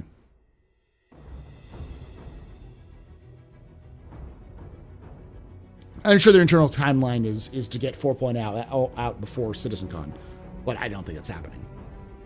Not with everything. Like, look at 3.23 and the stuff they're adding, and look how much they're struggling to get things under control. They're really trying to like make sure that the performance is good, and they had to drop half the patch to get the performance good. Like, the issue isn't can they do it. The issue is time. Do they have enough time to do it? They didn't have enough time for 3.23. That's the answer. The question is, if they get 3.23 completely done by June, July, will they have time for 4.0 before the end of the year? Yes. 100% yes. Almost certain. Will it be good? I don't think we're going to see everything they want with 4.0, but we don't know what's going to be in 4.0 until they talk about it, which we won't know until 3.23 is out. And almost certainly what we're going to get in 4.0 is not the 4.0 that we all hoped for. I would be astounded if it was anything more than server meshing and pyro.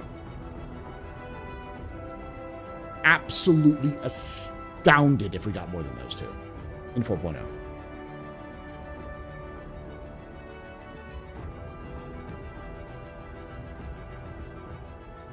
Salty Mike said something very interesting the other day. I have never actually completed a real mission in Star Citizen, as in how they intend the game to be. No one has, because the Star Citizen mission concept doesn't exist until like the way they plan on it is not until Quantum is in the game. Everyone has completed a mission. That's the basic modules that they have, but no one has the Quantum missions and all that other kind of stuff. And we don't know when that's going to come in. That probably won't even be in until 1.0 is out. But yeah.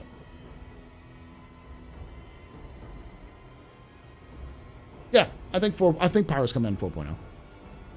CIG said that 4.0 is going to be Pyro and jump points. Pyro, jump points, and server meshing. Those are the things that they said 4.0 is definitely going to be.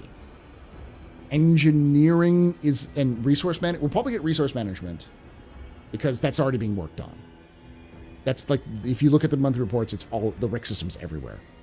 So resource management is definitely getting put in. So like some version of engineering will probably be in. Resource management will definitely be in.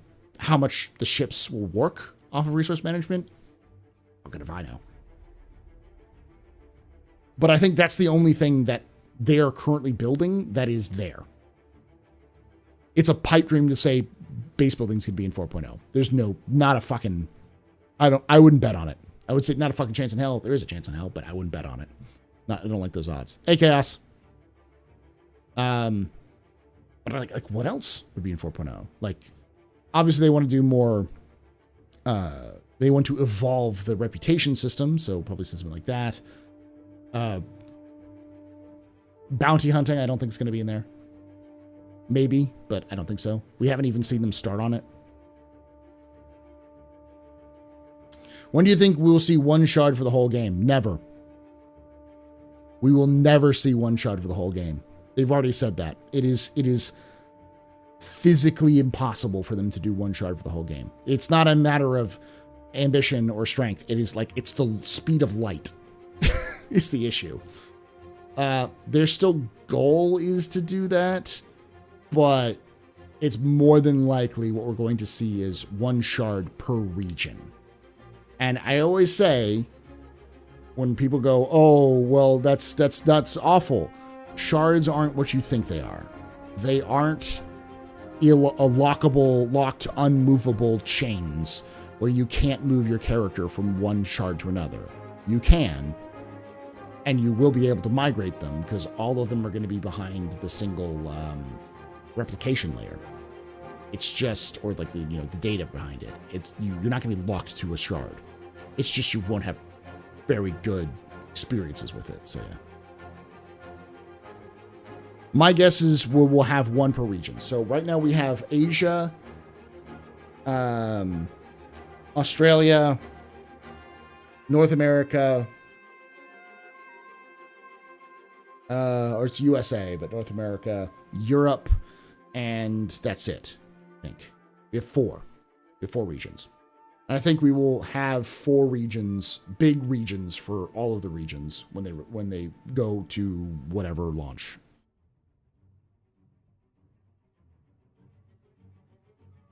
Yeah, it's a lag thing.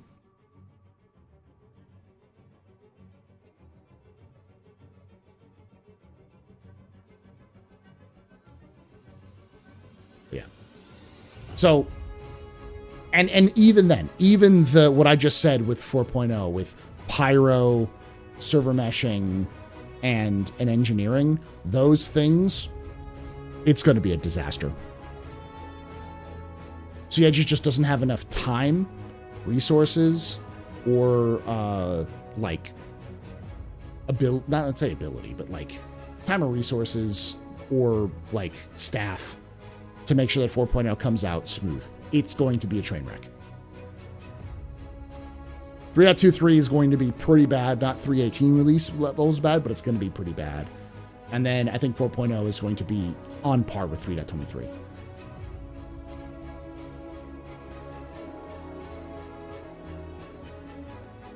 It's going to be a fiery year. This year is going to be a series of car crashes as releases. But they're necessary sacrifices for the game to advance.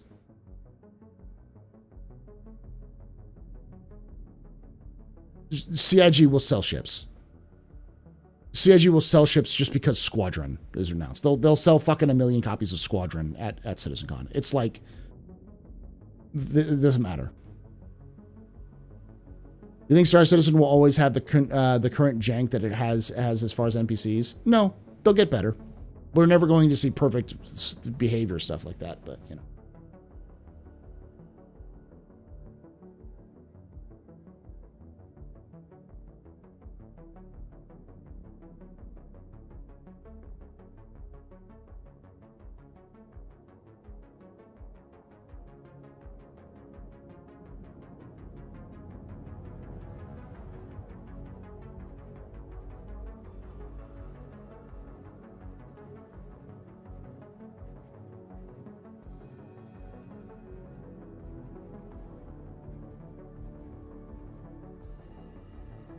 Yeah, 3.23, they're already better.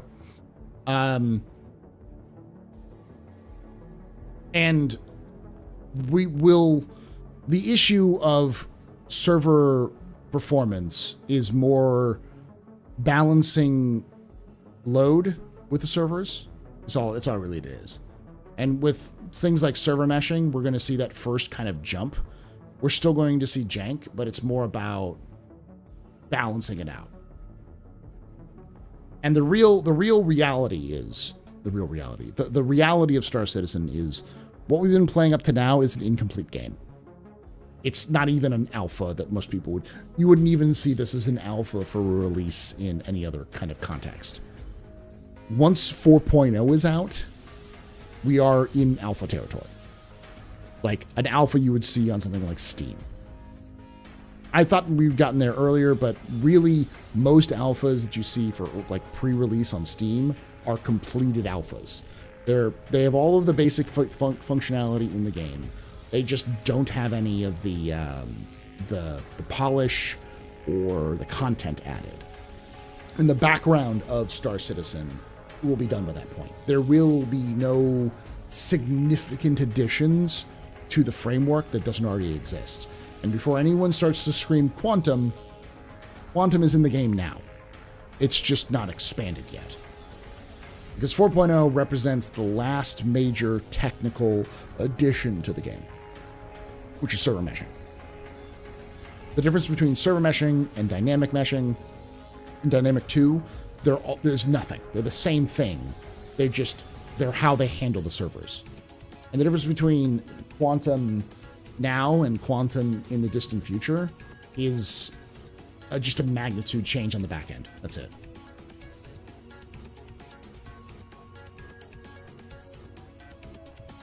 So once you have that foundation, the developers who are developing content don't have to wait until some other new technology is invented for their ships to go in, for their gameplay to be added. They can just add it. And then they can change around like, triggers or whatever. They can add new mission modules or whatever. They can do things, but they know that framework they're going to work in. They have the wall frames up. It's just a matter of attaching the the wall panels and inserting the insulation foam and that sort of thing. It's we're not going to see Star Citizen suddenly change after that point. It's just what we have, but bigger. The sheetrock, thank you. Appreciate everything. Have to teach tomorrow, so I gotta go. I also have to teach tomorrow, Reaper. Why? And I should probably go to bed. And I gotta be up at friggin' 6 a.m. to go there. That sucks. But from one teacher to another, good luck, Reaper. You'll be fine. Make sure that the childrens are learning. Scaffold. Evaluate. Assess. Readjust. Have a good night, y'all. I'm going to bed. I've been rambling for far too long over this one. Thank you for all your generosities.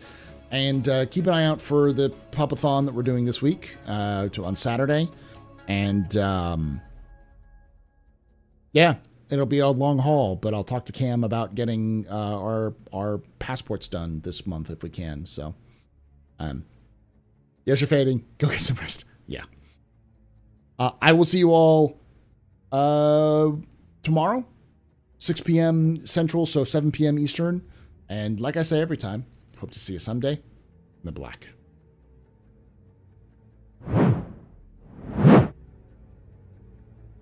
Find someone to ring.